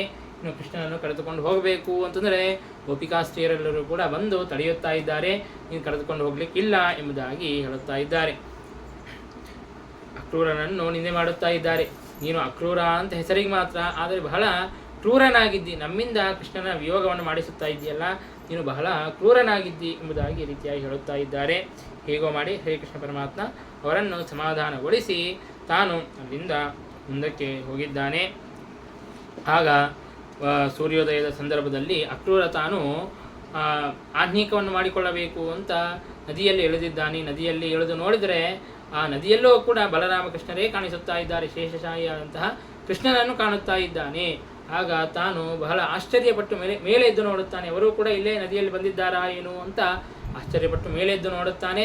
ರಥದಲ್ಲಿಯೂ ಕೂಡ ಶ್ರೀಕೃಷ್ಣ ಬಲರಾಮರು ಕಾಣುತ್ತಾ ಇದ್ದಾರೆ. ಇದೆಂತಹ ಅದ್ಭುತವಾದಂತಹ ದೃಶ್ಯ ಎಂಬುದಾಗಿ ತಾನು ಆಶ್ಚರ್ಯಪಟ್ಟಿದ್ದಾನೆ. ಹೀಗೆ ಶ್ರೀಕೃಷ್ಣ ಪರಮಾತ್ಮ ಅಕ್ರೂರನ ಮೇಲೆ ಅನುಗ್ರಹವನ್ನು ಮಾಡಿದ್ದಾನೆ. ಇನ್ನು ಅಕ್ರೂರನು ತಾನು ರಥವನ್ನು ಕಂಸನ ಮಥುರಾಪಟ್ಟಣಕ್ಕೆ ತಾನು ಕರೆದುಕೊಂಡು ಹೋಗಿದ್ದಾನೆ. ಆ ಮಥುರೆಯ ಸಮೀಪದಲ್ಲಿ ಬಂದಾಗ ನಾವು ಮಥುರೆಯ ನೆಲವನ್ನು ಕೂಡ ನೋಡಿಕೊಂಡು ಬರುತ್ತೇವೆ, ನೀನು ಮುಂದಕ್ಕೆ ಹೋಗಿ ಕಂಸನಿಗೆ ನಾವು ಬಂದಿದ್ದೇವೆ ಎನ್ನುವಂತಹ ವಿಚಾರವನ್ನು ತಿಳಿಸು ಎಂಬುದಾಗಿ ಶ್ರೀಕೃಷ್ಣ ಪರಮಾತ್ಮ ಅಕ್ರೂರನನ್ನು ಕೊಟ್ಟು ಕಳುಹಿಸಿದ್ದಾನೆ. ಈ ಕಡೆಗೆ ಪರಮಾತ್ಮ ತಾನು ಆ ಮಥುರೆಯಲ್ಲಿ ಸಂಚಾರ ಮಾಡುತ್ತಾ ಒಬ್ಬ ರಜಕ ಬರುತ್ತಾನೆ. ಆ ರಜಕ ಬಂದಾಗ ಬಟ್ಟೆಯನ್ನು ಒಗೆಯುವಂತಹ ಆ ರಜಕ ಬಂದಾಗ ಆಗ ಒಳ್ಳೆಯ ವಸ್ತ್ರಗಳಿರುತ್ತದೆ, ಆ ವಸ್ತ್ರಗಳನ್ನು ಕೊಡು ಎಂಬುದಾಗಿ ಶ್ರೀಕೃಷ್ಣ ಪರಮಾತ್ಮ ಕೇಳಿದರೂ ಕೂಡ ತಾನು ಕೊಡೋದಿಲ್ಲ. ರಾಜಯೋಗ್ಯವಾದಂತಹ ವಸ್ತ್ರಗಳನ್ನು ನಿಮ್ಮಂತಹ ಗೋಪಾಲಕರು ಧಾರಣೆ ಮಾಡಬಾರದು, ಆ ಇಚ್ಛೆಯನ್ನಾದರೂ ಹೇಗೆ ಪಡುತ್ತಿ ಎಂಬುದಾಗಿ ತಾನು ಬೈಯುತ್ತಾ ಇದ್ದಾನೆ. ಆಗ ಪರಮಾತ್ಮ ಆ ರಜಕನನ್ನು ಸಂಹಾರ ಮಾಡಿಬಿಟ್ಟಿದ್ದಾನೆ. ಇನ್ನು ಒಬ್ಬ ಕುಬ್ಜೆಯು ತಾನು ಗಂಧವನ್ನು ತಂದು ಸಮರ್ಪಣೆಯನ್ನು ಮಾಡಿದ್ದಾಳೆ. ಶ್ರೀಕೃಷ್ಣ ಪರಮಾತ್ಮ ಅದನ್ನು ಸ್ವೀಕಾರ ಮಾಡಿ ಆ ಕುಬ್ಜೆಯನ್ನು ಮತ್ತೆ ಚೆನ್ನಾಗಿ ರೂಪವತಿಯಾಗುವಂತೆ ಶ್ರೀಕೃಷ್ಣ ಪರಮಾತ್ಮ ಅವಳನ್ನು ರೂಪವತಿಯನ್ನಾಗಿ ಮಾಡಿದ್ದಾನೆ. ಇನ್ನು ತಾನು ಆ ದ್ವಾರದಲ್ಲಿ ಪ್ರವೇಶವನ್ನು ಮಾಡಬೇಕು ಅಂತ ಹೋಗಿದ್ದಾನೆ.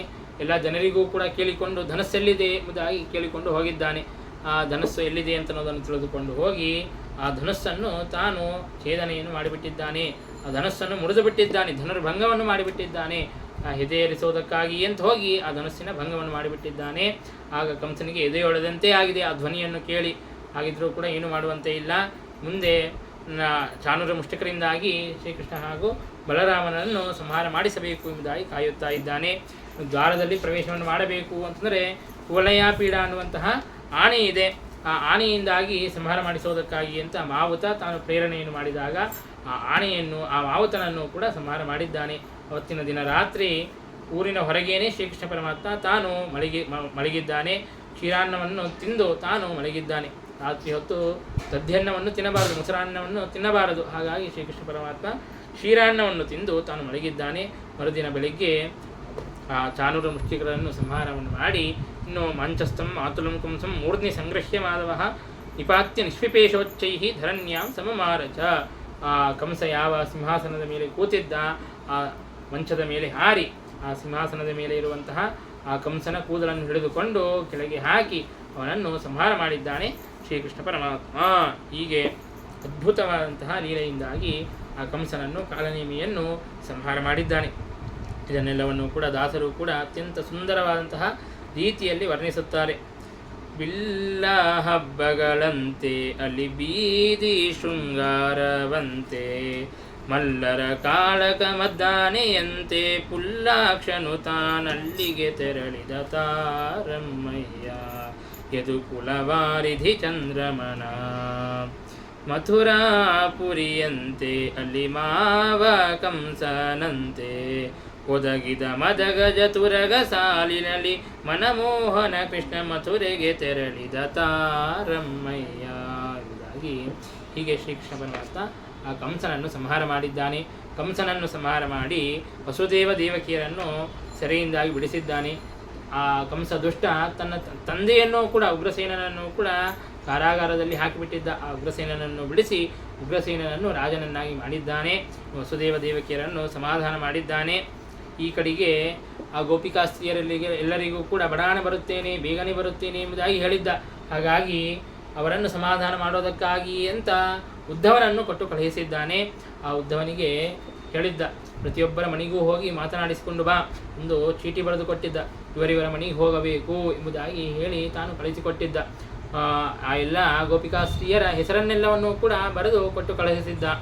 ಆಗ ಒಬ್ಬ ಸ್ತ್ರೀ ಶ್ರೀಕೃಷ್ಣ ಪರಮಾತ್ಮ ಹೇಳಿದ್ದ, ತಾನು ಯಾವಾಗಲೂ ಕೂಡ ತಾಂಬೂಲವನ್ನು ತಿನ್ನುತ್ತಾ ಇರುತ್ತಾಳೆ, ಆಕೆಯ ಹತ್ರ ಹೋಗಿ ಮಾತನಾಡಿಸಿಕೊಂಡು ಬಾ ಎಂಬುದಾಗಿ ಹೇಳಿದ್ದಾನೆ. ಆಗ ಉದ್ಧವನು ಕೂಡ ಸರಿ ಅಂತ ಚೀಟಿಯ ಪ್ರಕಾರ ತಾನು ಹೋಗಿದ್ದಾನೆ. ಆ ಸ್ತ್ರೀಯ ಮನೆಗೆ ಹೋಗಿದ್ದಾನೆ, ಗೋಪಿಕಾ ಸ್ತ್ರೀಯರ ಮನೆಗೆ ಹೋಗಿದ್ದಾನೆ. ಅಲ್ಲಿ ನೋಡುತ್ತಾನೆ, ಆಕೆ ತಾಂಬೂಲವನ್ನೇ ಹಾಕಿಕೊಂಡಿಲ್ಲ, ತಾಂಬೂಲವನ್ನು ಯಾವಾಗಲೂ ತಿನ್ನುತ್ತಾ ಇರುತ್ತಾಳೆ ಅಂತ ಶ್ರೀಕೃಷ್ಣ ಹೇಳಿದ್ದ. ಆದರೆ ಆಕೆಯು ತಾಂಬೂಲವನ್ನೇ ತಿನ್ನುತ್ತಾ ಇಲ್ಲ. ಮತ್ತೆ ತಾನು ಕೇಳಿದ. ಆಗ ಗಂಡ ಬಂದು ಹೇಳುತ್ತಾನೆ, ಇಲ್ಲ, ಆಕೆಯೊಂದು ವ್ರತವನ್ನು ಹಿಡಿದುಕೊಂಡಿದ್ದಾಳೆ, ಎಲ್ಲಿಯವರೆಗೆ ಶ್ರೀಕೃಷ್ಣ ಬರೋದಿಲ್ಲವೋ ಅಲ್ಲಿಯವರೆಗೆ ತಾನು ತಾಂಬೂಲವನ್ನು ತಿನ್ನೋದಿಲ್ಲ ಎಂಬುದಾಗಿ ಬಿಟ್ಟಿದ್ದಾಳೆ ಅಂತ. ಮತ್ತೊಬ್ಬಳ ಮನೆಗೆ ಹೋಗುವಂತ ಬರೆದು ಕಳಿಸಿಕೊಟ್ಟಿದ್ದ. ಬಹಳ ಸ್ಥೂಲಕಾಯ, ಬಹಳ ದಪ್ಪವಾಗಿರುತ್ತಾಳೆ, ಆ ಗೋಪಿಕಾಸ್ತ್ರೀಯರಿಗೆ ಮನೆಗೂ ಕೂಡ ಹೋಗಿ ಬಾ ಎಂಬುದಾಗಿ ಕಳಿಸಿಕೊಟ್ಟಿದ್ದ. ಆಗ ಉದ್ಧವ ತಾನು ಹೋಗಿದ್ದಾನೆ. ಆದರೆ ಆಕೆ ಬಹಳ ತೆಳ್ಳಗಿದ್ದಾಳೆ, ದಪ್ಪವಾಗಿ ಇಲ್ಲೇ ಇಲ್ಲ. ಮತ್ತೆ ಇದ್ದಾಳೆ ಅಂತ ಶ್ರೀಕೃಷ್ಣ ಪರಮಾತ್ಮ ಹೇಳಿದ್ದಲ್ಲ ಅಂತ ಆಗ ತಾನು ವಿಚಾರವನ್ನು ನೋಡಿದಾಗ ಆಗ ಆ ಗಂಡ ಬಂದು ಹೇಳುತ್ತಾನೆ, ಇಲ್ಲ, ನನ್ನ ಹೆಂಡತಿಯು ಕೂಡ ವ್ರತವನ್ನು ಹಿಡಿದಿದ್ದಾಳೆ, ಎಲ್ಲಿಯವರೆಗೆ ಶ್ರೀಕೃಷ್ಣ ಬರೋದಿಲ್ಲವೋ ಅಲ್ಲಿಯವರೆಗೆ ನಾನು ಊಟವನ್ನು ಮಾಡೋದಿಲ್ಲ, ಬರೀ ಹಾಲು ಹಣ್ಣು ಇದನ್ನೇ ತೆಗೆದುಕೊಂಡು ಇರುತ್ತೇನೆ ಎಂಬುದಾಗಿ ಹೇಳಿದ್ದಾಳೆ. ಹಾಗಾಗಿ ತಾನು ಕೃಶಳಾಗಿ ಬಿಟ್ಟಿದ್ದಾಳೆ, ತೆಳ್ಳಗೆ ಆಗಿದ್ದಾಳೆ ಎಂಬುದಾಗಿ ಈ ರೀತಿಯಾಗಿ ಹೇಳಿದ್ದಾಳೆ. ಇನ್ನು ಶ್ರೀಕೃಷ್ಣ ಪರಮಾತ್ಮ ಇನ್ನೊಂದು ಸ್ತ್ರೀಯ ಬಗ್ಗೆ ಬರೆದಿರುತ್ತಾನೆ. ಈಕೆ ಬಹಳ ಇಂಪಾರ್ಟೆಂಟ್ ಸ್ತ್ರೀ, ಈಕೆಯ ಮನೆಗೆ ಹೋಗಲೇಬೇಕು ಎಂಬುದಾಗಿ ಬರೆದು ಕಟ್ಟು ಕಳಿಸಿರುತ್ತಾನೆ. ಅಲ್ಲಿಗೆ ಉದ್ಧವ ತಾನು ಹೋಗುತ್ತಾನೆ. ಆಗ ಅಲ್ಲಿ ಗೋಪಿಕಾಸ್ತ್ರೀ ಬರೋದೇ ಇಲ್ಲ, ಗಂಡನೇ ಬರುತ್ತಾನೆ. ಬಂದಾಗ ಉದ್ಧವ ಹೇಳುತ್ತಾನೆ, ನೀನೇನು ಈ ಲಿಸ್ಟ್ನಲ್ಲಿ ಇಲ್ಲೇ ಇಲ್ಲ, ಎಲ್ಲ ಗೋಪಿಕಾಸ್ತ್ರೀಯರಿದ್ದಾರೆ, ನೀನ್ಯಾಕೆ ಬಂದಿ ಅಂತ ಕೇಳ್ತಾನೆ. ಇಲ್ಲ, ನನ್ನ ಹೆಂಡತಿಯೊಂದು ವ್ರತವನ್ನು ಹಿಡಿದಿದ್ದಾಳೆ. ಏನು ಅಂತಂದರೆ, ಶ್ರೀಕೃಷ್ಣ ಇಲ್ಲಿಯವರೆಗೆ ಬರೋದಿಲ್ಲ, ಅಲ್ಲಿಯವರೆಗೆ ನಾನು ಮನೆ ಕೆಲಸಗಳನ್ನೇ ಮಾಡೋದಿಲ್ಲ ಅಂತ ಮಾಡಿಬಿಟ್ಟಿದ್ದಾಳೆ. ಹಾಗಾಗಿ ನಾನೇ ಎಲ್ಲ ಮಾಡ್ಕೋಬೇಕಾಗ್ತದೆ. ಆಕೆಯ ಬಟ್ಟೆಗಳನ್ನು ನಾನೇ ಒಗಿಬೇಕು, ನಾನೇ ಅಡಿಗೆ ಮಾಡಬೇಕು, ನಾನೇ ಪಾತ್ರೆಗಳನ್ನು ತೊಳೆಯೋದು, ಇದೆಲ್ಲ ಆಗಿಬಿಟ್ಟಿದೆ. ಹಾಗಾಗಿ ಶ್ರೀಕೃಷ್ಣನಿಗೆ ಬರೋದಕ್ಕಾಗಿ ಹೇಳು ಎಂಬುದಾಗಿ ಈ ರೀತಿಯಾಗಿ ಹೇಳಿದ್ದಾನೆ. ಅಂತಂದರೆ ಆ ಗೋಪಿಕಾ ಸ್ತ್ರೀಯರೆಲ್ಲರೂ ಕೂಡ ಶ್ರೀಕೃಷ್ಣ ಪರಮಾತ್ಮನ ಆ ಭಕ್ತಿಯಲ್ಲಿ, ಪ್ರೀತಿಯಲ್ಲಿ ಮುಳುಗಿ ಹೀಗೆ ಅನೇಕ ವ್ರತಗಳನ್ನು ಆಚರಿಸುತ್ತಾ ಶ್ರೀಕೃಷ್ಣನನ್ನು ಮತ್ತೆ ಕಾಣಬೇಕು ಎಂಬುದಾಗಿ ತಾವೆಲ್ಲರೂ ಕೂಡ ಕಾಯುತ್ತಾ ಇದ್ದಾರೆ. ಉದ್ಧವ ಅವರನ್ನೆಲ್ಲರನ್ನೂ ಕೂಡ ಸಮಾಧಾನ ಮಾಡಿದ್ದಾನೆ. ಈ ಕಡೆಗೆ ಶ್ರೀಕೃಷ್ಣ ಪರಮಾತ್ಮ ತಾನು ಆ ಮಥುರಾಪುರವನ್ನು ಚೆನ್ನಾಗಿ ರಕ್ಷಣೆಯನ್ನು ಮಾಡೋದಕ್ಕಾಗಿ ಅಂತ ಅಲ್ಲೇ ಇದ್ದಾನೆ. ಉಗ್ರಸೇನನನ್ನು ರಾಜನನ್ನಾಗಿ ಮಾಡಿ ತಾನು ಎಲ್ಲ ಮಾರ್ಗನಿರ್ದೇಶವನ್ನು ಮಾಡಿ ರಾಜ್ಯವನ್ನು ಪರಿಪಾಲನೆ ಮಾಡಿಸುತ್ತಾ ಇದ್ದಾನೆ. ಜರಾಸಂಧ ಅನೇಕ ಸಲ ಯುದ್ಧಕ್ಕೆ ಬರುವುದನ್ನು ಕಂಡು ಆ ಮಥುರಾಪುರವನ್ನು ಬಿಟ್ಟು ದ್ವಾರಕೆಯನ್ನು ತಾನು ನಿರ್ಮಾಣ ಮಾಡಿದ್ದಾನೆ. ಆ ದ್ವಾರಕೆಯಲ್ಲಿ ವಾಸವಾಗುವುದಕ್ಕಾಗಿ ಸಮುದ್ರದ ಮಧ್ಯದಲ್ಲಿ ಆ ದ್ವಾರಕೆಯನ್ನು ನಿರ್ಮಾಣ ಮಾಡಿ ಎಲ್ಲ ಯಾದವರಿಂದಾಗಿ ಸಹಿತನಾಗಿ ದ್ವಾರಕೆಗೆ ಪರಮಾತ್ಮ ತಾನು ಹೋಗಿದ್ದಾನೆ. ಹೀಗೆ ಪರಮಾತ್ಮ ಅನೇಕ ಕ್ರೀಡೆಗಳನ್ನು ಮಾಡುತ್ತಾ ಇದ್ದಾನೆ. ಇನ್ನು ಪರಮಾತ್ಮ ತಾನು ರುಕ್ಮಿಣಿಯನ್ನು ವಿವಾಹವನ್ನು ಮಾಡಿಕೊಳ್ಳಬೇಕು ಅಂತ ಅಂದುಕೊಂಡಿದ್ದಾನೆ. ಭೀಷ್ಮಕ ರಾಜ, ವಿದರ್ಭ ದೇಶಕ್ಕೆ ಅಧಿಪತಿಯಾದವನು, ತಾನು ತನ್ನ ಮಗಳನ್ನು ತನ್ನ ಮಗನ ರುಕ್ಮಿಯ ಒಂದು ಪ್ರಭಾವದಿಂದಾಗಿ ಶಿಶುಪಾಲನಿಗೆ ಕೊಟ್ಟು ಮದುವೆಯನ್ನು ಮಾಡಬೇಕು ಅಂತ ಅಂದುಕೊಂಡಿದ್ದಾನೆ. ಹಾಗಿದ್ದರೂ ಕೂಡ ಸುಮ್ಮನೆ ಕೊಟ್ಟು ಬಿಟ್ಟರೆ ಅದು ರಾಜನಿಗೆ ಅದು ಗೌರವ ಅಂತ ಅನ್ನಿಸೋದಿಲ್ಲ. ಹಾಗಾಗಿ ಸ್ವಯಂವರವನ್ನು ಮಾಡಬೇಕು, ರುಕ್ಮಿಣಿ ಸ್ವಯಂವರವನ್ನು ಮಾಡೋದು. ಸ್ವಯಂವರ ಸುಮ್ಮನೆ ನಾಮಕೆ ವಾಸ್ತಿ, ಆದರೆ ಕೊಡೋದಂತೂ ಶಿಶುಪಾಲನಿಗೇನೆ ಎಂಬುದಾಗಿ ಮೊದಲಿಗೇನೆ ರುಕ್ಮಿಣಿಯನ್ನು ಹೆದರಿಸಿ ಆ ರೀತಿಯಾಗಿ ಮಾಡಿದ್ದಾರೆ. ಆಗ ಅಂದರೆ ಕೆಲವು ಸ್ಪರ್ಧೆಗಳಲ್ಲಿ ಮೊದಲೇ ಫಿಕ್ಸಿಂಗ್ ಮಾಡಿಬಿಟ್ಟಿರ್ತಾರೆ ನೋಡ್ರಿ, ಹಾಗೆ ಫಿಕ್ಸಿಂಗ್ ಮಾಡಿದ್ದಾರೆ. ಶಿಶುಪಾಲನಲ್ಲೇ ಆ ಶಿಶುಪಾಲನ ಕೊರಲಲ್ಲೇನೆ ನೀನು ಹಾರವನ್ನು ಹಾಕಬೇಕು ಎಂಬುದಾಗಿ ಹೇಳಿದ್ದಾರೆ. ಆದರೂ ಒಂದು ಸ್ವಯಂವರವನ್ನಂತೂ ಮಾಡಬೇಕು ಅಂತ ಸ್ವಯಂವರವನ್ನು ಮಾಡೋದಕ್ಕಾಗಿ ಅಂತ ಸಿದ್ಧ ಮಾಡಿದ್ದಾರೆ. ಈ ಸುದ್ದಿ ಕೃಷ್ಣನಿಗೆ ಗೊತ್ತಾಯಿತು. ನನ್ನ ಹೆಂಡತಿಗೆ ಸ್ವಯಂವರ ಮಾಡ್ತಾ ಇದ್ದಾರೆ ಇವರು ಅಂತ ಹೇಳಿಬಿಟ್ಟು ಶ್ರೀಕೃಷ್ಣ ಪರಮಾತ್ಮ ಬೇಗನೆ ಗರುಡನನ್ನು ಕರೆದು ಗರುಡನ ಮೇಲೆ ಕೂತು ತಾನು ಬರುತ್ತಾ ಇದ್ದಾನೆ. ಆ ಗರುಡನ ಆ ರೆಕ್ಕೆಗಳ ಆ ವೇಗಕ್ಕೆ ಗಾಳಿಗೆ ಅಲ್ಲಿ ಕುಳಿತಿರುವಂತಹ ಸ್ವಯಂವರಕ್ಕೆ ಬಂದು ಎಲ್ಲರೂ ಏನು ಕುಳಿತಿದ್ರೋ ಅವರೆಲ್ಲರೂ ಕೂಡ ಹಾರಿ ಕೆಳಗೆ ಬೀಳುತ್ತಾ ಇದ್ದಾರೆ.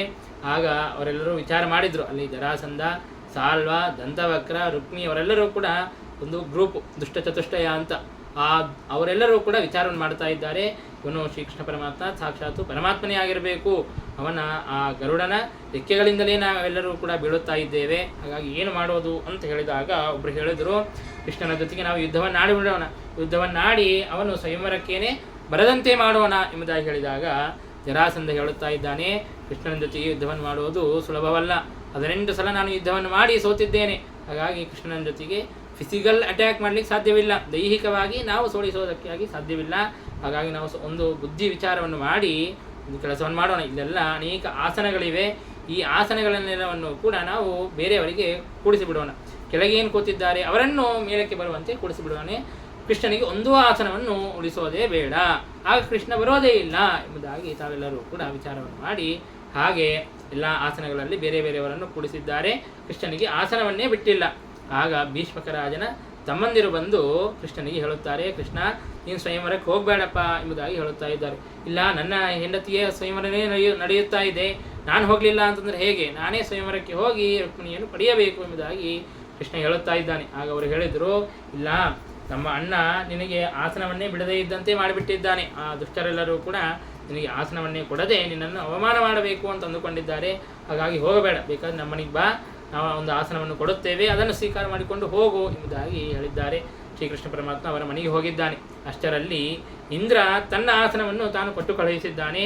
ಕೊಟ್ಟು ಕಳುಹಿಸೋದಲ್ಲದೆ ಒಬ್ಬ ದೂತನಿಗೆ ಹೇಳಿ ಕಳಿಸಿದ್ದಾನೆ, ಶ್ರೀಕೃಷ್ಣ ಪರಮಾತ್ಮ ಆ ವಿದರ್ಭ ದೇಶಕ್ಕೆ ಬಂದಿದ್ದಾನೆ, ನೀವೆಲ್ಲರೂ ಕೂಡ ಆ ಸ್ವಯಂವರಕ್ಕೆ ಬಂದವರೆಲ್ಲರೂ ಕೂಡ ಹೋಗಿ ಶ್ರೀಕೃಷ್ಣ ಪರಮಾತ್ಮನನ್ನು ಭವ್ಯವಾಗಿ ಸ್ವಾಗತವನ್ನು ಮಾಡಿಕೊಂಡು ಬರಬೇಕು, ವಾದ್ಯಘೋಷ ಪುರಸ್ಸರವಾಗಿ ಕೃಷ್ಣನಿಗೆ ಹಾರವನ್ನು ಹಾಕಿ ಅತ್ಯಂತ ಭವ್ಯವಾದಂತಹ ಸ್ವಾಗತವನ್ನು ಮಾಡಿ ಕರೆದುಕೊಂಡು ಬರಬೇಕು.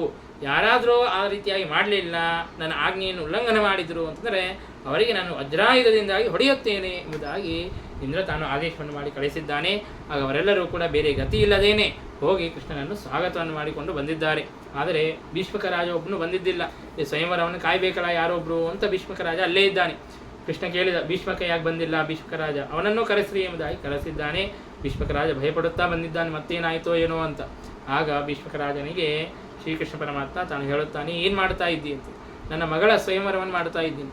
ನೀನು ನಿನ್ನ ಮಗಳ ಸ್ವಯಂವರವನ್ನು ಮಾಡ್ತಾ ಇಲ್ಲ, ನಿನ್ನ ತಾಯಿಯ ಸ್ವಯಂವರವನ್ನು ಮಾಡುತ್ತಾ ಇದ್ದಿ. ಯಾಕಂದರೆ ರುಕ್ಮಿಣೀ ದೇವಿ ಅಂತಂದರೆ ಸಾಕ್ಷಾತ್ತು ಜಗನ್ಮಾತೆಯಾದಂತಹ ಲಕ್ಷ್ಮೀದೇವಿ, ಹಾಗಾಗಿ ನೀನು ಆ ಸ್ವಯಂವರವನ್ನು ಮಾಡೋದು ಉಚಿತವಲ್ಲ ಎಂಬುದಾಗಿ ಕೃಷ್ಣ ಹೇಳುತ್ತಾ ಇದ್ದಾನೆ.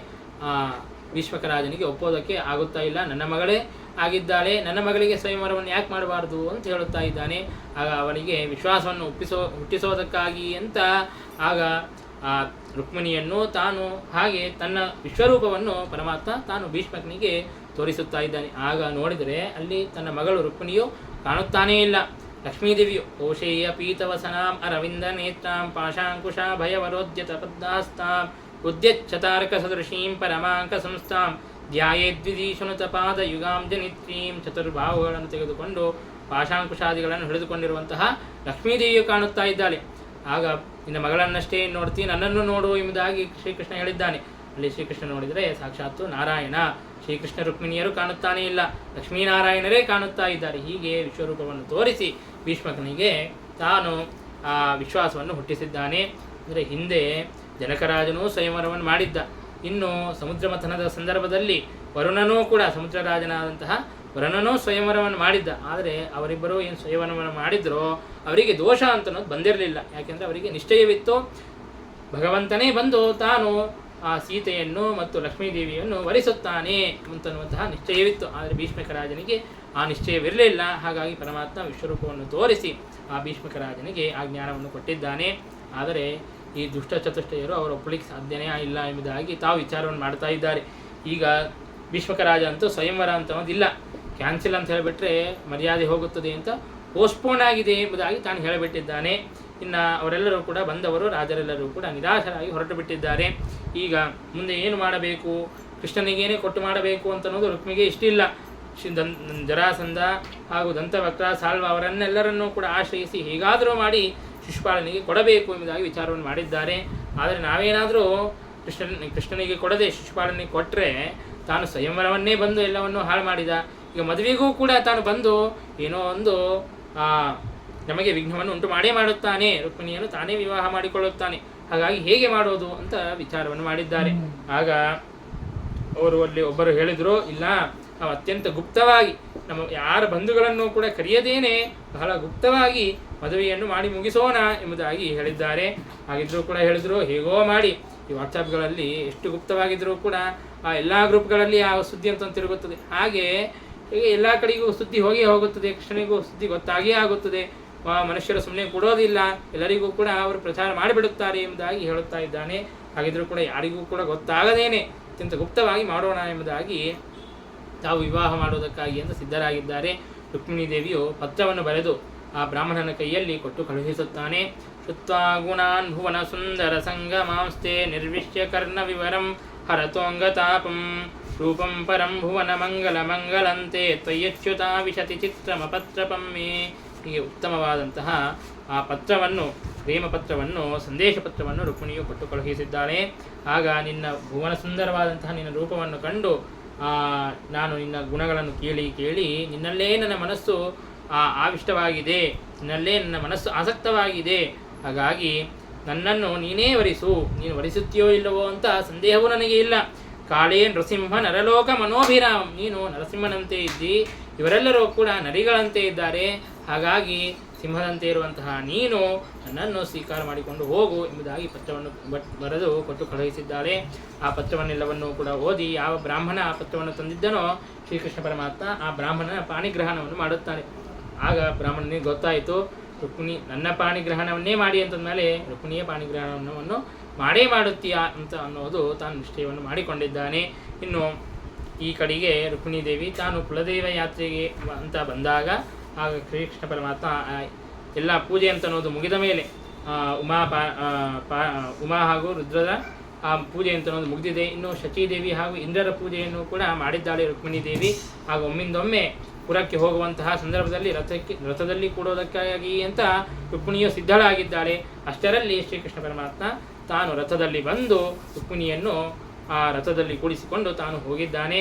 ಜರಾಸಂಧಾದಿಗಳೆಲ್ಲರೂ ಕೂಡ ಆಗ ಯಾದವರೆಲ್ಲರೂ ಕೂಡ ಬಂದಿದ್ದರು. ಬಲರಾಮ ಯಾದವರನ್ನೆಲ್ಲರನ್ನೂ ಕೂಡ ಕರೆದುಕೊಂಡು ಬಂದಿದ್ದ. ಅವರೆಲ್ಲರೂ ಕೂಡ ಯುದ್ಧವಾಡಿ ಜರಾಸಂಧಾದಿಗಳನ್ನು ಸೋಲಿಸಿ ಬಿಟ್ಟಿದ್ದಾರೆ. ರುಕ್ಮಿಣಿ ಮಾತ್ರ ತಾನು ಬಿಡುತ್ತಾ ಇಲ್ಲ. ಹೇಗಾದರೂ ಮಾಡಿ ಕೃಷ್ಣನನ್ನು ಸಂಹಾರವನ್ನು ಮಾಡಬೇಕು, ನಾನು ಮತ್ತೆ ಪುರದಲ್ಲಿ ಕಾಲ ಇಡೋದಾಗಿದ್ದರೆ ಕೃಷ್ಣನನ್ನು ಸಂಹಾರ ಮಾಡಿ ನನ್ನ ತಂಗಿಯನ್ನು ಕರೆದುಕೊಂಡು ಬಂದೇ ನಾನು ಕಾಲನ್ನು ಇಡುತ್ತೇನೆ, ಇಲ್ಲದೇ ಇದ್ದರೆ ಕುಂಡಿನಂ ನ ಪ್ರವೇಕ್ಷ್ಯಾಮಿ, ಕುಂಡಿನಪುರದಲ್ಲಿ ನಾನು ಮತ್ತೆ ಕಾಲನ್ನೇ ಇಡೋದಿಲ್ಲ ಎಂಬುದಾಗಿ ಪ್ರತಿಜ್ಞೆಯನ್ನು ಮಾಡಿದ್ದಾನೆ. ಆಗ ಕೃಷ್ಣನನ್ನು ಬೆನ್ನತ್ತಿ ಹೋಗಿದ್ದಾನೆ. ನರ್ಮದಾ ತೀರದಲ್ಲಿ ಕೃಷ್ಣನನ್ನು ಸಿಕ್ಕಿದ್ದಾನೆ, ಅಲ್ಲಿ ಯುದ್ಧವನ್ನು ಆಡಿದ್ದಾನೆ. ಕೃಷ್ಣ ಸಂಹಾರ ಮಾಡೋದಕ್ಕಾಗಿ ಅಂತ ಹೋದಾಗ ರುಕ್ಮಿಣೀ ದೇವಿ ಕಾಲಿಗೆ ಬಿದ್ದು ಪ್ರಾರ್ಥನೆಯನ್ನು ಮಾಡಿದ್ದಾಳೆ, ನನ್ನ ಅಣ್ಣನನ್ನು ಸಂಹಾರ ಮಾಡಬೇಡ ಎಂಬುದಾಗಿ. ಆಗ ಸರಿ ಅಂತ ಶ್ರೀಕೃಷ್ಣ ಪರಮಾತ್ಮ ಆ ರುಕ್ಮಿಣೀ ದೇವಿಯ ಮೇಲೆ ಇರುವಂತಹ ಪ್ರೀತಿಯಿಂದಾಗಿ ಬಿಟ್ಟಿದ್ದಾನೆ. ಆದರೆ ಅವನ ತಲೆಯನ್ನೆಲ್ಲವನ್ನು ಕೂಡ ಮುಂಡನ ಮಾಡಿದ್ದಾನೆ, ಮೀಸೆಯನ್ನೆಲ್ಲವನ್ನು ಕೂಡ ಮುಂಡನೆಯನ್ನು ಮಾಡಿ ಅವನನ್ನು ಕುರೂಪನನ್ನಾಗಿ ಮಾಡಿ ಆ ರುಕ್ಮಿಣಿಯನ್ನು ಬಿಟ್ಟಿದ್ದಾನೆ. ಹೀಗೆ ಆ ರುಕ್ಮಿಣಿಯು ತಾನು ತನ್ನ ಒಂದು ಪ್ರತಿಜ್ಞೆಯಂತೆ ಕುಂಡಿನಪುರಕ್ಕೆ ಹೋಗದೆ ಹೊರಗೇನೆ ಮತ್ತೊಂದು ಗ್ರಾಮದಲ್ಲಿ ತಾನು ನಿವಾಸವನ್ನು ಮಾಡುತ್ತಾ ಇದ್ದಾನೆ.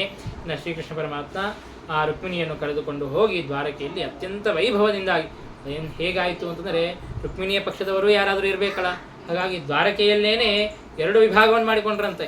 ಒಂದು ವರಪಕ್ಷ, ಇನ್ನೊಂದು ವಧೂ ಪಕ್ಷ ಅಂತ ಮಾಡಿಕೊಂಡು ಭವ್ಯವಾದಂತಹ ರೀತಿಯಲ್ಲಿ ಆ ವಿವಾಹವನ್ನು ಮಾಡಿದ್ದಾರೆ. ಜನಾರ್ದನಶ್ಚ ರುಕ್ಮಿಣೀಕರಂ ಶುಭೇ ದಿನೇ ಗ್ರಹೀತ್ ಮಹೋತ್ಸವಸ್ತದಾ ಭವತ್ ಕುಶಸ್ಥಳೀ ನಿವಾಸಿನಾಂ. ಅಲ್ಲಿರುವಂತಹ ಎಲ್ಲ ಜನರಿಗೂ ಕೂಡ ಪರಮೋತ್ಸವ, ಬಹಳ ಮಹಾ ಉತ್ಸವ ಅಂತ ಅನ್ನೋದು ಆಗಿದೆ. ಅವರೆಲ್ಲರಿಗೂ ಕೂಡ ಮಹಾ ಸಂತೋಷ ಅಂತ ಅನ್ನೋದು ಆಗುತ್ತಾ ಇದೆ. ಇನ್ನು ಮುಂದೆ ಶ್ರೀಕೃಷ್ಣ ಪರಮಾತ್ಮ